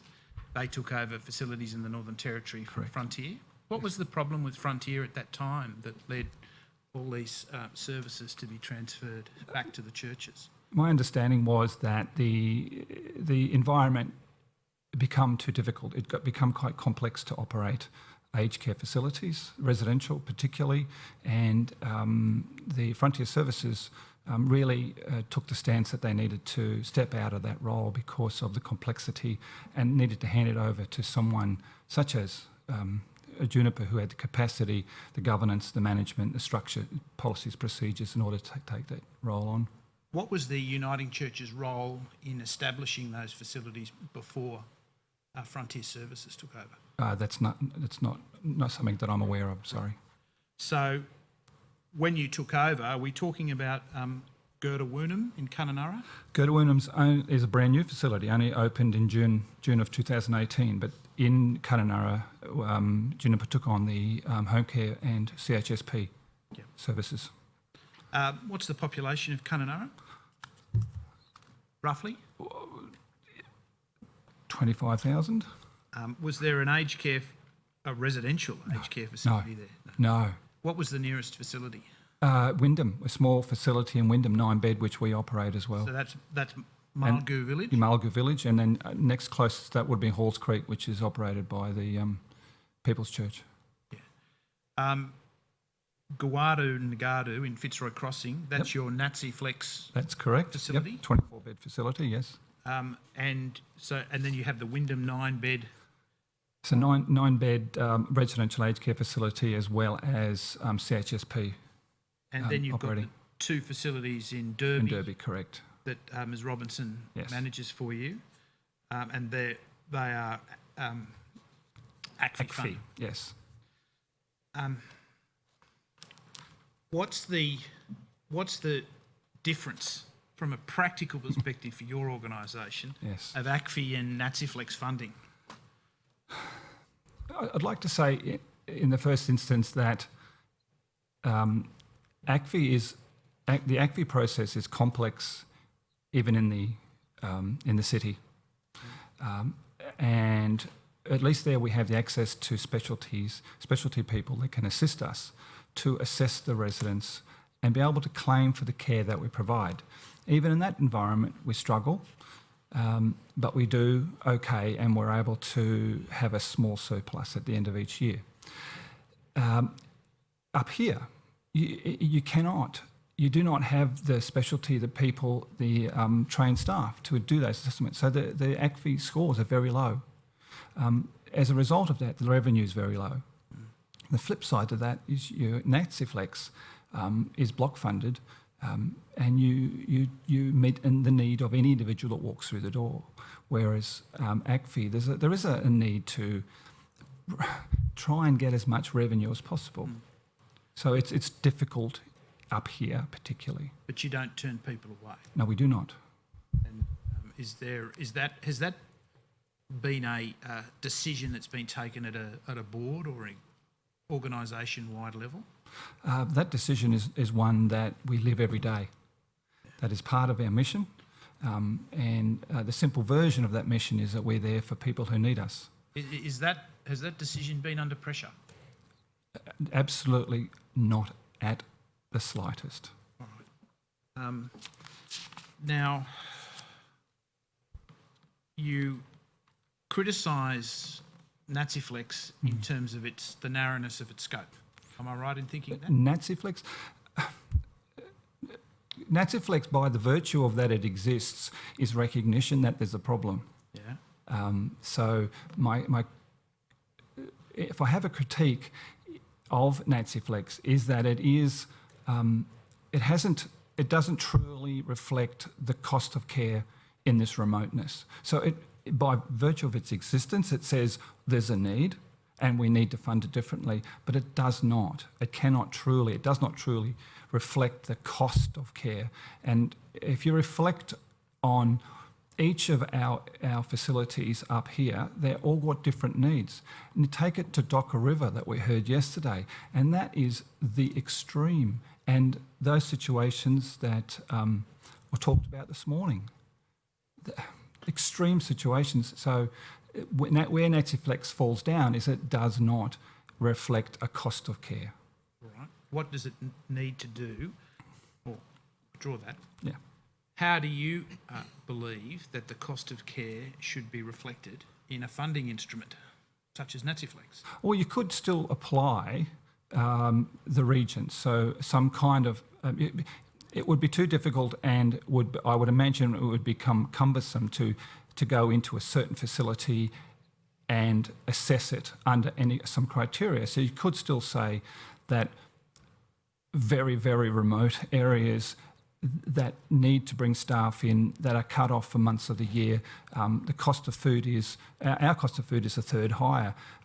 Some places it's double, et cetera, et cetera. So you could categorise it, but what is actually needed is a study done to understand the true cost of employing somebody and retaining them, and then the cost of returning people to country.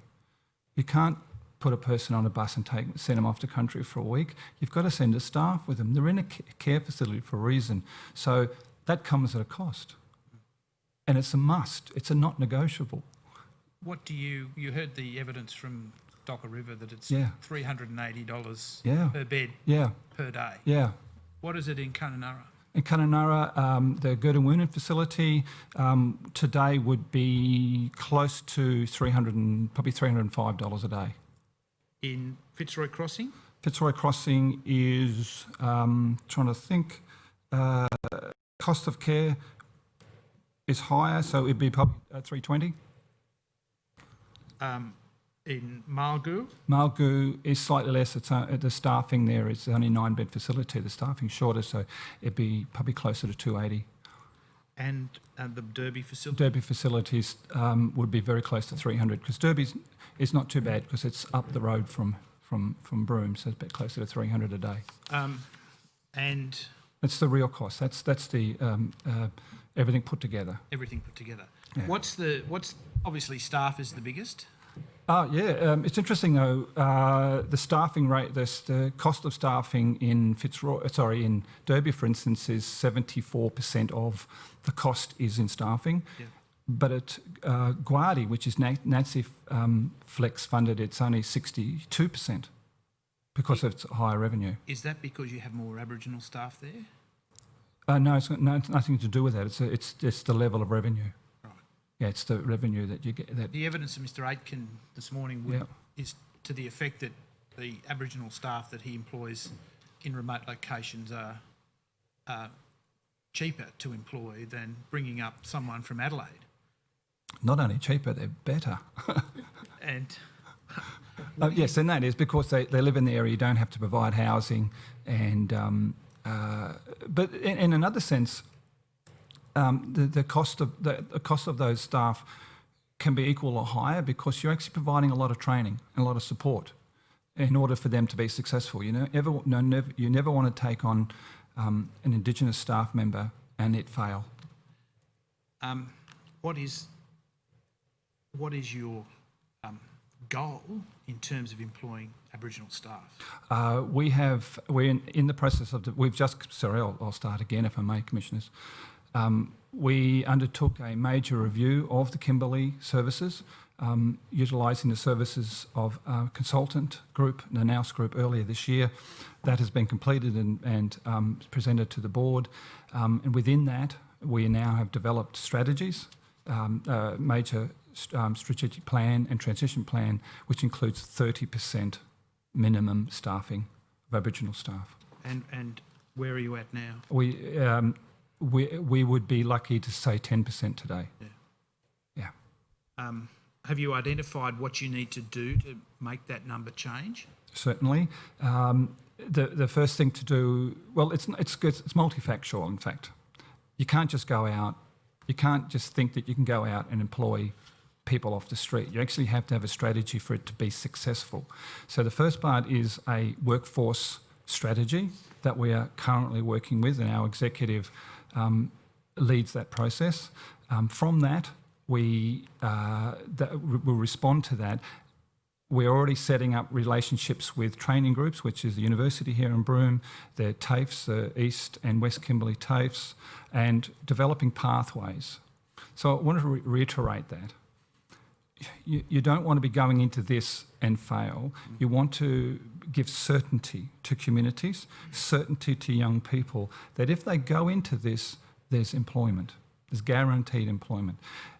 You don't want to be getting their hopes up and then nothing.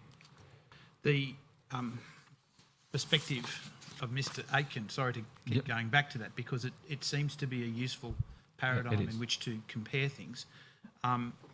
The community expressed a desire for local staff. Yeah. I'm assuming the communities tell you that. They do, yes. What do you tell them? To date, all we've been able to do is explain to them it's difficult to get local staff.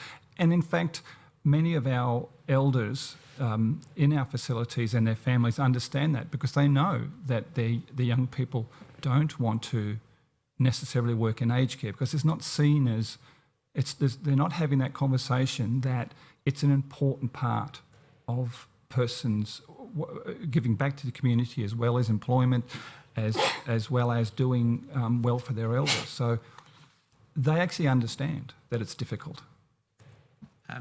What about formal engagement and cooperation Yeah. with the local Yeah. Indigenous community? Sure.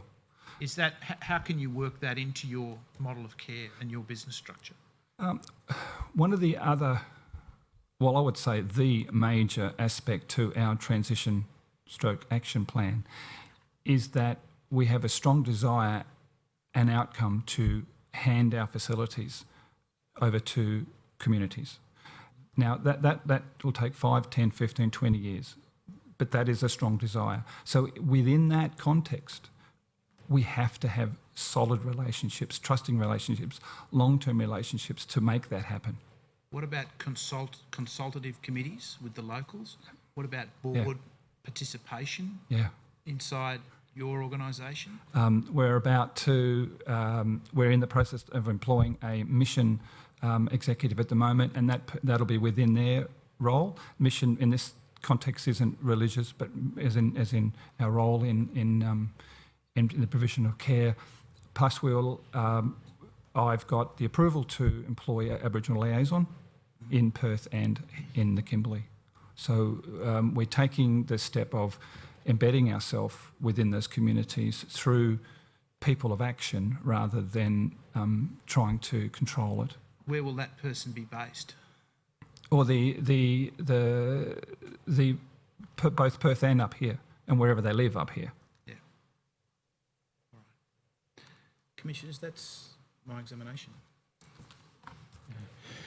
Dr. Priest, thank you very much for your evidence. The way of catering for great need in this and other areas depends on organisations like yours being prepared to go the extra mile, and you obviously do that, and not only that, but you've got a vision for the future which would take you a lot further, and we're very grateful to you for coming and telling us about it. Thank you. Thank you very much. Thank you. Any other matters, Mr. Bolt? That's all for today. Thank you, Commissioners. At 9:30? Thank you. Yes, the Commission will adjourn until 9:30 tomorrow morning.